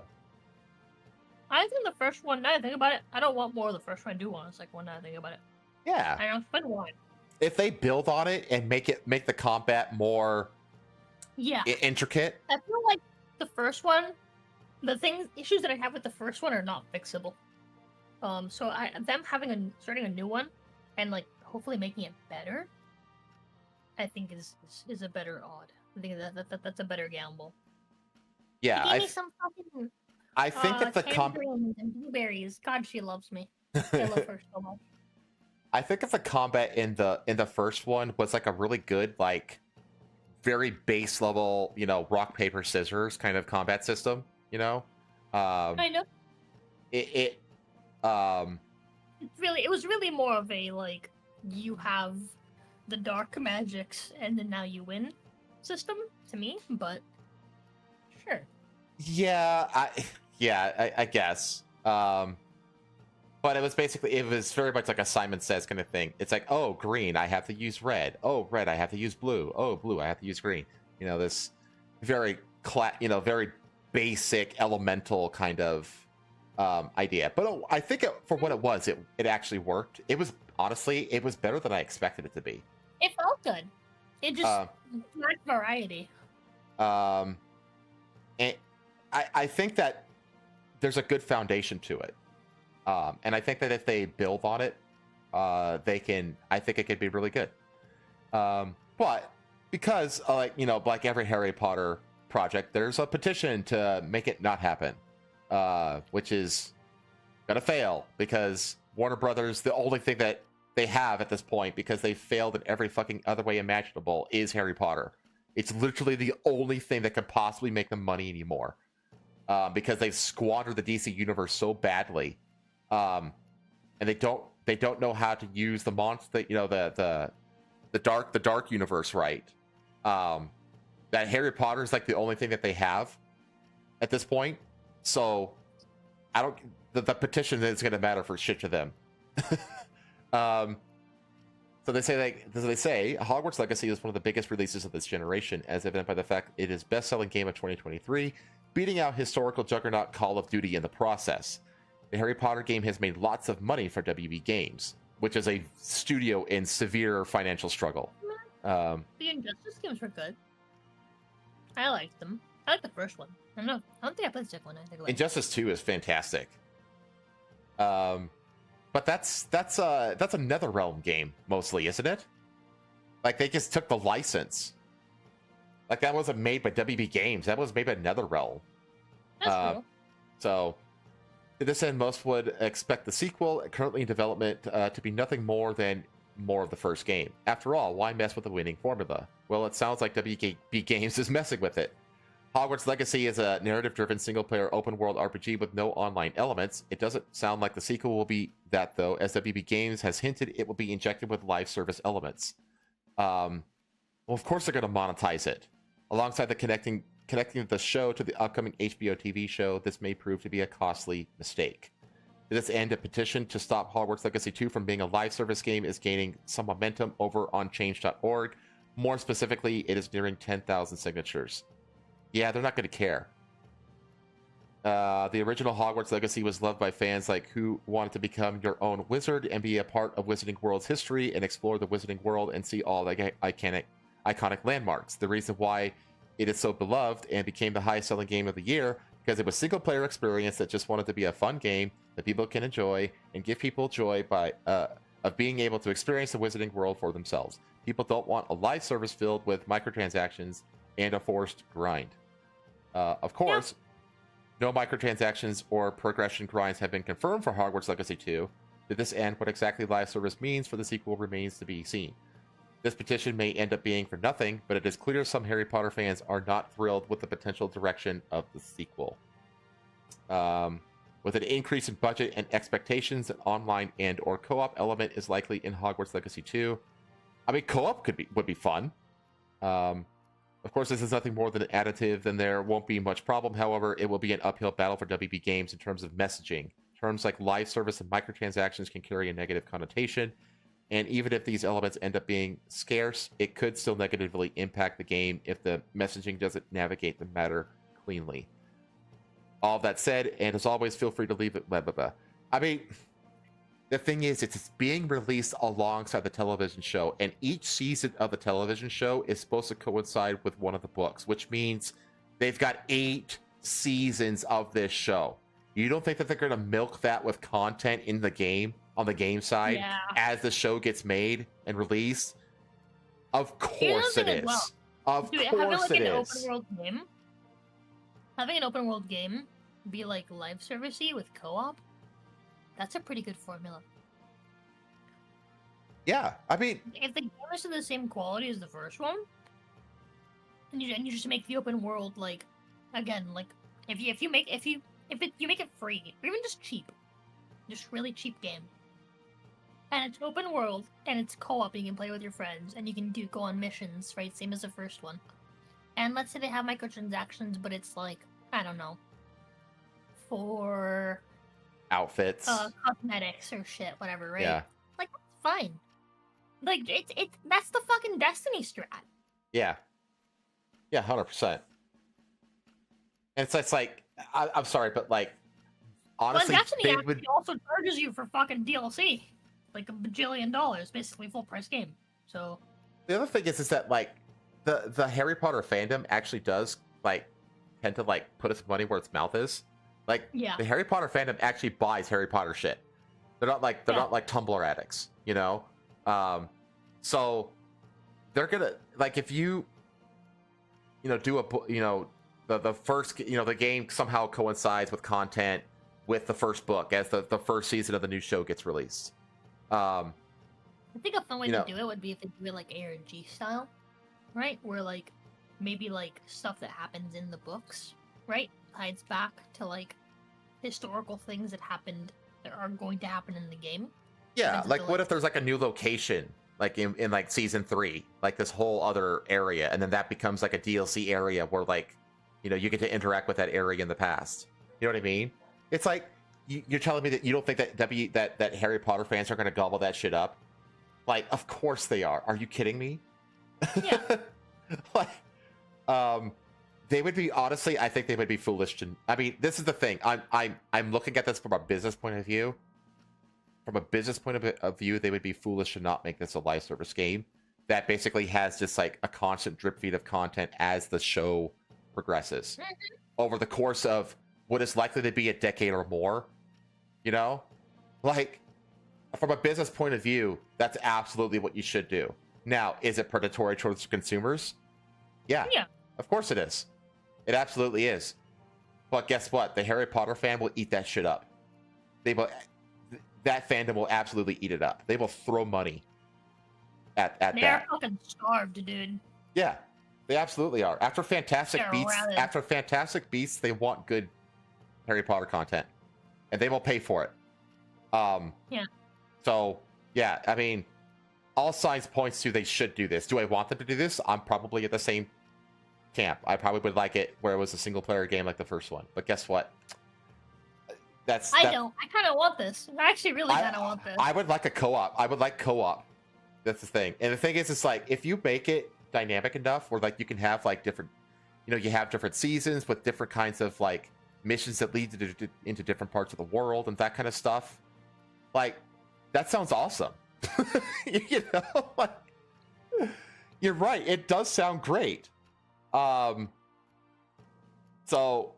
yeah, I mean, I don't know. Like this petition isn't going to have any effect on anything. They're going to milk Harry Potter as much as they possibly can because, like I said before, it's the only franchise that they have that they can kind of reliably make money on. Like the DC universe, they are very, very skeptical about whether or not they can pull profit on that because of how many failures they've had in that world. The Dark Universe, they don't know what the fuck to do with it. Because they were planning a whole massive franchise with The Mummy, that Tom Cruise movie, but that flopped and killed all the plans for that world.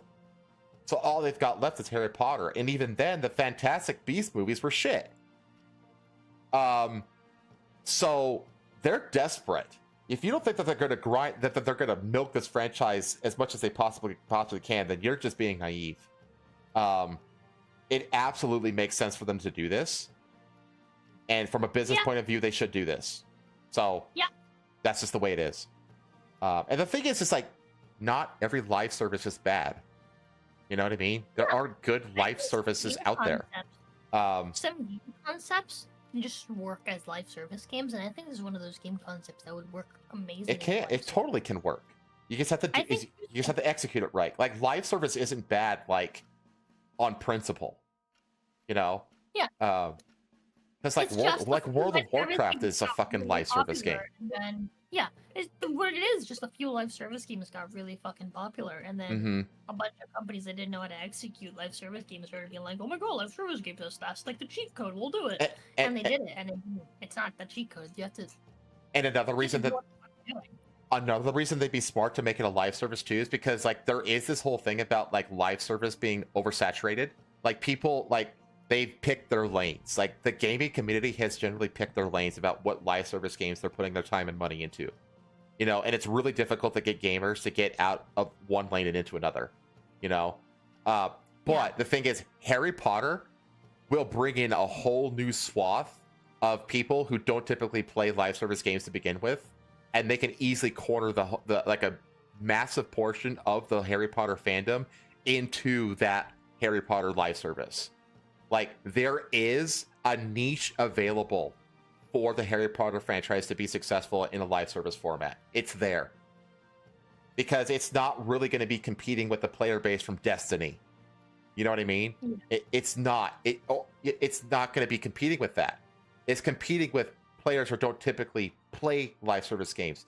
So it's going to be drawing in people who aren't in a lane yet. Which, again, is just another big point towards the business model of making Harry Potter a live service game. So, you know, I mean, there's the how many, like, they have like tournaments in the Harry Potter world. They have like they have the Quidditch Cup. What if they have Quidditch in this game, unlike they did in the first game, because they separated it into a separate game that flopped completely and nobody played it? What if they integrate it and they have Quidditch Cups? They have Quidditch tournaments in this game. Yeah, that'd be awesome. They have the Tri-Wizard Cup. The Tri-Wizard Cup, which is like the wizard tournament between the schools. Like, there's so many cool things they can do for like multiplayer, co-op, PvP, tournaments, fighting dragons. There's so many things they can do that can make live service actually fun in this world. Like, they would be foolish not to do it. So, we get to the comments on this. I stopped playing Destiny because I keep players from enjoying the game until you buy the DLC. Could do racing unless I bought Rise of Iron, and they still do the same in 2. I don't play. I've played Destiny for like a weekend, so I can't really comment about Destiny. I don't want to talk about it. Okay, co-op will be cool. Yeah, right. I just want to know when they finally make a Harry Potter adult game. I want to join Slytherin and bring some Muggle grots until she make me expel the office. Oh, I've always thought that one of the biggest plot holes in all of Harry Potter is that it's basically like it's a high magic setting, and it's just basically got a bunch of high school kids in the school. It's like for a fact that sex magic would be a massive thing in this world, and like there'd be so many spells for like Cummus Gallinus and Biggest Dickus and you know what I mean? Like for a fact that it would be like this super forbidden magic. You know what I mean? It would be like a massive problem when you got a school of a bunch of horny high school kids, you're teaching them that they can basically, like, with enough study and practice, do whatever there's transmogrification, horse caucus, like there are like sex magic would be so prevalent in this world if it were real. Ron Weasley with a horse cock. Jesus, God help me. It's true though. It would be a problem. It would be a major problem if this world were real. It totally would be.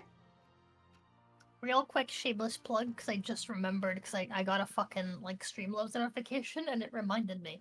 But after this podcast, the Rosa 10K hoodies are gone again. So go get your hoodies, chat. Yeah, if you want one, throw a link in the chat. This is the last call. Let me grab the link. I just grabbed it so I can add the dots real quick. But yeah, here. This is your last call for these, chat. There you go, chat. After this podcast is over, they're gone. Go get them now. Get them now. Harry. Rosa needs the money. And just go further, again, how HBO and Warner Brothers are just all in on Harry Potter. They don't care about petitions or cultural war shit. HBO stands by J.K. Rowling amid progressive furor over her trans views, because she's like a major player in this new show that's coming out. And HBO's like, yeah, we don't care about the whiny, trans people on the TRAs online. This is the only cash cow we have. And we're going to work with Joan here to make sure that this show is a success, no matter what. So it's like, yeah, that's what they should do. And honestly, I think that she can't wait. She can't wait to recast Harry and Ron and Hermione and have them become like the new faces of that trio across like a decade of Harry Potter content with this television show. Oh, dude. because all three of those, Daniel Radcliffe and Rupert, whatever the fuck, and and the hyper feminist, whatever the fuck her name is, Emma Watson, all blasted her for anti-trans shit. They all hate her. You know what I mean? So that Joan here is like, I can't wait to recast these cunts. You know what I mean? And make and just erase them. So yeah, HBO doesn't give a fuck. Joan doesn't give a fuck. She's got more FU money. I mean, behind Elon Musk. Elon Musk is probably the only one ahead of her that has more FU money. So, yeah, we're getting a lot of Harry Potter content in the near future. That's for sure. I think that the new show is supposed to drop. Does it say here? 2026. So, look forward to that. And that's when the game's going to release too, because they explicitly said that like they are putting this into production now. It's their top priority, and they're releasing it in coincidence with the show. So Hogwarts Legacy 2 is coming out in 2026. So, yeah. And other news, Elon Musk says too many game studios are owned by giant corporations, so his giant corporation is going to start a studio to make games great again. He's making an AI studio. Let's read this. Accidentally, Elon Musk has taken a brief break from... Oh, so this is obviously a bias from Yahoo Tech. They can fuck themselves. He's going to use his own massive corporation to start a new game studio powered by AI to make games great again. Musk's latest outburst came in response to Dogecoin co-creator Billy Marcus, who said he doesn't understand how game developers and journalists have become so ideologically captured, particularly given that gamers, real gamers, one must assume, have always rejected dumb manipulative BS and can tell when someone is an outsider poser. Somebody buy a hoodie? Yeah. Yeah. Thank you. So here's the announcement. Too many game studios that are owned by massive corporations. XAI is going to start an AI game studio to make games great again. Now here's the thing. What the fuck does this even mean? Yeah, I don't know. I'm extremely curious, and we talked about it on OCP. There's ways that this can go well, and there's ways that this can go wrong, and it very much depends on what the fuck they plan to do with the AI.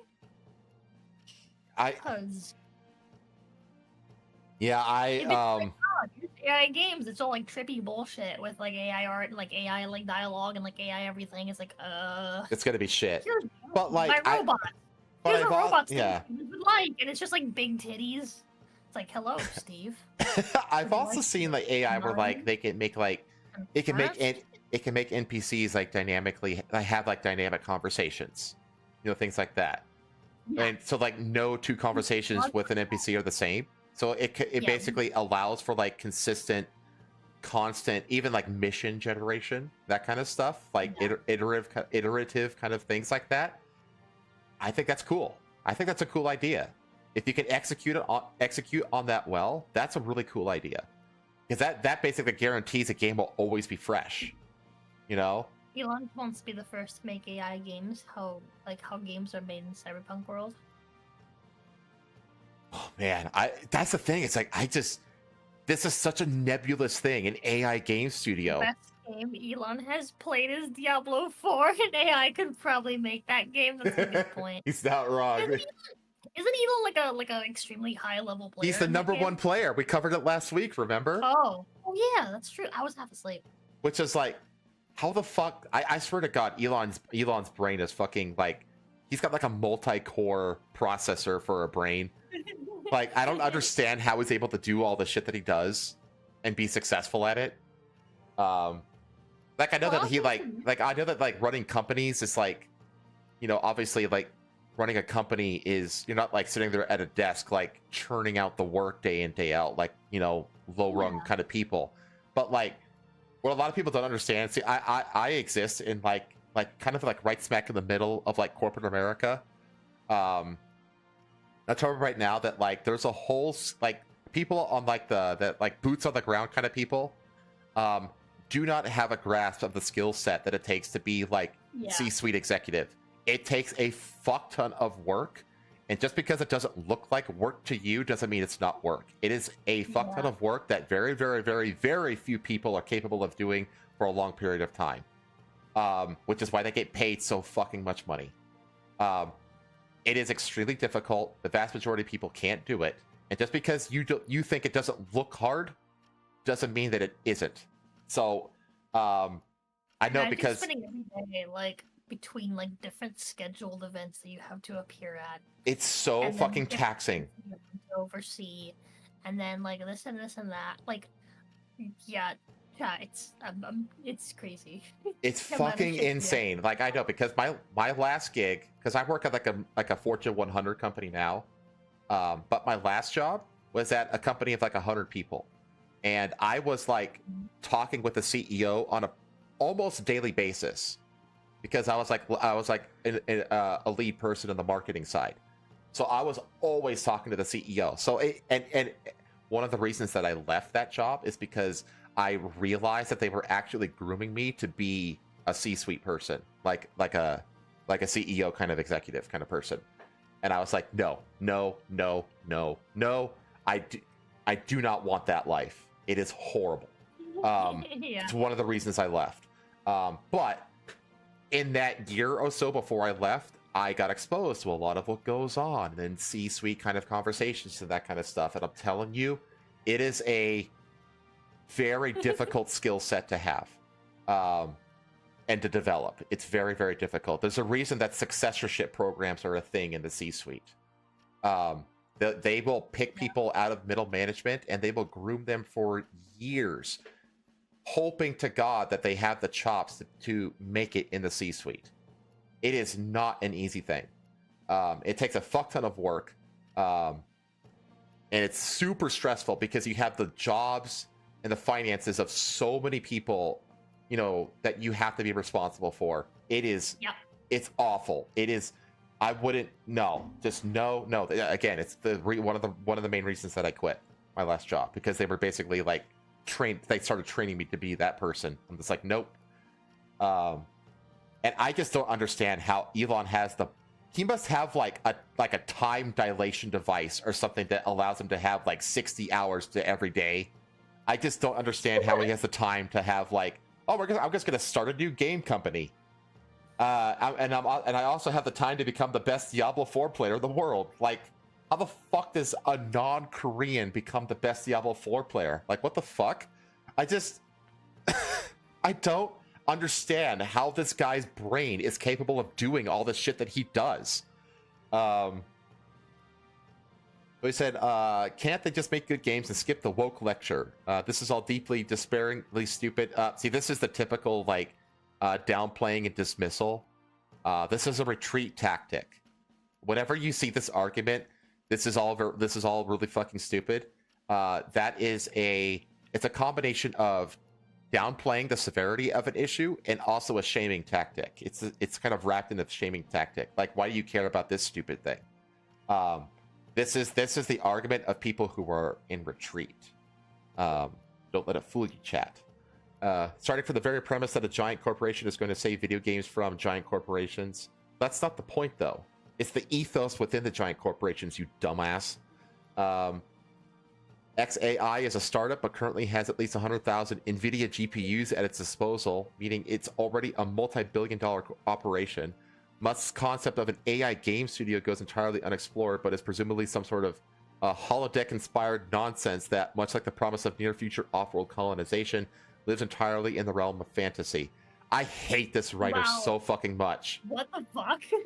This right here is the kind of attitude that leads to the damn. Says the old man who's shaking his fist. This right here, this is the attitude of those who will witness the damnation of the species. Like, you have to dream of off-world colonization. You have to dream on that level for the things between here and that dream to become reality. Like, you have to work towards lofty goals like that to come up with actual tangible things that may not be at the level of that lofty goal, but they're at a level necessary to solve the problem. You know what I mean? Yeah. And this dickhead this person has a mentality of like, oh, it doesn't exist. That means that it's never gonna be created. It's not real. Yeah. Well, the thing is, you know, they don't like understand that a lot of the things that they're like, they don't understand the concept of a fucking smartphone. 100 fucking years ago, people would have been like, you're fucking crazy. Yeah, exactly. But you have to have dreams you like that. You are that guy 100 years ago who doubted all the things that we have today. You're a fucking imbecile. And not just that, but if you replace Musk with Bill Gates, this guy would be like all like slobbering his cock. You know Oh, what I yeah, mean? dude, for He'd be glazing the fuck out of all this shit if it was Bill Gates instead of Elon Musk. Let's be real here. It's because Bill Gates. Yeah, that's right. Yep. Fucking. What was I gonna say? Dude, can you imagine if like 20 years ago people told you like, hey, they're gonna have like touchscreen devices Mm-hmm. that you like, oh, you know that big computer thing that you have like on your desk, right? That thing that like reads like. Actually, I guess 20 years ago we already had like DVDs and stuff. I was using floppy disks, but I showed Patho her first floppy disk the other day. Because we opened one of my boxes that we just pulled out of my... after we, like, finished packing everything, we pulled, like, a bunch of boxes out of my fucking closet, and I was like, I don't know what's in these, and I don't want to open them, because I know if I open them, I'm going to want to take everything. And she was like, okay, well, we have room. Just give them to me, and I'll fit as many of them as they can fit in the car. And I was like, alright, cool. Mm-hmm. She's like, don't open them. We'll open them when we get there. And I was like, alright. And so we took, like, a moment to, like, sit down and open them, and one of them contained a box with my old flip phone from 2007. Mm-hmm. And a floppy disk. I don't even know what's on it. But I know the stuff Probably on like it because there's stuff right on the cover. And the floppy disk, if memory serves, has 8 megabytes of storage. Can you imagine telling someone from like 20 years ago, like, hey, in the future, Terabytes. you're gonna have terabytes of storage in like, devices that are literally like the size of your thumb. Well, Maybe not terabytes. I think, what's the biggest thumb drive out there? Maybe like 100 gigs or something like that. 250 gigs, maybe. I don't know what the biggest thumb drive is. yeah, like 250. Well, we got 250 on like SD cards. Yeah, it's like, yeah. You look at Can a you floppy imagine? disk. Like- Yeah, like I got a 4 terabyte, like just like solid state haven't- drive that's just haven't USB plugged seen- in my computer as like extra That's storage, crazy. and it's like maybe the size of like, I don't know, like 6 floppy disks stacked on top of each other. That's how big it is. Yeah, you know what I mean? It's insane. It's crazy. But like, yeah, like, can you imagine like telling people that you got terabyte thumb drives now? That's crazy. But yeah, like, could you fucking imagine like telling people like 20 years ago that? They'd be like, there's no fucking way. You need like a whole fucking like massive block for that, right? That's no fucking way. Can you imagine telling people like 20 years ago, like within our fucking like within the lifetime of this fucking dickhead, right? Yeah. Like, Well, you know, like, hey, I also think this you know, guy. in the future we're gonna have fucking like, we're gonna have iPhones, just iPhones. Like, think of how revolutionary the iPhone was. Yeah, a phone when without a that came out. cord. Like a phone without a cord is a massive revolutionary idea. You know, like you mean I can walk anywhere in the house with the same phone? What? Bro, not even that. Just like, can you imagine being told a year ago that we're gonna have fucking robots within the next decade, Yeah. let alone the next half a decade, in people's houses, walking around? Do you remember when he said that he was gonna make fucking cars that drive themselves, and everyone was like, no, yeah. Here we are today. Like, I feel like a lot of people just need like a fucking like a slap in the face, like a fucking like a glass of cold water over their head, and like a, you know, hey, wake the fuck up, dude. Like, look around you. Think about what existed just 10 years ago, and what we have now since then. And think about how insane that is. And now Yeah. tell me that we can't go to Mars. Come on, shut the fuck up. Yeah, it's like we absolutely. That's the thing. It's like it might not be on the time scale that Elon wants it to be, but you have to have that dream. You know what I mean? Make the progress towards that dream. Exactly. Even if it's not within your lifetime, you have made reasonable progress that will be continued after you die Hmm. by the next super genius of the world. And the other thing is like this guy is obviously a flippant midwit of a person, whoever, you know, Andy Chalk, because it's like this thing about Elon. It's like the thing is like the primary the primary. Here's the thing is I can imagine this being a big revenue driver for Elon, not because of the games that are produced, but because of the tools that he can produce and distribute to other developers. Yeah. if he could develop like a bunch of like tool sets that developers can use, like AI tool sets that developers can like work into their pipelines and stuff like that, that will be like a positive, you know, a positive cash flow for Elon. And then the games will actually be secondary. Like the games will be like a loss leader almost to like the tools that are developed. You know what I mean?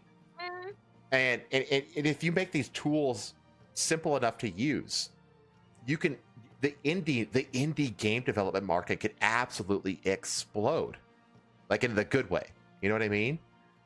Because suddenly all these tools open up to regular Joes like you and me who don't have like, you know, tens of millions of dollars in investor cash to make a AAA video game. You know, maybe he comes out with like an NPC tool that allows that, like, you can do voice modulation, or you can, you know, insert like a few, you know, have someone speak this string of text and then feed that audio file, and then it'll create an NPC character based off of that speech pattern or something like that. You know what I mean? Like all these different tools that could potentially be developed that can then be almost democratize indie game development in a way, which is both incredible and scary at the same time, because that also means you're gonna, I mean, if you think shovelware and vaporware is bad now, you know, the market's gonna get flooded by that shit. If AI tools become ubiquitous in the game development scene. But within that shovelware, you get diamonds in the rough. You know what I mean? So I have no with good mechanics. Who knows where this can go, but I think people need to look beyond just like the end product of video games. You know, because you have to also remember that, like, you know, it's all about the software to Elon. You know what I mean? Like, that's a big seller. So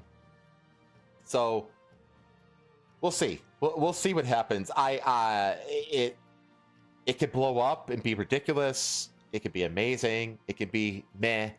In any case, I am intrigued. I am intrigued to see where this goes. Also, I hope Elon buys Wizards of the Coast. I don't have a story about that, but he got onto the radar of like the wokeification of Dungeons and Dragons by Wizards of the Coast, and he just directly point blank asked, "How much does Wizards of the Coast cost?"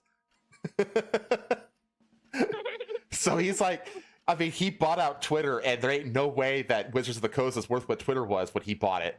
So, you know, that would be fucking amazing if Elon bought Wizards of the Coast and just like overnight de-wokeified Dungeons and Dragons and like brought it back to like 3.5 or something like that. Oh, dude, that'd be crazy. My dude, that'd be fucking amazing. I'm gonna bring it back to 3.5,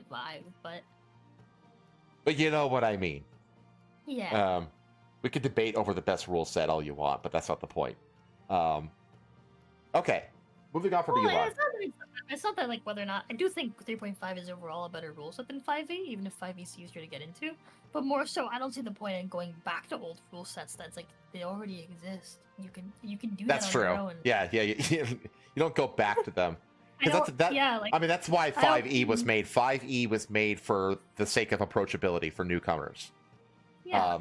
Like, if you end up liking 5e and liking D&D because you got in with 5e and you're like, you know what, I want something that's more, like, technical, right?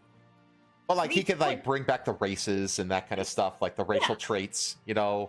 Like, actual evil... Not exist, you know? It's like whenever people ask me, like, oh, I checked out the good D&D content, it's like, no, I'm happy with 5e. Like, I don't need the new content to continue. Like, just because there's new content doesn't mean the old content ceases to exist.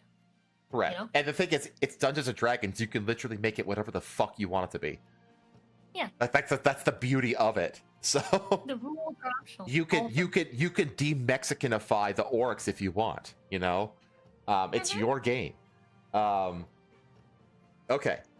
Let's new segment. The Witcher 4 first details revealed. So The Witcher 4 has gotten some proper details as it enters full production. So it was announced, I think, about a week ago that it has fully entered, like, it's ramped up to full production. So, like, more than half of their total workforce is working on The Witcher 4 right now. So they're out of concept phasing, they're out of that kind of stuff, and they're into full production. CDPR is a studio that has a very interesting reputation. CD has delivered a number of incredible RPGs, including the acclaimed Witcher franchise. Even beyond RPGs, they managed to create a compelling card game from the Witcher universe called Gwent that went on to become its own standalone game as well. And we said this earlier, how like neither of us are like a big fan of that game, but you have to admit a lot of people do like it.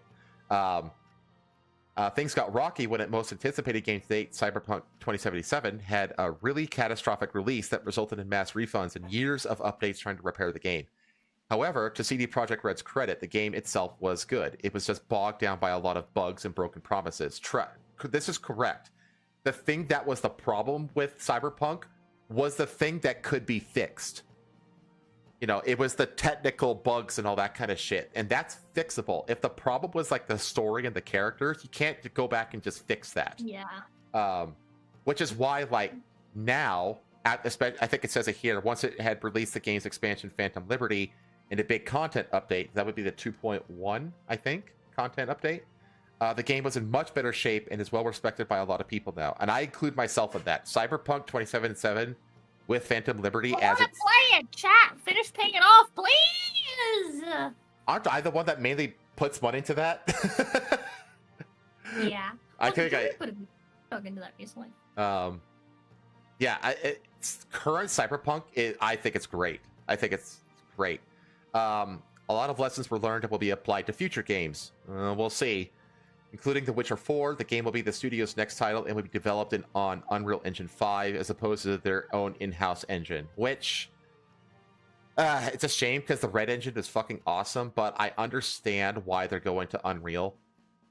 There's a lot of reasons. I mean, I think one of the biggest ones is knowledge continuity. I think that's one of the biggest ones.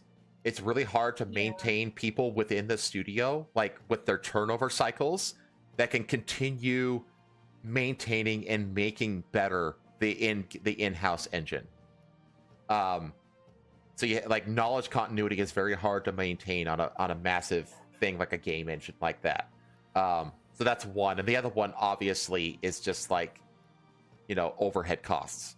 Like when you have Unreal 5 available there to you, and that's like a more universally, you know, you have a talent pool of people that you can pull from that are more familiar with it as a standard of knowledge for game development. Because that's the thing, like the Red Engine is in-house, which means they're not really taught it in, you know, large detail in school, which means that they have to have a ton of overhead and like time and a what do you call, like a time lag from when they're first hired to when they're actually useful, because they have to train them on this in-house engine, and that takes time and resources that they don't want to spend. So it just makes much. Get that, but at the same time, I don't like the concept of basically like monopolizing engines like that.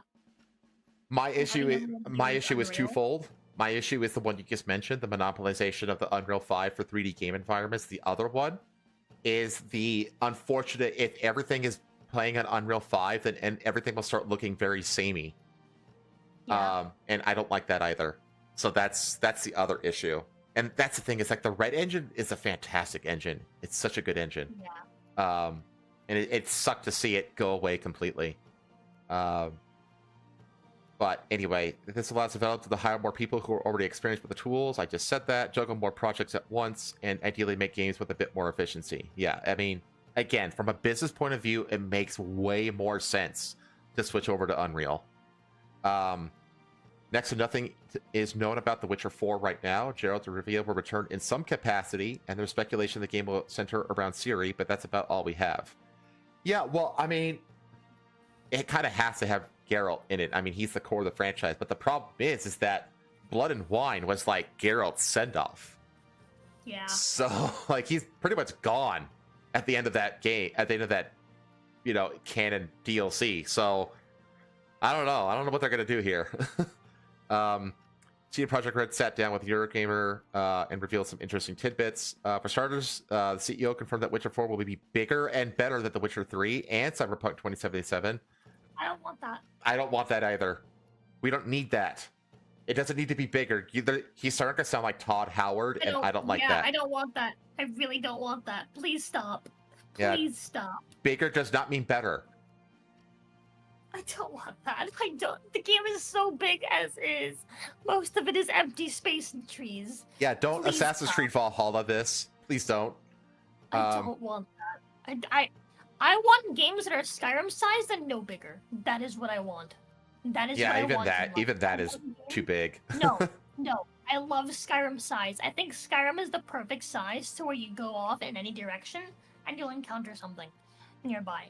Like, it is the perfect size when you can go into a town and you can explore every single home and it doesn't feel overwhelming, but you also get a sense of like this is a living, breathing city and you know everyone in it and everyone how everyone interacts with each other and what everyone's role is in the city and blah blah blah blah blah. Sure, it's not realistic, right? There's not like 10,000 people living in this little city, right? But it feels lively rather than being lively. If that makes any sense. Like rather than it being like lively in like a AI digital way, because you're not gonna be able to like interact with every single person, right? And even if you can, it's gonna be like, oh, hello, how's it going? Walks away, right? That's usually how it is in like Ubisoft. Yeah. Games, right? Like you have all these people, you have all these houses, but you can't enter any of these fucking buildings. You can't enter most. Yeah, of them. they don't seem like real places and with real people in them. Yeah, I would rather go to a location, right, that's smaller scale, but I can actually enter every building and talk to every person and get to know everyone, than have massive scale, but it's like most of it is just pretty to look at. I don't want it. I don't want a bigger game. The Witcher 3 was already to me too big and overwhelming. I don't want bigger. I really fucking don't. I hate that. Skyrim is bigger than Red Dead Redemption 2, Frank. Yeah, Skyrim is a bigger map than RDR2.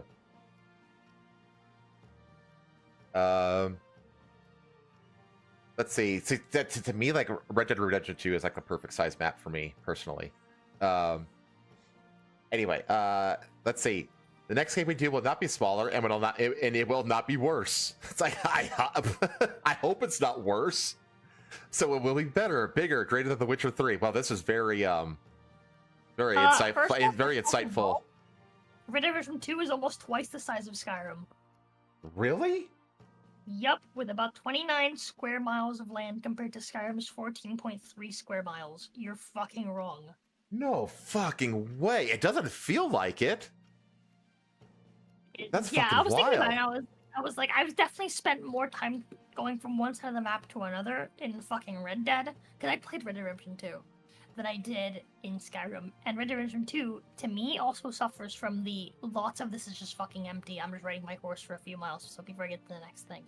There is lots to do along the way, I feel, and I feel like the hunting aspect of it adds a lot to it, so that you always have something to do, technically. But I do think Red Dead Redemption 2 is too big, to me. I don't know. I'm doing a playthrough of RDR2 on my channel right now, and I don't know. Maybe it gets away with it just because it's so damn beautiful. But like, I love just like riding around on my horse in that game. You know what I mean? Yeah.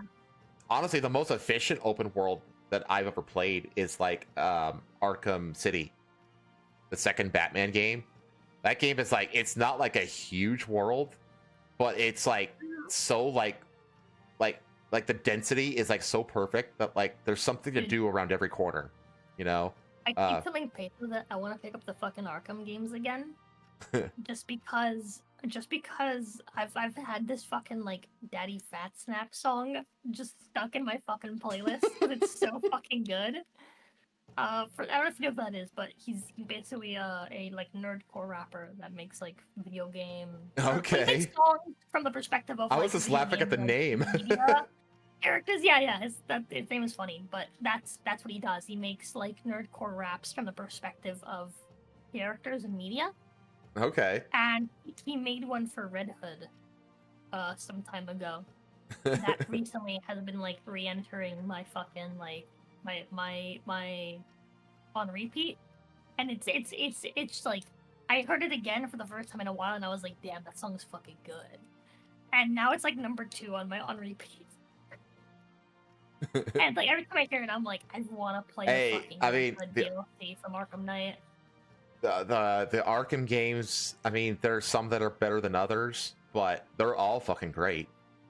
Yeah, my only issue is that I don't like Arkham Knight. Because I played Arkham Knight, and I didn't finish it because I got bored of all the fucking car sections. All the tank shit, yeah, dude. Yes, the tank dude. stuff is not nauseatingly boring. Yeah, And it's tedious. I wouldn't say boring; it's just tedious. I got so sick of it. I was like, I don't want to be in the fucking Batmobile like for half my fucking gameplay, dude. I want to like talk to people. I want to beat guys. I want to beat guys Yeah. up, and I want to progress Well, the damn fucking story. And it was specifically the tank sections, like because there was other parts where you had to like give chase to like a van, and you had to like stop the van by like hitting it and stuff like that. Those were fun. But the tank combat shit was just, it was so awful. You're just sitting in the tank out on the fucking street shooting at boys. Like, Yeah. dude, let me just get out of the tank and punch people, dude. Yeah. It was really But- cool. Like getting in and out of the Batmobile was fucking cool though. Yeah. I never played the Red Hood DLC. Did you play it? Oh yeah, I played it. Was it good? I played the shit out of it. Was it good? It was fine. I like the Bat Girl. Was it Batgirl? Was that for Arkham City? I can't remember. I know was it Arkham City that had a Deathstroke mission? No, that's Origins. But that was Origins? Yeah, the Origins is the one where you fight Deathstroke. I fight Deathstroke. I don't remember playing as Deathstroke in one of the games. I don't think you play as Deathstroke in any of them. There's like a series of missions that turns out that Deathstroke is like the culprit, but you don't like catch him. So anyway, let's get back to CDPR Maybe here. I did play the Red Hood missions. I just don't remember. That was like an extra like mission, right? That was like Yeah, it was like an extra DLC, like it was like because they had like they had another one with Harley Quinn as well, where she had like a little island she had to like go to and beat up bad guys on. So there's been a bunch of little side character DLC packs. I don't know why you saying that gave me a flashback to like a Joker quest in DCUO. DC You Online. ever played DCUO? Yeah, I did actually. Online. I just got a fucking flashback to welcome to Joker's Room of Fun, Mayhem and Prizes. That specific line was rent free in my head. I don't know why. I remember having fun with that actually. I didn't play it a whole lot, but I remember I had fun with it for the little I did play. But anyway, let me get back to Cyberpunk here. The developer also stated that it learned a lot from Cyberpunk 2077, namely about how to make a game for multiple platforms and how to market it. CD Projekt Red likely won't develop with just PC in mind and make the console version sort of an afterthought. It will be done more mindfully. Nowakowski also noted that he is overseeing the tech development, allowing him to review the work being done across all of the teams, and speaking with challenging the directors on the projects. This will allow them to stop moving forward if something isn't right and give time to fix things. An example he gave is if the console builds aren't performing properly, they won't move on in production until it is sorted. Previously, they would just look at how it performed on PC and assume things were fine, but that's no longer acceptable for CDPR. It's crazy that this lacking of oversight was like a thing in the first place. Like, how do you not have like these checkpoints set up, these quality checkpoints set up? It's like, it seems so basic, you know. As for how it's marketed, CDPR won't start fully marketing The Witcher 4 until it's truly ready, like about a year before it will release. He noted that they will still release teaser videos and other crumbs to get a discussion brewing before a proper marketing campaign designed to accrue pre-orders, but it seems like the large-scale, big-budget ads and trailers will be reserved until the studio is confident in what it is putting out and when it is putting it out. Although The Witcher 4 was announced in 2022 with a code name, you won't have to wait 3 or 4 years to play it once it gets its proper full reveal. Doesn't mean we would not tease or drop some cool assets before a full reveal, because the marketing campaign is slightly easier before the launch of the game. That's different than the actual mass attack. Mass attack is when you announce the date, you start collecting the pre-orders, and really is that race from that point, that moment to the moment you launch the game. Yes, that's like from like your big push towards going gold. That's what he's talking about. Yeah. I honestly, like, you have to reach like they need to do a thing where like you don't start that mass attack until you've reached like, what is it called, minimum, oh gosh, what's the term? I can't remember the term, but it's like a minimum quality kind of like threshold. I can't remember what it's called. But like they should have to meet that test before they can initiate a mass attack marketing campaign. It will still likely be a couple years before the mass attack of marketing The Witcher 4 begins. The studio just entered full production on the game, but it currently has the biggest team of developers working on it across all of CDPR studios. Hopefully we will get it before the end of this console generation. Yeah, probably. Now it's interesting though, because that means they're going to be working on The Witcher 4 and the next Cyberpunk game simultaneously, because Cyberpunk, they opened the office in Boston specifically for the Cyberpunk game. Like, that whole Boston studio is dedicated entirely to Cyberpunk. And they're like hiring and developing right now. So that means that they're developing The Witcher 4 and Cyberpunk, whatever the fuck, 2078. I don't know. There's gonna be overlap in development between both of those games pipelines, which is interesting. But we'll see. Hopefully they don't pull off another, technical stinker that they did with the first Cyberpunk. I mean, what about The Witcher? When The Witcher 3 first released, it wasn't like a buggy mess, was it? Yeah, fuck, it was. It was fucking too? horrible. It was Oh, okay. fucking horrible. I didn't play it The at Witcher release. sucked for a good like 2 years. Oh, wow. Okay, so they have 2 games now where they've done this shit. Okay. Yeah, so for some context, I played The Witcher 3 on release, and then I played it again. And like after a significant amount of time, I came back to it like 3 or 4 times before I actually played it the whole way through. But I played the first area up until you get to Novigrad, like 3 or 4 times, within the span of like 2-3 years. And every time that I logged on, it'd be like, hey, you should start fresh, because we did like a major overhaul of some game mechanics. And then I would go in, and then all the armor would be different. And then all the weapons would be different. And then like, the entire system would be different. Like, they completely overhauled the armor system like twice. Wow. Right? Like, yeah, they did massive overhauls to the game, how the game plays as a whole. Several times before the game became what it is now. So it also kind of has, because Blood and Wine was received very, very well. Yeah. So Witcher 3 actually has a very similar story to Cyberpunk then. That's interesting. Released 2016. Witcher 3 released was really fitting. So maybe I'm like conflating how much time passed between. Maybe a little. Yeah. Like, but I do remember like trying it, like going back to it several times with very long time in between. Before I actually like enjoyed the game. Something like a year or 2. Okay. Before I was like, I know the time that I started the game being good. All 3 DLCs were out, so. Okay. Like there was the expansion edition of the game didn't come out. The what's it called, the Game of the Year edition or something like that. Which was the 3 complete edition. Hold on. Either way, they have a track record of doing this shit. But they've like over time they've redeemed the games. So let's cross our fingers that they actually fix this production issue and actually release a competent game like day one. That'd be nice.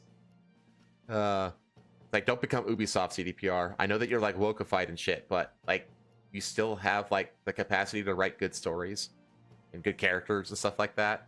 So it's like, come on. Be good. Please be good. Hold on. So look it up again. Released May 18th, 2015. Okay. What should be game of... Oh, Actually, I guess you're roboing again. Okay. edition release date. Well, you're... The complete edition released August 29th, so...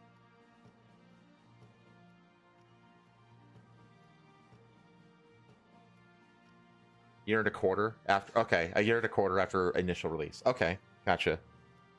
It sounds like it took them about a year for it to get into like a playable state, or like the final state. Yeah. That's rough. Well, I let's see. Let's see if they fix their pipeline issues. We'll see. Because the thing is, like, whichever game releases first, which is Wine released May, by the way, May 3rd, so like a year after the game came out. okay. Because that's the thing, like, whichever of these games comes first, which is they did an overhaul. Kind of like how they did with Cyberpunk, where they overhauled it. They aligned the overhauls with the major DLC releases. Mm-hmm. So I have a feeling that this is going to release before the next Cyberpunk game. So if this follows the same trajectory as the last two games, then Cyberpunk is going to be in serious trouble. Because that'll be 3 strikes in a row. And especially after saying, like, oh, we fixed it, and if they don't fix it, if they pull that shit, then they're going to lose all faith on Cyberpunk, and people are going to be like, nobody's going to pre-order that shit. Not a single person. wait, what? If The Witcher 4 releases, because The Witcher 4 is, I'm guessing it's going to come out before the next Cyberpunk game. Yeah. And if it releases in the same kind of broken state that Cyberpunk and Witcher 3 did when they released, then the next Cyberpunk game is fucked. Because they will have lost all. They already have like very little goodwill going into like in a good state day one for Witcher 4. So if they lose all of that goodwill, then the pre-orders for the next Cyberpunk game are going to be 0. Oh yeah. Because nobody's going to trust the studio to have a competent, technical release on day one.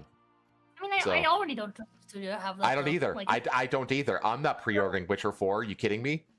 yeah, I remember when I mean I probably will anyway, just because I'm probably gonna I do have faith in them to fix it. Like the thing with CDPR, right, is that They're competent. Like, yes, they have the fucking Ubisoft method of just releasing games Mhm. like unfinished, right? But they do finish them. They do fix them. Hmm. Like See ya, Witcher Marku. 3 is fucking amazing now. I'm excited to play it again. Ah. Because I have to, because chat paid for it. Bear. Yeah, Bear put it's minimum viable product. Thank you, Bear. MVP. That's that lowest quality threshold. Like they should have to meet that before they're allowed to do like a big marketing blitz. But yeah, that's the thing, right? Like I remember like when Cyberpunk came out, everyone's like, "Oh my god, can you believe fucking Cyberpunk? I can't believe they dropped the ball sword." I was like, "Why? Why can't you believe it?" That's Were you yeah, not seriously. there? Yeah, I was like, were you not there when The Witcher 3 came out? Well, They actually refunded for The Witcher 3 well, here's the too. thing: is that for me, I wasn't there. So when Cyberpunk released, I fell for it. I was not aware of. Look up Witcher 3 release bugs. Just like a short like YouTube video or something. Just showcase it to chat. 'Cause I feel like a lot of people don't understand how fucking dog shit it was. Okay, hey God. Like a lot of people are like, "Oh, yeah, it was bad," but it was like, like look it up. It was gross. It was terrible. Like I considered it unplayable, and this was like completely my genre growing up. Like I like as a teenager, like this was my fucking genre. I was so excited. The Glitcher 3 bug hunt. Oh yeah. Yeah, people called it the glitcher. The Glitcher. That's so good. Yeah, people called it the glitcher. I forgot Here. about that. That's fucking funny. Here you go, chat. Let's take a look at this. It was bad.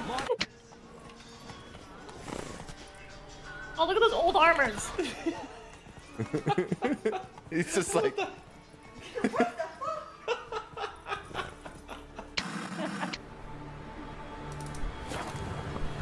Uh-oh.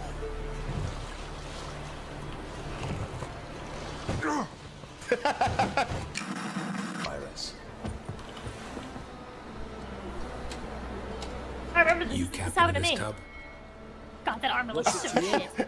the spyglass just Yeah, disappeared. that armor that he's wearing right there doesn't exist anymore. They completely that's old Yeah. armor system. Armor. Yeah. This horse does not know what it's doing against a mountain. They completely revamped all of the armor designs to make them look better. Uh-oh. Nice Oh, he's dead.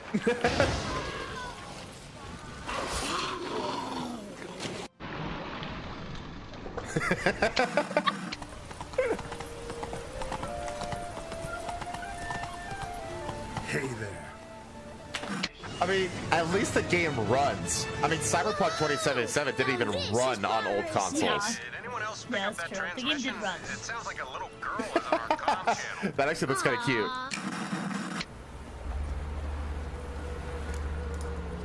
I don't kill him, true. But then not everybody These applies people my just like rule. clipping right through him. Love and made love. It doesn't seem to me like it's enough.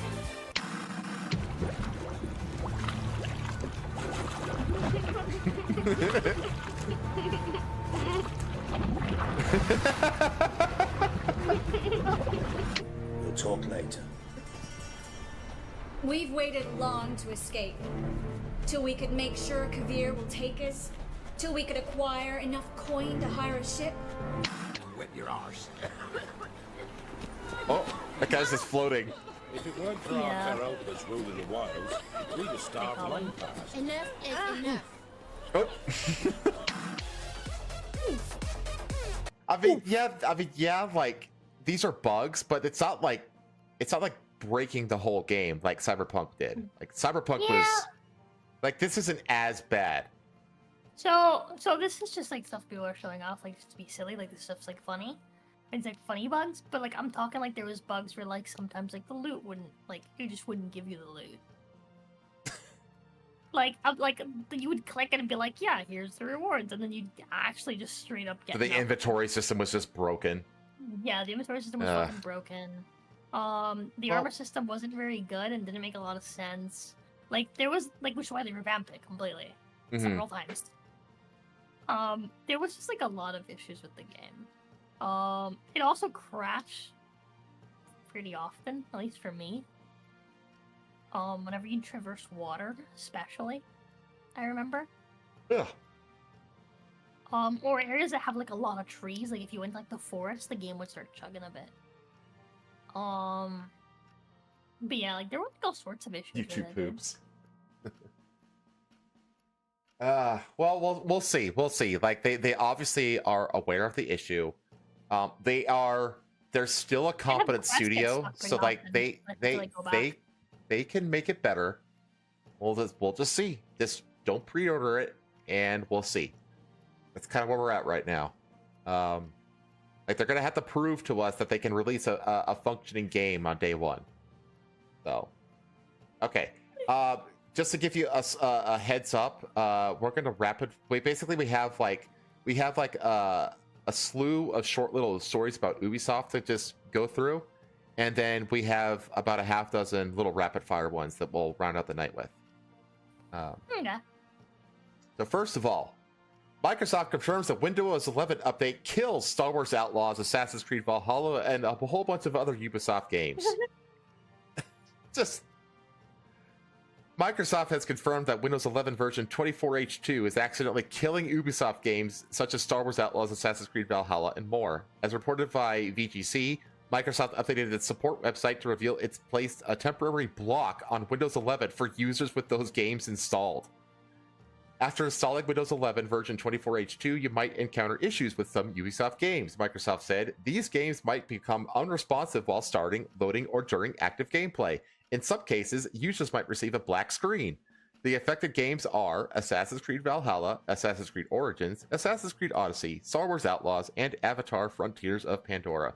Basically all the major games they've released in the last, 10 years? Why?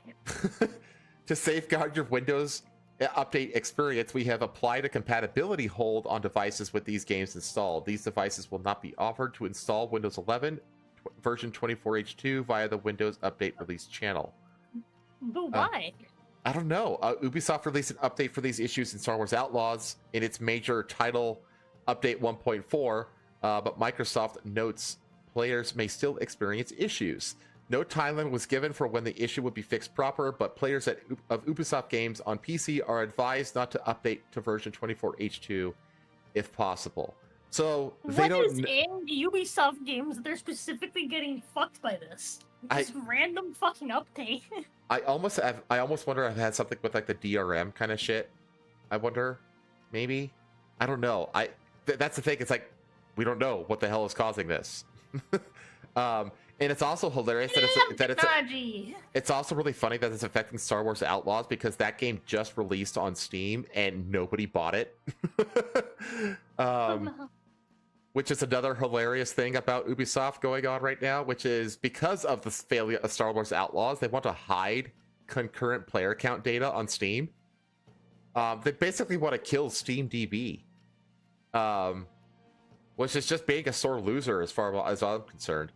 A Ubisoft insider has shared that the people at the company have reached out to Valve asking to limit the visibility of player count data.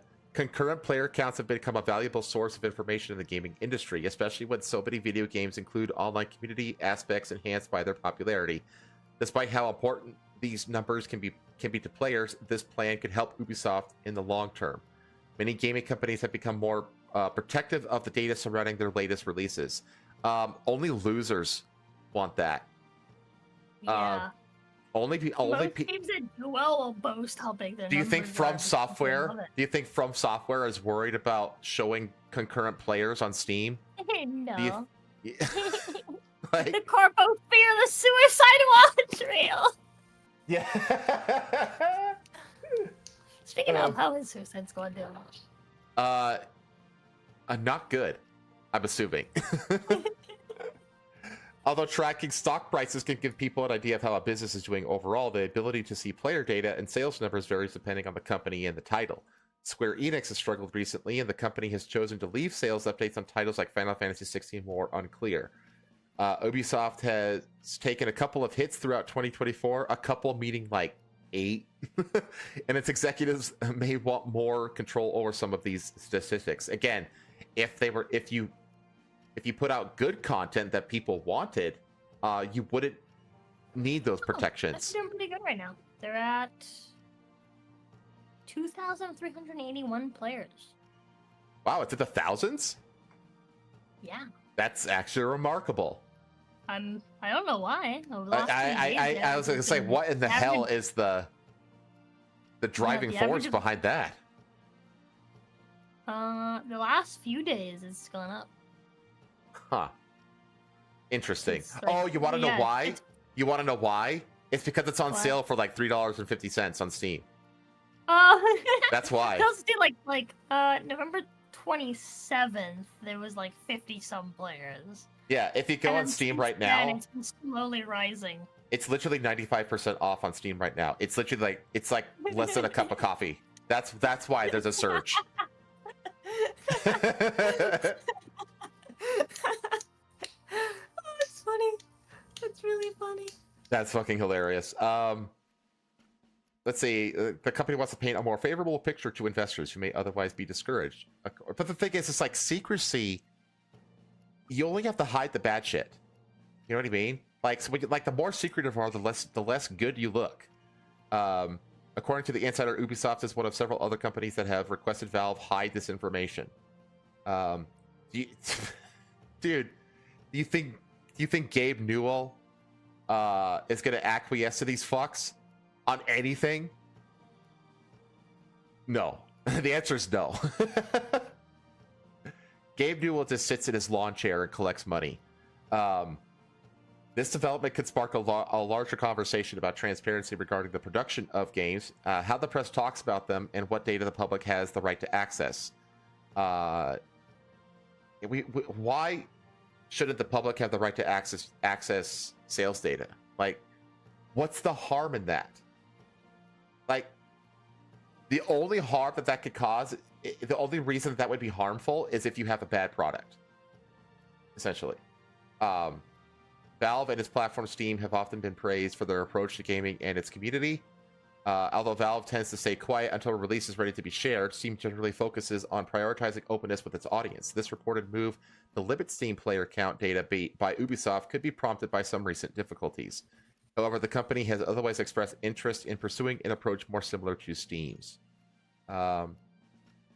They did so they just talk about how like Ubisoft has like got some inner turmoil going on. So, yeah, this is just, again, Ubisoft being Ubisoft, you know. Again, the more secrecy something is, the worse you could assume it to be.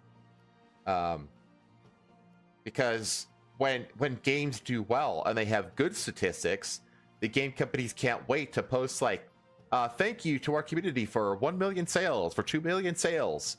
You know what I mean? Yeah. Like they can't wait to bolster about and publicize good statistics. So the only statistics that need to be hidden are bad ones. So, and the thing is that when you hide things, all you do is that you just open the potential for more speculation. And the speculation for bad can be worse, can be even worse than it actually is by hiding it. So yeah, it just fucking make good shit, and then none of this will matter. Like, oh my god. Let me see. Speaking of Ubisoft, they've released a couple of things, or they're going to release a couple of things. First, they're making an Animal Crossing ripoff called Altera. So Ubisoft has a new project in development under the codename Altera that will be a new social sim that uses voxel creation, which honestly, I actually kind of like this aesthetic. The voxel aesthetic is kind of cool, actually.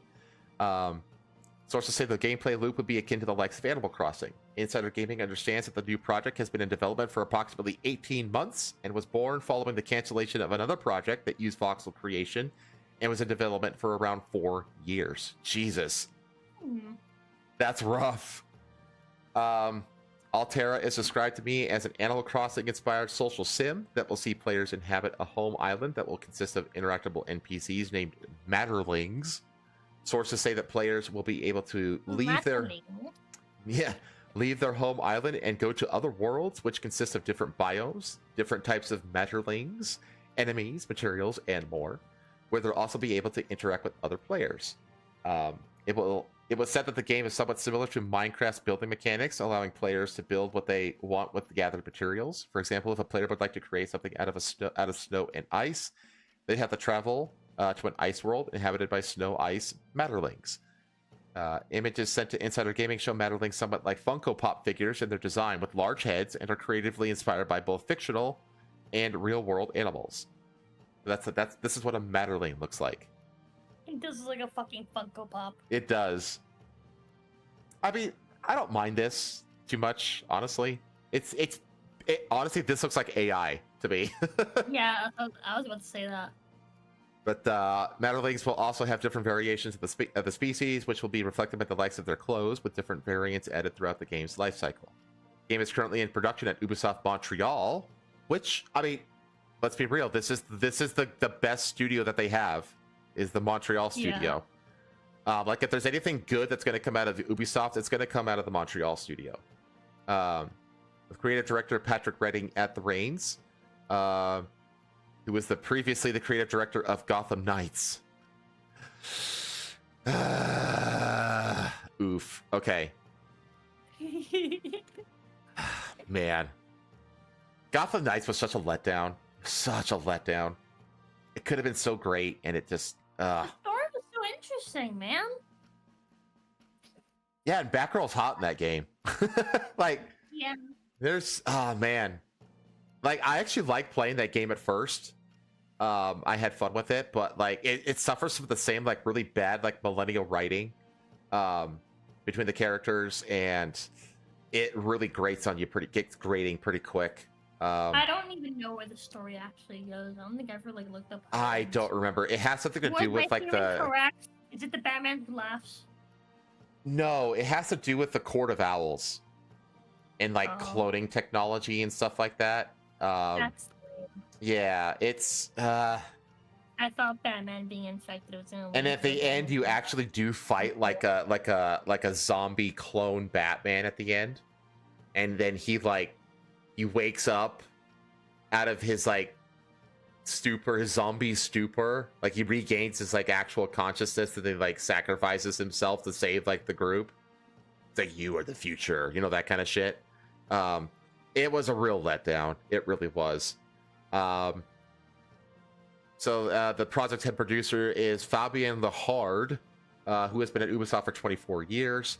At the time of writing, the game is likely still a few years away. Interestingly, Lehard's LinkedIn states that the game is a next-gen project. That sounds like quadruple A game to me. But it's unclear if that information is old or not. Wait, next-gen, does that mean it's like a PS6 game? What? Why would a voxel fucking art style be a next-gen project? That doesn't make any sense. So, yeah, just seems like another And then this was the real kicker with what news. Watch Dogs returns, an unexpected sequel unveiled by Ubisoft. Huh? Okay. The Ubisoft series Watch Dogs has received a new sequel, but not in the way that many fans would have expected. The first Watch Dogs, okay, we know that. Cards pitch, okay. So this is the trailer. I'm not going to show you the trailer, though. I want you to guess. What do you think the format for this sequel is? I'll give you 3 guesses. My first guess is that it's going to be a game where you play as Ian Pierce, a brilliant actor and former thug who's criminal past. Sorry. No, that's first game. I'm not talking about the premise. I'm talking like what genre of game it is. Oh, is it not gonna be an open world game? Okay, so that's the first. I'll give you that one clue. It's not an open world game. What? So I'll give you 3 guesses. Like? Is it what? A fucking Souls-like? No. No. Is it a puzzle game? No. Those are my 3 guesses. We have one more. The open world. I gave you the open world as a clue. Okay. Okay.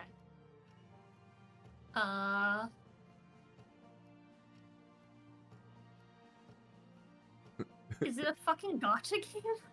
No. Okay. I'm gonna scroll down here. Instead, it's an audiobook called Watch Dogs Truth. Yet this audiobook will be a bit different from most because it will be the first interactive audiobook on Amazon's Audible platform. Set after the events of Watch Dogs Legion and taking inspiration from old school choose your own adventure books, Watch Dogs Truth will allow listeners to make choices at the end of each chapter that will help change the direction of the story. Did you ever read any choose your own adventure books, like physical books, where like you would be faced with a decision and it would be like, if you choose this one, then turn to page 63? That's what this is, but in audiobook format. Cool. Isn't that wild?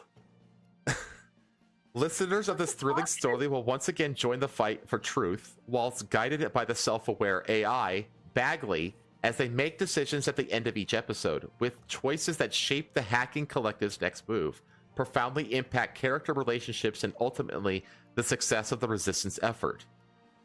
Across the series, listeners will have the fate of the city in their own hands as the government's cyber intelligence force orchestrates a sinister campaign of message manipulation and fake news, which leads DedSec to fight back using its revered tactics to battle against alarming disinformation. Watch Dogs Truth is exclusive to Audible and is available now for those who subscribe to the service at no extra cost. It's also Dolby Atmos compatible for those that appreciate enhanced audio goodness. So, I never would in a million years would have had this on a bingo card. A fucking choose your own adventure Watch Dogs audiobook. So, yeah, it's, I don't know. I'm honestly curious. Because it's so out there that I'm actually curious about it. So, yeah, they made this for some reason. I don't know why. But yeah, that's where we've come. We've come from the first Watch Dogs open world game, to a choose your own adventure audiobook. What a state. I hope it's a well thought out story and not just a chatbot story. See, that's the thing. That's one of the reasons that I'm curious. Like how many decisions do you get to make across the story? How long is it? You know what I mean? Like, I'm actually really curious about it. Like, how many different endings are there to discover? You know, like, I'm curious. You know what I mean? Like, 'cause again, it's so out of. Huh? Are you gonna play it? I don't know. I mean, it's free on Audible, which I have. So, you know. I don't know. I'm at least curious about it. You know what I mean? Just because it's such a bizarre thing. It's like it's not even a video game. You know. So. Okay. It's an audio game. It's an audio game. It's literally an audio game. Yeah, that's a new one. So, yeah, that was not my bingo card. Yeah. So yeah, Ubisoft's just kind of being Ubisoft still. Just a lot of weird things. A lot of weird things with Ubisoft. It seems to be their MO these days. Okay, now we're gonna do a series of rapid fires. So we're not gonna spend more than like 5 minutes on each of these next series of stories. So we should be able to wrap this up within the hour. First on the list, there is a class action lawsuit against Steam's 30% cut of game sales. So an ongoing lawsuit against Valve about Steam's anti-competitive practices and especially its infamous 30% per game revenue cut has taken an interesting twist. According to a report, it's now a class action lawsuit that could benefit any developers or publishers who have sold the game over the Steam store on or after the 28th of January 2017. So this goes back quite a ways. Broader background is in April 2021, Overgrowth developers Wolfire Games filed an antitrust lawsuit against Valve in the USA, arguing that Steam uses its dominance of PC game sales to distort the market and bury the competition. I mean, they're not wrong, but they think it's like they do it passively. You know, like, it's not their fault that the Epic Game Store sucks. You know? Yeah. So, in particular, that the company's base 30% cut of revenue from each video game sold on Steam keeps overall game prices artificially high. Well, the thing is that 30% is standard across all platforms. Like, that's the cut that Sony takes out of every purchase from the PlayStation Store, and it's the same on Xbox. Anything outside of the Game Pass, essentially. So it's not unique to Valve. That's a standard rate. That's a standard publisher's rate, essentially. Or maybe not publisher, but like a distribution rate. Valve is allegedly pressuring developers not to sell their games for lower prices on stores with smaller commissioning fees. I believe that Valve is taking away gamers' freedom to choose how much extra they are willing to pay to use their platform. I believe they are taking away competitive stores' freedom to compete by taking advantage of their lower commission rates. I believe they are taking away developers' freedom to use different pricing models. As you'd expect, Valve pushed back. I don't feel like my freedom is being taken away, and I think you me neither. Fuck up about my freedoms. Yeah, I think you should focus on how you feel about 30% of your money being taken away because you're being fucking a little ton about it. This doesn't pass the smell test to me. It's a lot of your problem. As you'd expect, Valve pushed back on all this. In July 2021, the company accused Wolfire of failing to supply evidence for their allegations while describing the 30% basic revenue cut as an industry standard. Yeah, that's what I just said. A claim that, while not unfair, flies in the face of both growing developer discontent and competitors such as Epic Game Store and the Microsoft Store lowering their commission fees in recent years. Well, I mean, that's what you're going to have to do. You know what I mean? Like, you either compete and you can either build a better store or you don't. Like, again, Valve isn't like actively going after these other stores. They're just sitting back and just being better. You know?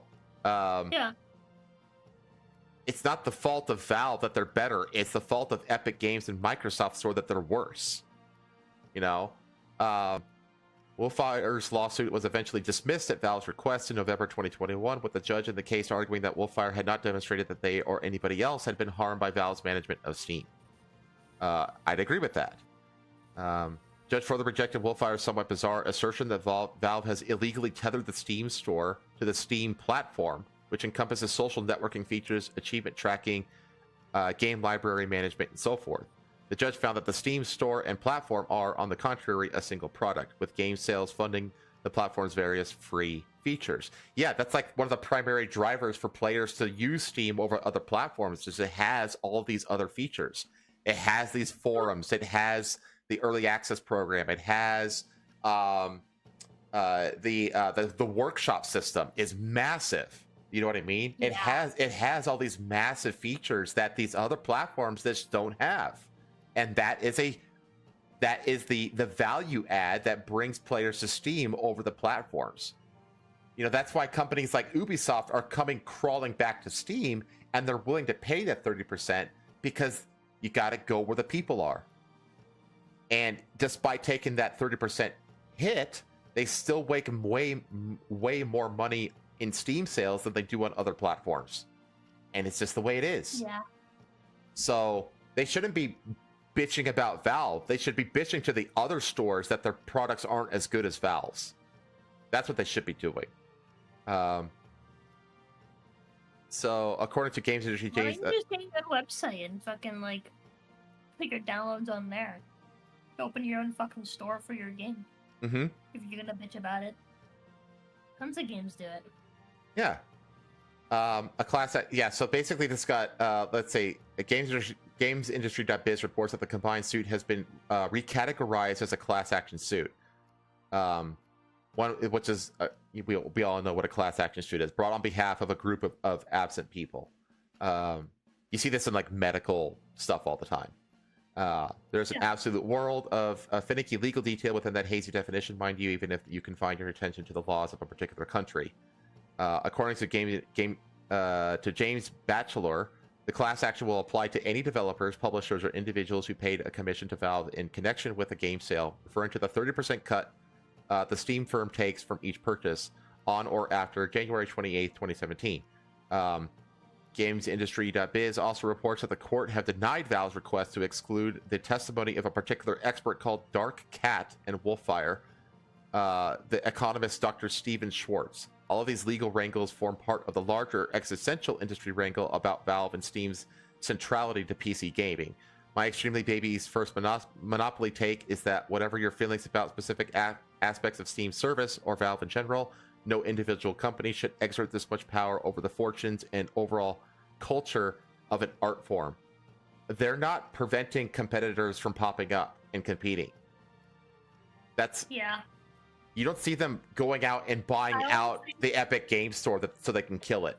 Yeah, you know, they're not doing that. I don't think that people understand what a monopoly is. And also, like, these games are available on console as well, or a lot of them are. I guess Steam easily has the biggest library of games available for purchase, but that 30% rate is also standard across other platforms.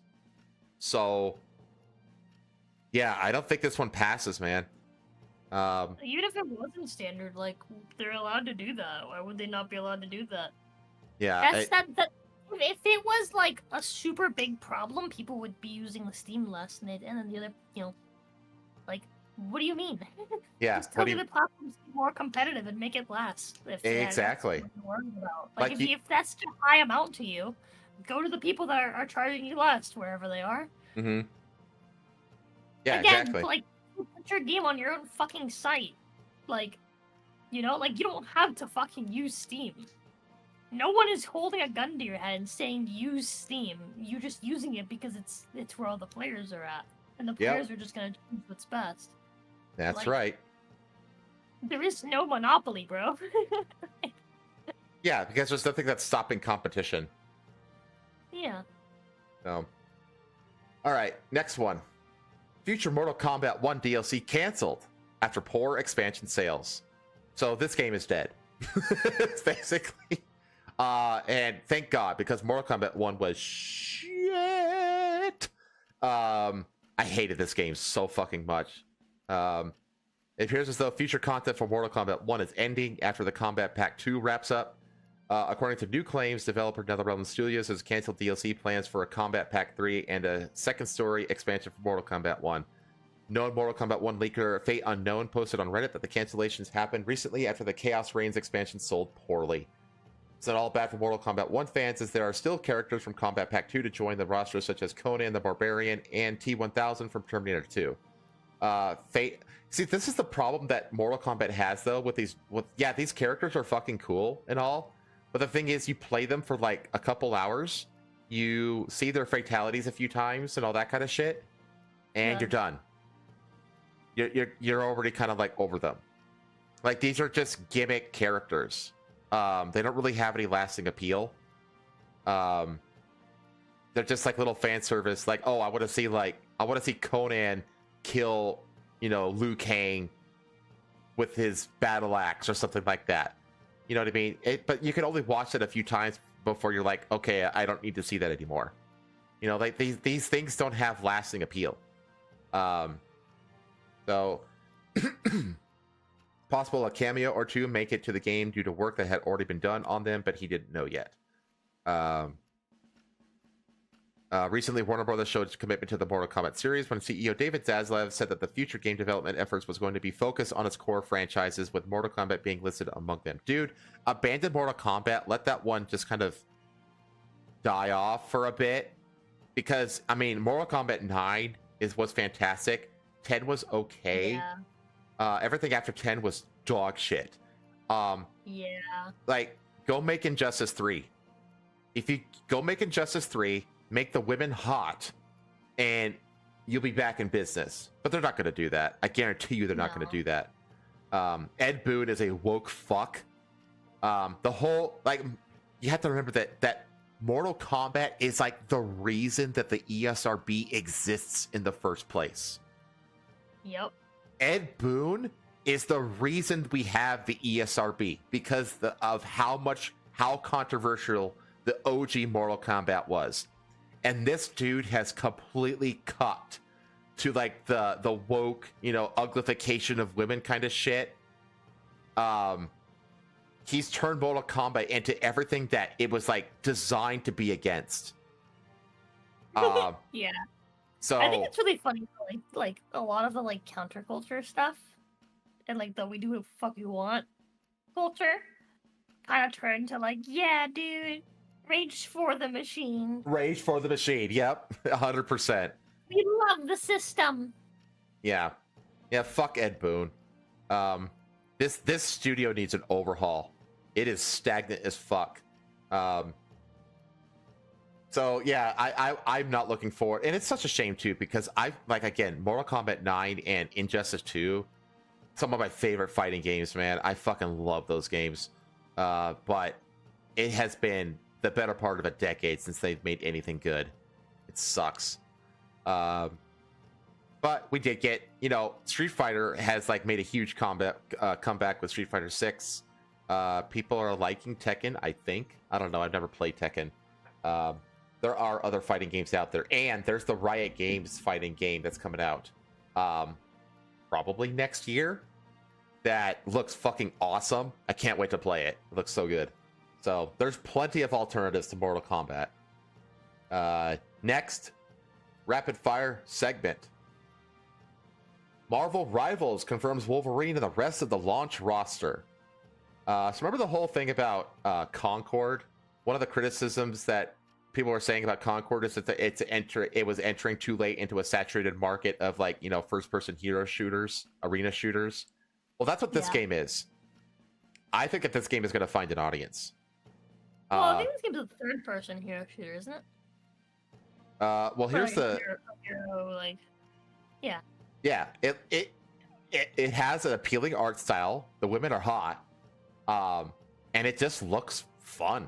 It actually does look fun, and I have like zero connection or like care about Marvel, but it just looks fun. Like I want to play this.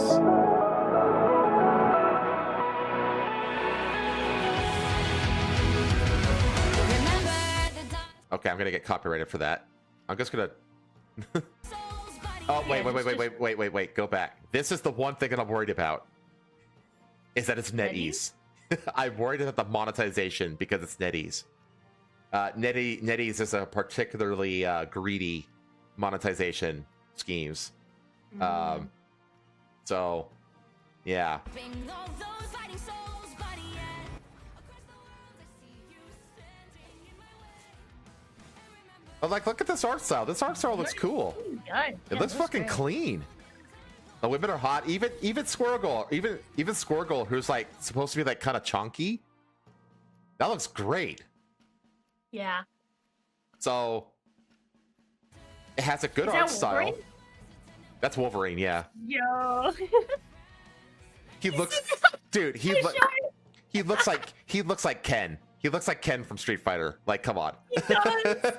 Like, you can't. Bro's built like a fucking brick shithouse, dude. He's huge. Yeah. He's so beefy, man. It's a fucking full-on But- dwarf. Look at this. Look at these. Look at the two ladies over here, or the three ladies. They look beautiful.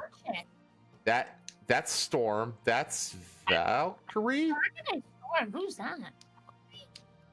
She's hot. I'm not sure. But that's the whole.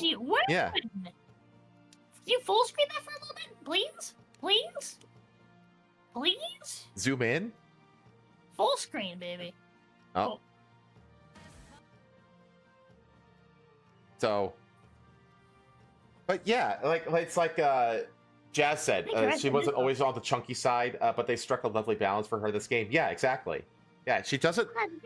Like, son, midriff, all black. We got spikes. We got the booty shorts with the fucking like the torn. The torn leggings. stockings. Yeah. Yeah, this is a great art style. I mean, that's the thing. It looks like a 3D comic book. It looks great. Yeah. Is that Aquaman? Aquaman. There's Are the Widow. Avengers? That's Widow. Looking good. Fucking goddamn, America, Captain good. America looks fucking good. Like all the characters look fucking Winter Soldier good. looks awesome. There's look at this Squirrel Girl. Like she's on the thick side, but like got the thickums, and I this like is it. she I'm looks very great. Are you into kidding? Yeah, this is the way you do this kind of a character. that. Look at them thighs, dude. Ooh, look at Moon Knight. Moon Knight, Doctor Doom. Oh, Doctor looks so sick. Spidey? Like I want to play as Squirrel Girl. She looks fucking great. He does. Hawkeye. Hawkeye looks great. Black Widow. It's really colorful. I haven't seen gameplay. This is obviously, but this is like the art style of the game, though. This looks really cool. Hey, oh wait, hold on. Is that go back? Who's that? The girl? Who's she? Yeah. I have no idea. Killer Frost? Yeah, she fucking came in here like fucking Mr. What's his fucking name in The Incredibles? Oh. Mr. Freeze. No, that's Frozone. In A Frozone, that's what it is. yeah, What's Mr. Freeze? What am I thinking of? that's Batman. Ah, my bad. But yeah, I mean, this is the thing though. This is Marvel. These are Marvel characters as interpreted by NetEase, a Chinese company. You know what I mean? It's like, yes, Great. like yes, this looks great. That's Iron Fist, Fastball. So All the characters will be available from launch anyway. Wait, really? global launch. It's in a week. It launches in a week, less than a week technically. So I don't know. Like, I actually want to give this game a look, you know, because it. Awesome. You can see that they didn't even show like the Scarlet Witch is in here, you know. Yeah. So, but I this see fucking dude. Look at fucking Thor. like a Punisher. Bottom left. Look at Punisher looks awesome. Yeah. Look at Thor. That's fucking epic. Yeah, like Yeah, you got Spawn. Spawn's in it. Even Ironheart's in it. And Ironheart looks kind of cool. So like, you know, you could do these characters and make them look sexy and cool. You know, I could totally see this game finding an audience though, like a consistent audience. Top right. Oh yeah, look at that. And Groot right behind them. Yeah. I don't know, like this is awesome. it looks cool. It looks cool. Like, I want to give it a try. And it's not even like a genre that I'm normally interested in. But like, again, if you have a good art style and you have good aesthetics, you can draw you can draw an audience with that. I mean, that's how audiences are drawn, is through good art style and aesthetic. This is a great trailer. So yeah, Marvel Rivals coming out in a week. It looks cool. They're gonna make their money on cosmetics. Oh, hell yeah, they will. So we'll see. We'll see. I could totally see this finding an audience. Next, another feel-good story. I got a lot of feel-good stories, actually. No Man's Sky finally. Yeah, I saw that. Finally hits very positive for all and recent. It finally happened after 8 years. Took them a little bit more than eight years. They finally got to very positive across the board, which fucking bravo. Absolute bravo. I consider No Man's Sky to be like the greatest like gaming comeback from like a dev perspective in gaming history. Dude, massive props to Sean Murray, dude. Yeah. Like talk about a dude with a vision who just like, yeah, he fumbled out of the gate, but he just like put his head to the grindstone, kept his team intact, and just did the work and made something fucking exceptional. Yeah, you know, good on him. Like I actually quote tweeted it saying like chat. Yeah, I know. I replied. I want to play it with you. I think there's a bunch of us that want to play it with you. We should do it. Because I think you could even do like private server hosting and stuff like that now and everything in it. I think I have to look into it, but yeah, there's like a whole robust multiplayer system now in the game. It's fucking great. So maybe like early next year we look into it or something like that. Definitely. So yeah, good for Sean. Good job, Sean. Fucking proud of this guy. And then I have my final story, which is very personal to me. I'm curious if you've seen the breaking news. What? If you've seen the breaking news, Azumbra. Uh-oh. About what? About what? Uh-oh. Now I'm nervous. He said to you. This Path of Exile 2 early access. Oh yeah. An announcement for the Project Mugen. Yeah. There's, like I said, there's been a lot of good news this week, actually. Oh my God, what am I?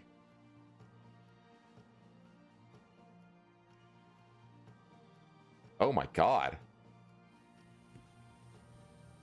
Okay, well that's not for this show, Umbra. It's not about furries. It has to do with a very, very, very big name in Hololive graduating. I will let chat look it up because this show is not focused on VTuber stuff. Send everything to Jazz. We have a very, very long OCP episode coming up. So. Yeah, that can talk about literally anything, pretty much. I feel like just to fill the time. Okay, I'm gonna get back to my final story, which is I don't think that chat is necessarily gonna know this a ton, but this was a story that was very near and dear to my heart because it's about a game that I play a lot and that I absolutely love and I want to see it succeed, and that is Legends of Runeterra, which is the card game, which is it's like the single player roguelike deck builder card game that Riot puts out. I have well over 1,000 hours at least into this game. I've played the shit out of this game. I started playing it religiously after the first season of Arcane came out, because that's like the show. That show like basically like introduced me to Riot Games pretty much. It got me interested in the world, and I didn't really want to play the MOBA, but I always liked card games, and then I learned about this game, and I just got sucked into it like so fast and immediately. Now, what happened is at the very beginning of this year, Riot was hit with a bunch of layoffs, and that also led to a reduction in their operations.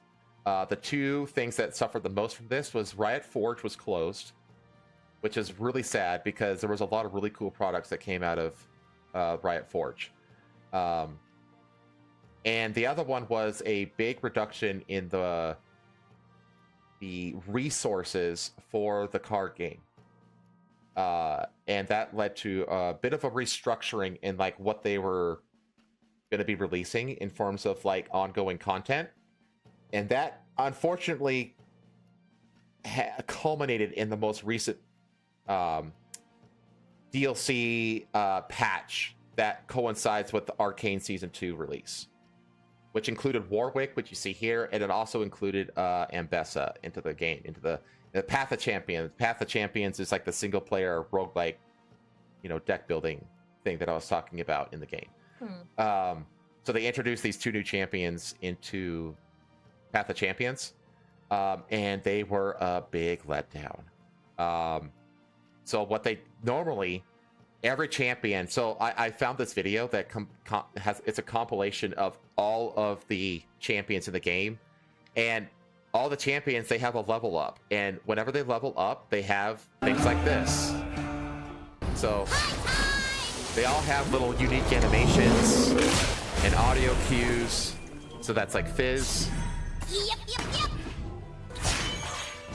Misfortune, All eyes on me. Hey, oh. Gangplank. Oh, let me just skip forward a little bit. This place reeks. I will drive back Nami. the darkness. Yeah, I get it. They have But you get it. You get it. They all have like these unique animations. They all have flavor texts. And whenever there's a champion release, they come with called with support cards, which are like cards that are specifically designed to work with that champion.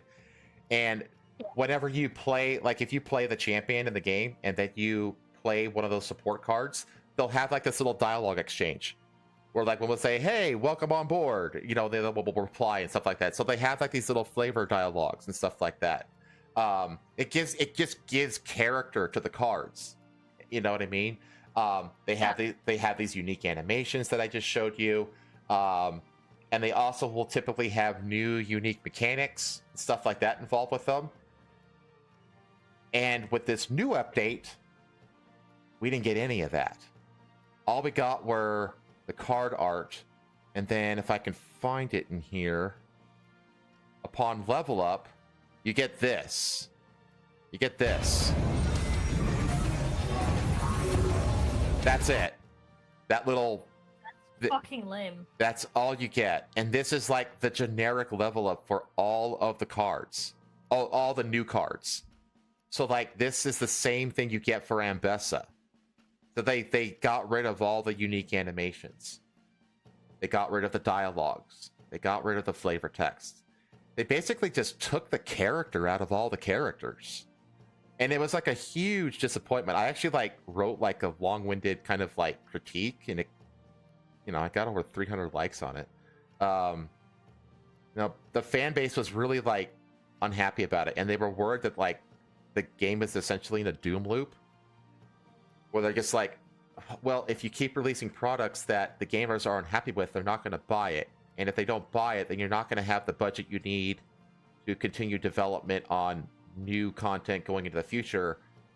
And if that happens, you're going to enter a doom loop. And if people think that the game's in a doom loop, it's going to end soon, then they're not going to put any more money into it, which is just going to accelerate the doom loop. Yeah, and everybody was basically saying, myself included, that like, man, the character of the characters, the animations, the dialogue stuff, the flavor text, that's what made the game so fun. Really, was all that extra stuff. And if you take that out, you kind of remove the soul out of the game.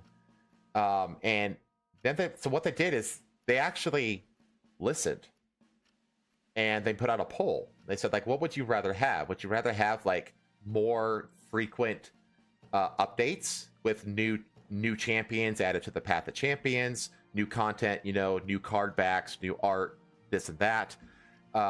Would you rather have like more frequent updates that would have less of those things, or would you rather have less frequent updates with those bells and whistles?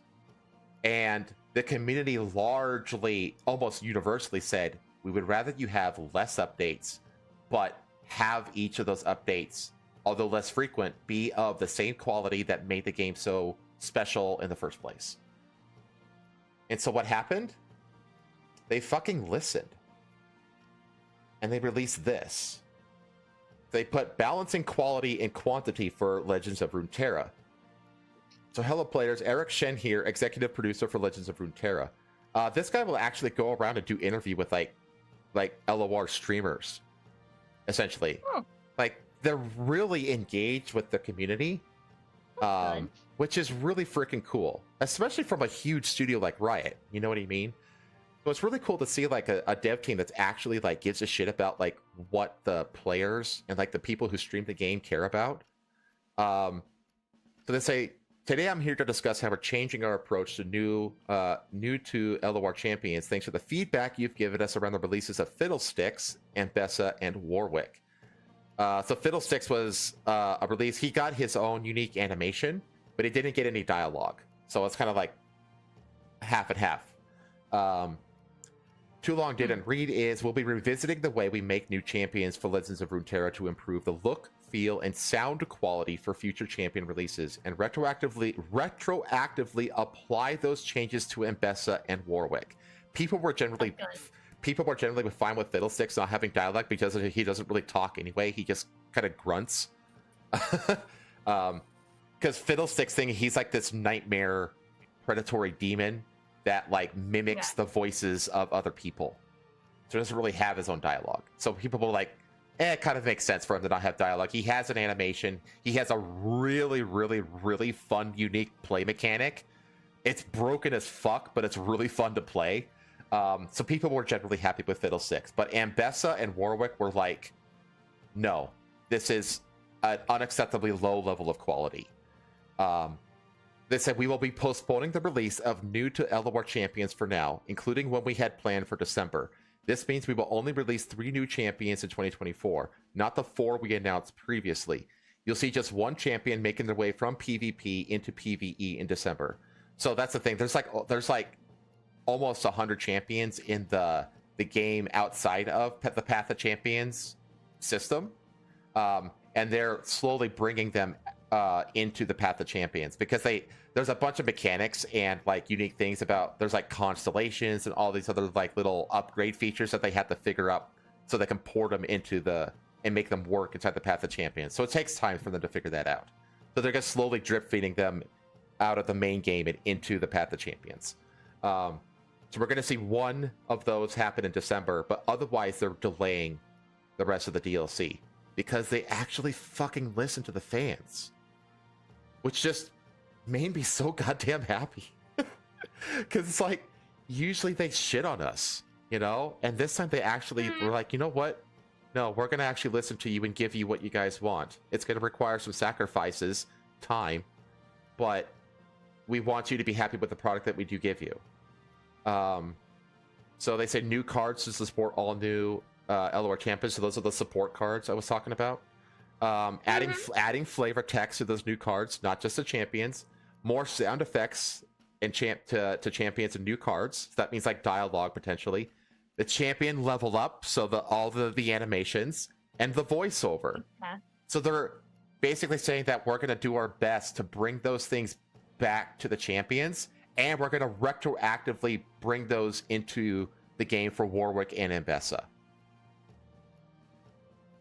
So they're saying like, you know, like we're going to do our absolute best to get as much as we possibly can, considering our budget and resources available, because they got cut down at the beginning of the year from those layoffs.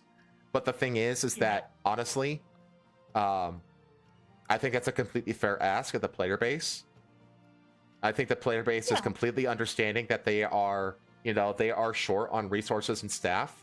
But this is a dev team that cares, clearly, and they're very committed to making the fan base happy. And I actually want to stream the game now, because you can tell that these devs are doing you know, everything that they possibly can to keep the game going as long as they can. And they've also said that the game is like, besides the shows like Arcane that they're releasing, this game is the establishment, is basically, it's basically establishing the lore for the game. So anything that happens in this game, as well as in the Arcane and other TV shows, that's the canon of League of Legends. So that tells me that the devs care, and I don't think the game is in a doom loop anymore. I think they actually managed to. They were like riding around the edge of the doom loop, and they managed to escape it before they reached like a point of no return.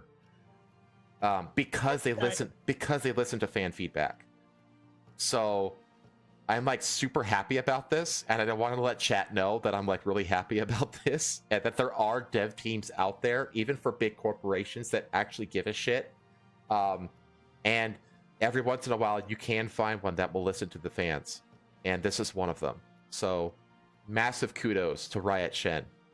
And I'm gonna start streaming this game. I'm probably like after the holiday season. Maybe actually, you know what? I'll probably stream it like in December. I'll find an excuse to stream it a few times in December, because I just fucking love this game, and I've been wanting to stream it for a while anyway. But I was like, I don't want to start streaming it if it's gonna disappear in a month. You know what I mean? Yeah. But now I'm pretty damn confident that it's not going anywhere anytime soon. So I'm gonna start streaming this thing. So. And that's pretty much what I said here. I retweeted it here, but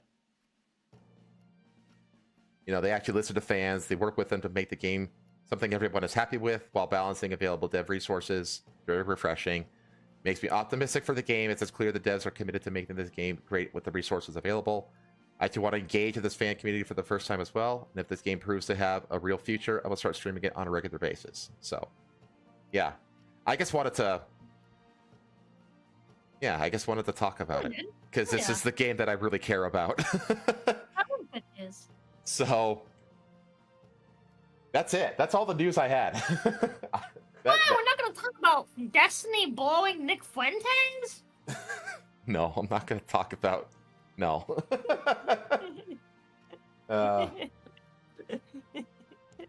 Probably come by to lurk and goon.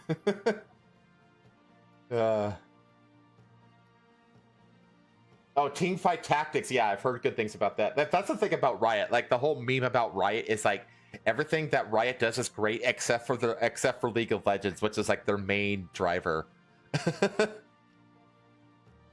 But yeah. All right. That's all I had. That's all the news. That's all the news. Fucking 11. Jesus Christ. I know, it's late. This was a long one. Well, yeah, because we went on some long-ass tangents this time. We did. I enjoyed them, though. I enjoyed them. Yeah. Man, you're finishing early to finish working on fucking mix-it-up shit. Oh, yeah. Maybe we had to go extra long because last time was only like a 2.5 hour long show. Yeah, last one was very short. That was very EP. But we got through it. All right. Well, do you have any closing comments? I'm back tomorrow, boys. Yeah. That's all. Also, Lord of the Rings tomorrow night. We got 2 towers. We'll all cry. Both things you gotta be there for. Yes. We demand your attention tomorrow. That's right. All of your attention. And then the other big thing is the big OCP 1-year anniversary stream on Wednesday. Yeah. That's a big one. Yeah, we're gonna be doing OCP for 12 hours on Wednesday. It's gonna be crazy. Mm-hmm. I'm gonna try to be there for as much of it as I can. It's gonna be a fun time. Yeah, it's gonna be fun. All right. Fuck. Well, not Jazz like, huh? Oh yeah, Jazz. You've been doing it for 12 hours. Did I not tell you, Jazz? I think he's saying fuck to me being there a lot. Oh, man. Well, all right. Well, like I said, Rosa's got her comeback stream. My next stream isn't till Tuesday. coming back to Assassin's Creed, and the Indiana Jones game comes out like next Friday or something like that. So I'm gonna stream that probably the following Tuesday. So 2 Tuesdays from now. Pick off the Yakuza? Yeah, dude, I do feel rusty. I feel very like, ew. I need to get a fucking lamp, dude, and some brighter fucking lights for this room. These fucking, like, dammy yellow fucking lights are putting me to fucking sleep, dog. I need something bright, and my fucking desk fucking, like, the light that I have, the, like, ring light for my desk, is, like, if I turn it on...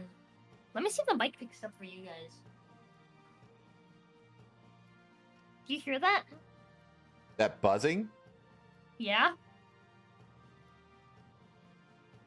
I don't hear anything right now. When you talk, there's like a ringing sound. Yeah. It's because like yeah, turn it off. Ow. Yep. That actually hurts my ears. Yeah, that's what I hear constantly. It sounds like I have tinnitus. Yeah, exactly. Yeah, that's that's awful. Sound. That's the sound that I hear whenever I turn on the fucking ring light. I don't know why. Let me see something. It's not that bad if I take off my headset, but like the mic just really picks it up for some reason. I don't know.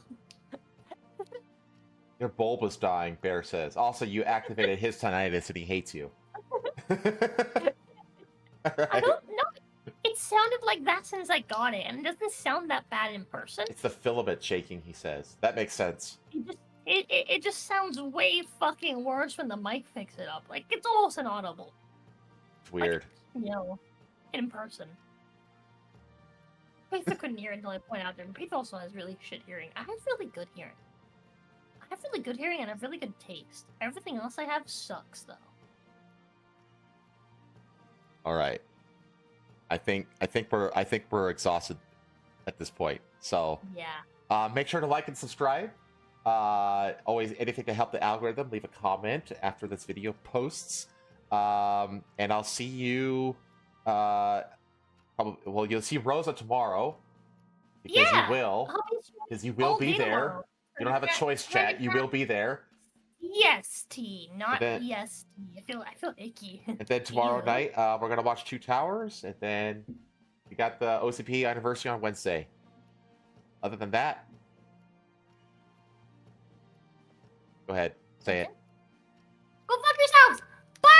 The watch is yours, chat. See ya.